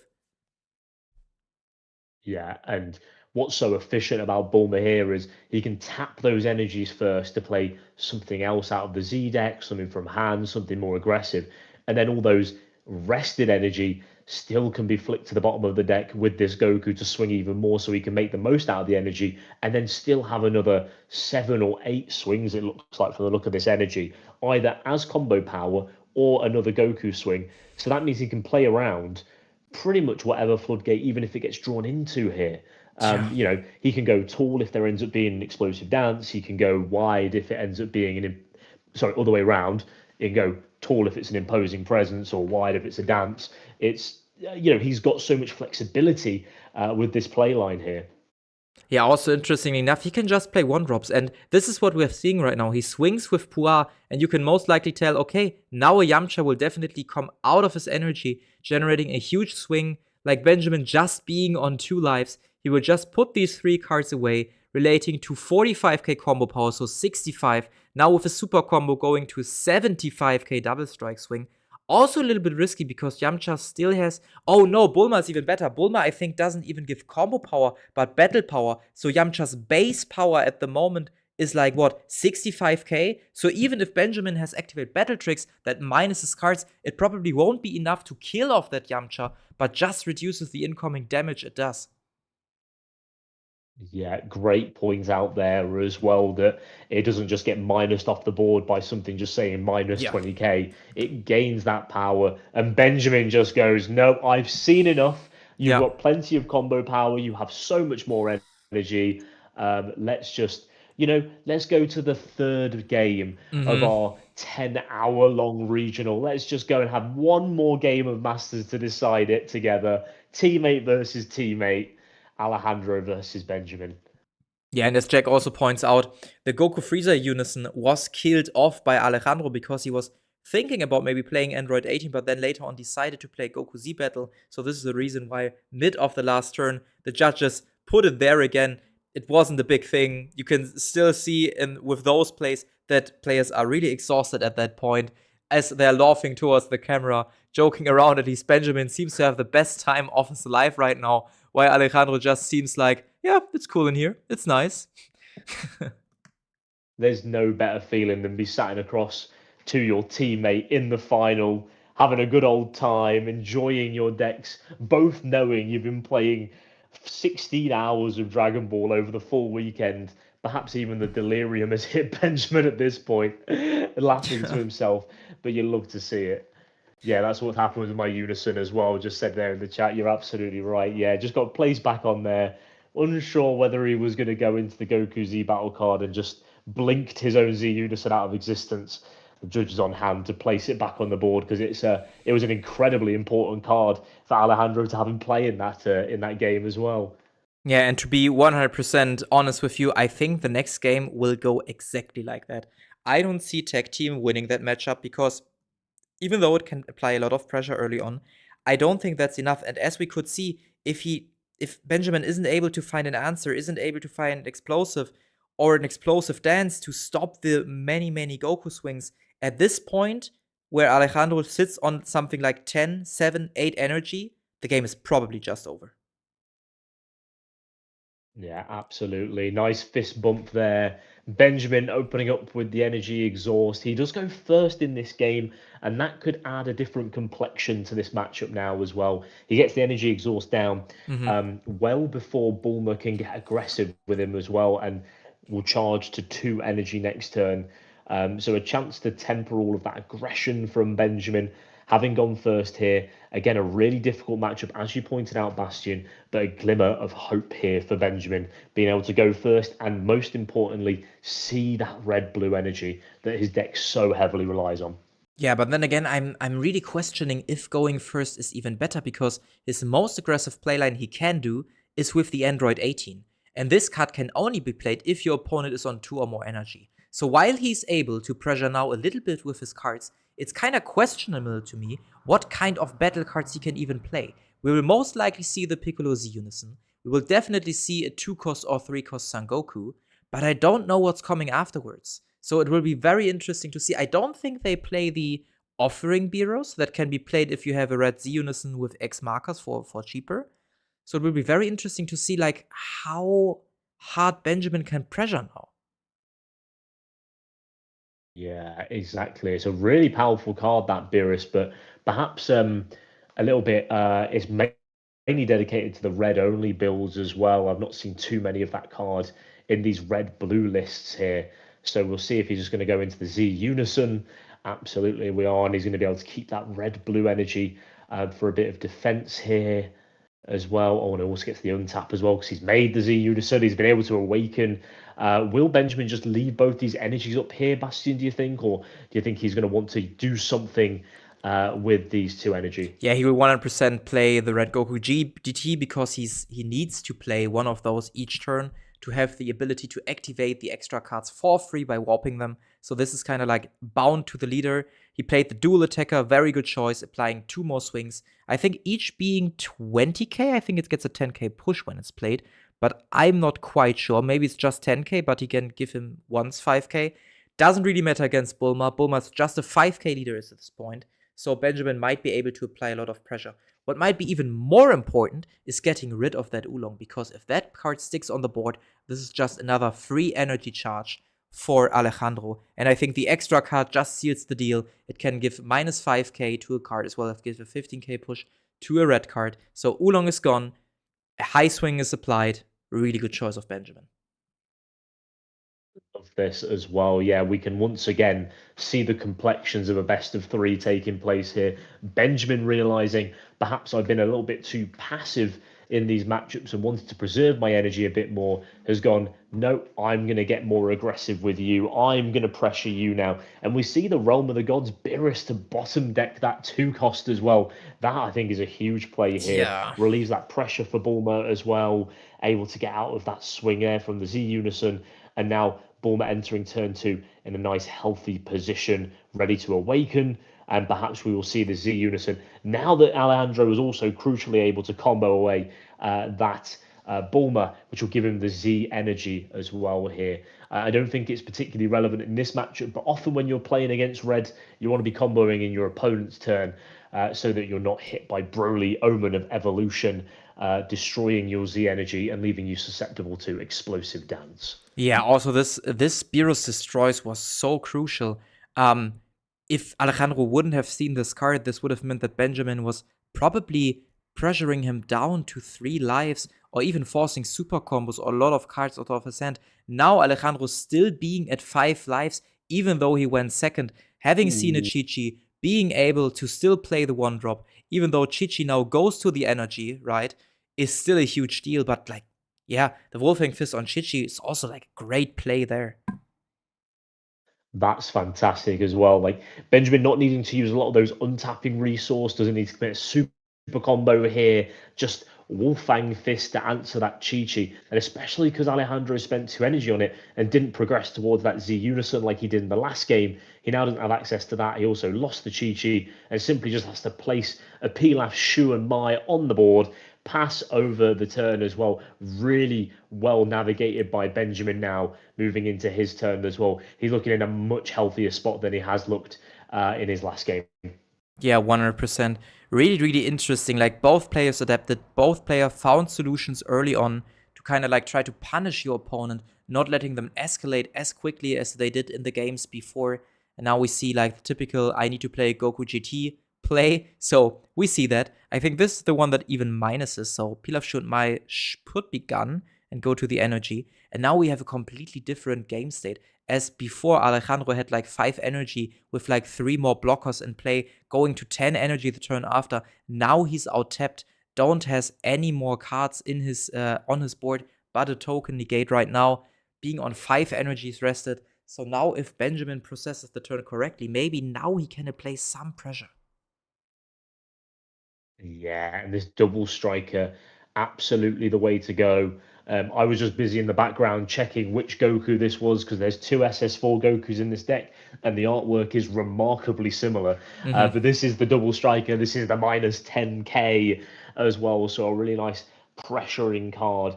But the perfect answer from Alejandro's side is that chilled army reinforcements, the negate alongside the blocker token as well, to be able to block their leader swing. But we do see the 2-drop Goku come down as well. Again, excellent pressure into Bulma. Dual attack 10k is still going to hit the mark.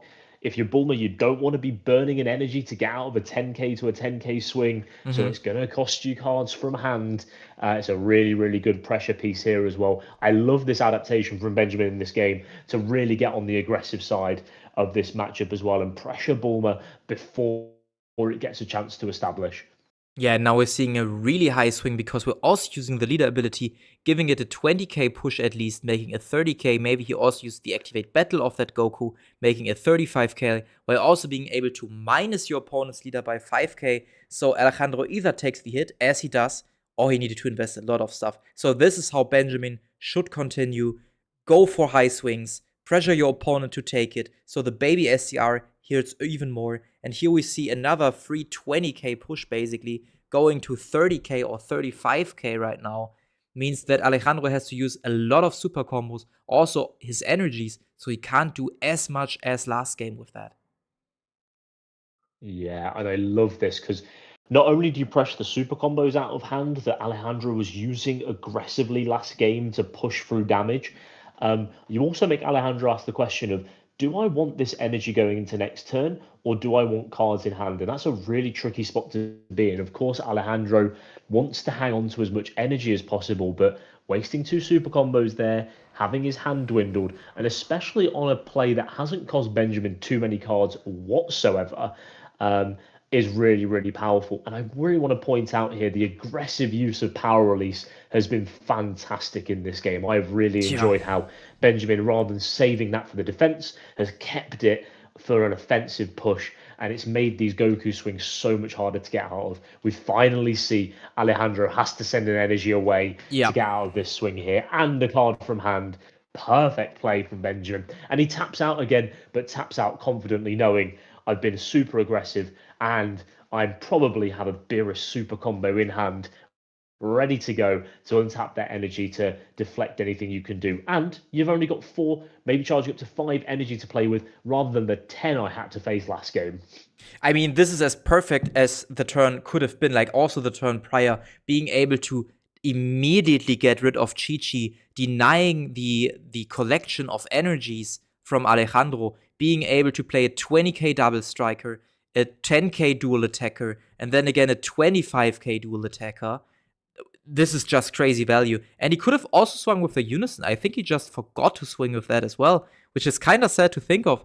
But it was really good. All the turn was perfectly played. Like, this is how you play the matchup, basically. The question is, will this be enough to now stop Alejandro as well? Or are we now slowly but surely entering the point where Bulma just overpowers Tech Team? Yeah, and I think what's really important to point out here as well is that Alejandro has importantly dropped to that 2 life threshold. Now, I don't know if this is a deck you'd want to be pushing to the Invoker package, whether Benjamin would have enough time to get there, but that 2 life is a really important threshold here. And if there's a baby SCR in Benjamin's hand ready for next turn, that 2 life all of a sudden looks like 1, and you're in a really, really tricky spot then. Yeah, what I could see is if Benjamin can play it slowly because he sees his floodgates, he sees the card which are punishing your opponent, he could go for baby next if he finds that, and then with 5 energy open, next turn after, he could just burn for 1 with the catastrophic blow. He just needs to make sure that he has no battle cards on board at that point, because it only works if you have I think it's a Goku, a normal Goku, or no battle cards on boards. So he need to make sure of this, but he can easily do by just swinging with leader and then comboing away the battle cards he still has left on board. It creates a really interesting scenario here, doesn't it? Where, you know, you can see Alejandro clearing off the board, and traditionally that's what you'd want to do here, is clear these threats. So Benjamin has to rebuild next turn, but by clearing all of the threats, you could leave him with no battle cards, ready for that catastrophic blow to come in as well. But Alejandro clearly deciding to go on the kind of defensive play, clear up the battle area. Still loads of life, loads of cards left in hand for Benjamin here. Has to pass over the turn. I think this could turn into a pretty worrying turn here for Alejandro. Yeah, I mean, even if Benjamin is not able to close out the game, like I said, seeing baby SCR now, seeing the catastrophic blow the turn after might already be enough. And if baby really comes down, Alejandro, as weird as it sounds, is not allowed to remove that SCR because Benjamin can't remove it himself. I mean, he can still try to combo it in from the battle area, removing it from the game, but he's not allowed to take that happen. As we see an immediate heroic prospect coming in, very interesting choice, stopping the aggression right early on from the 6th drop. Yeah, and perhaps this is an early answer to that baby SCR realizing that that could cause some issues for him. So getting the floodgate effect down now, and then we're also seeing the triple striker Goku.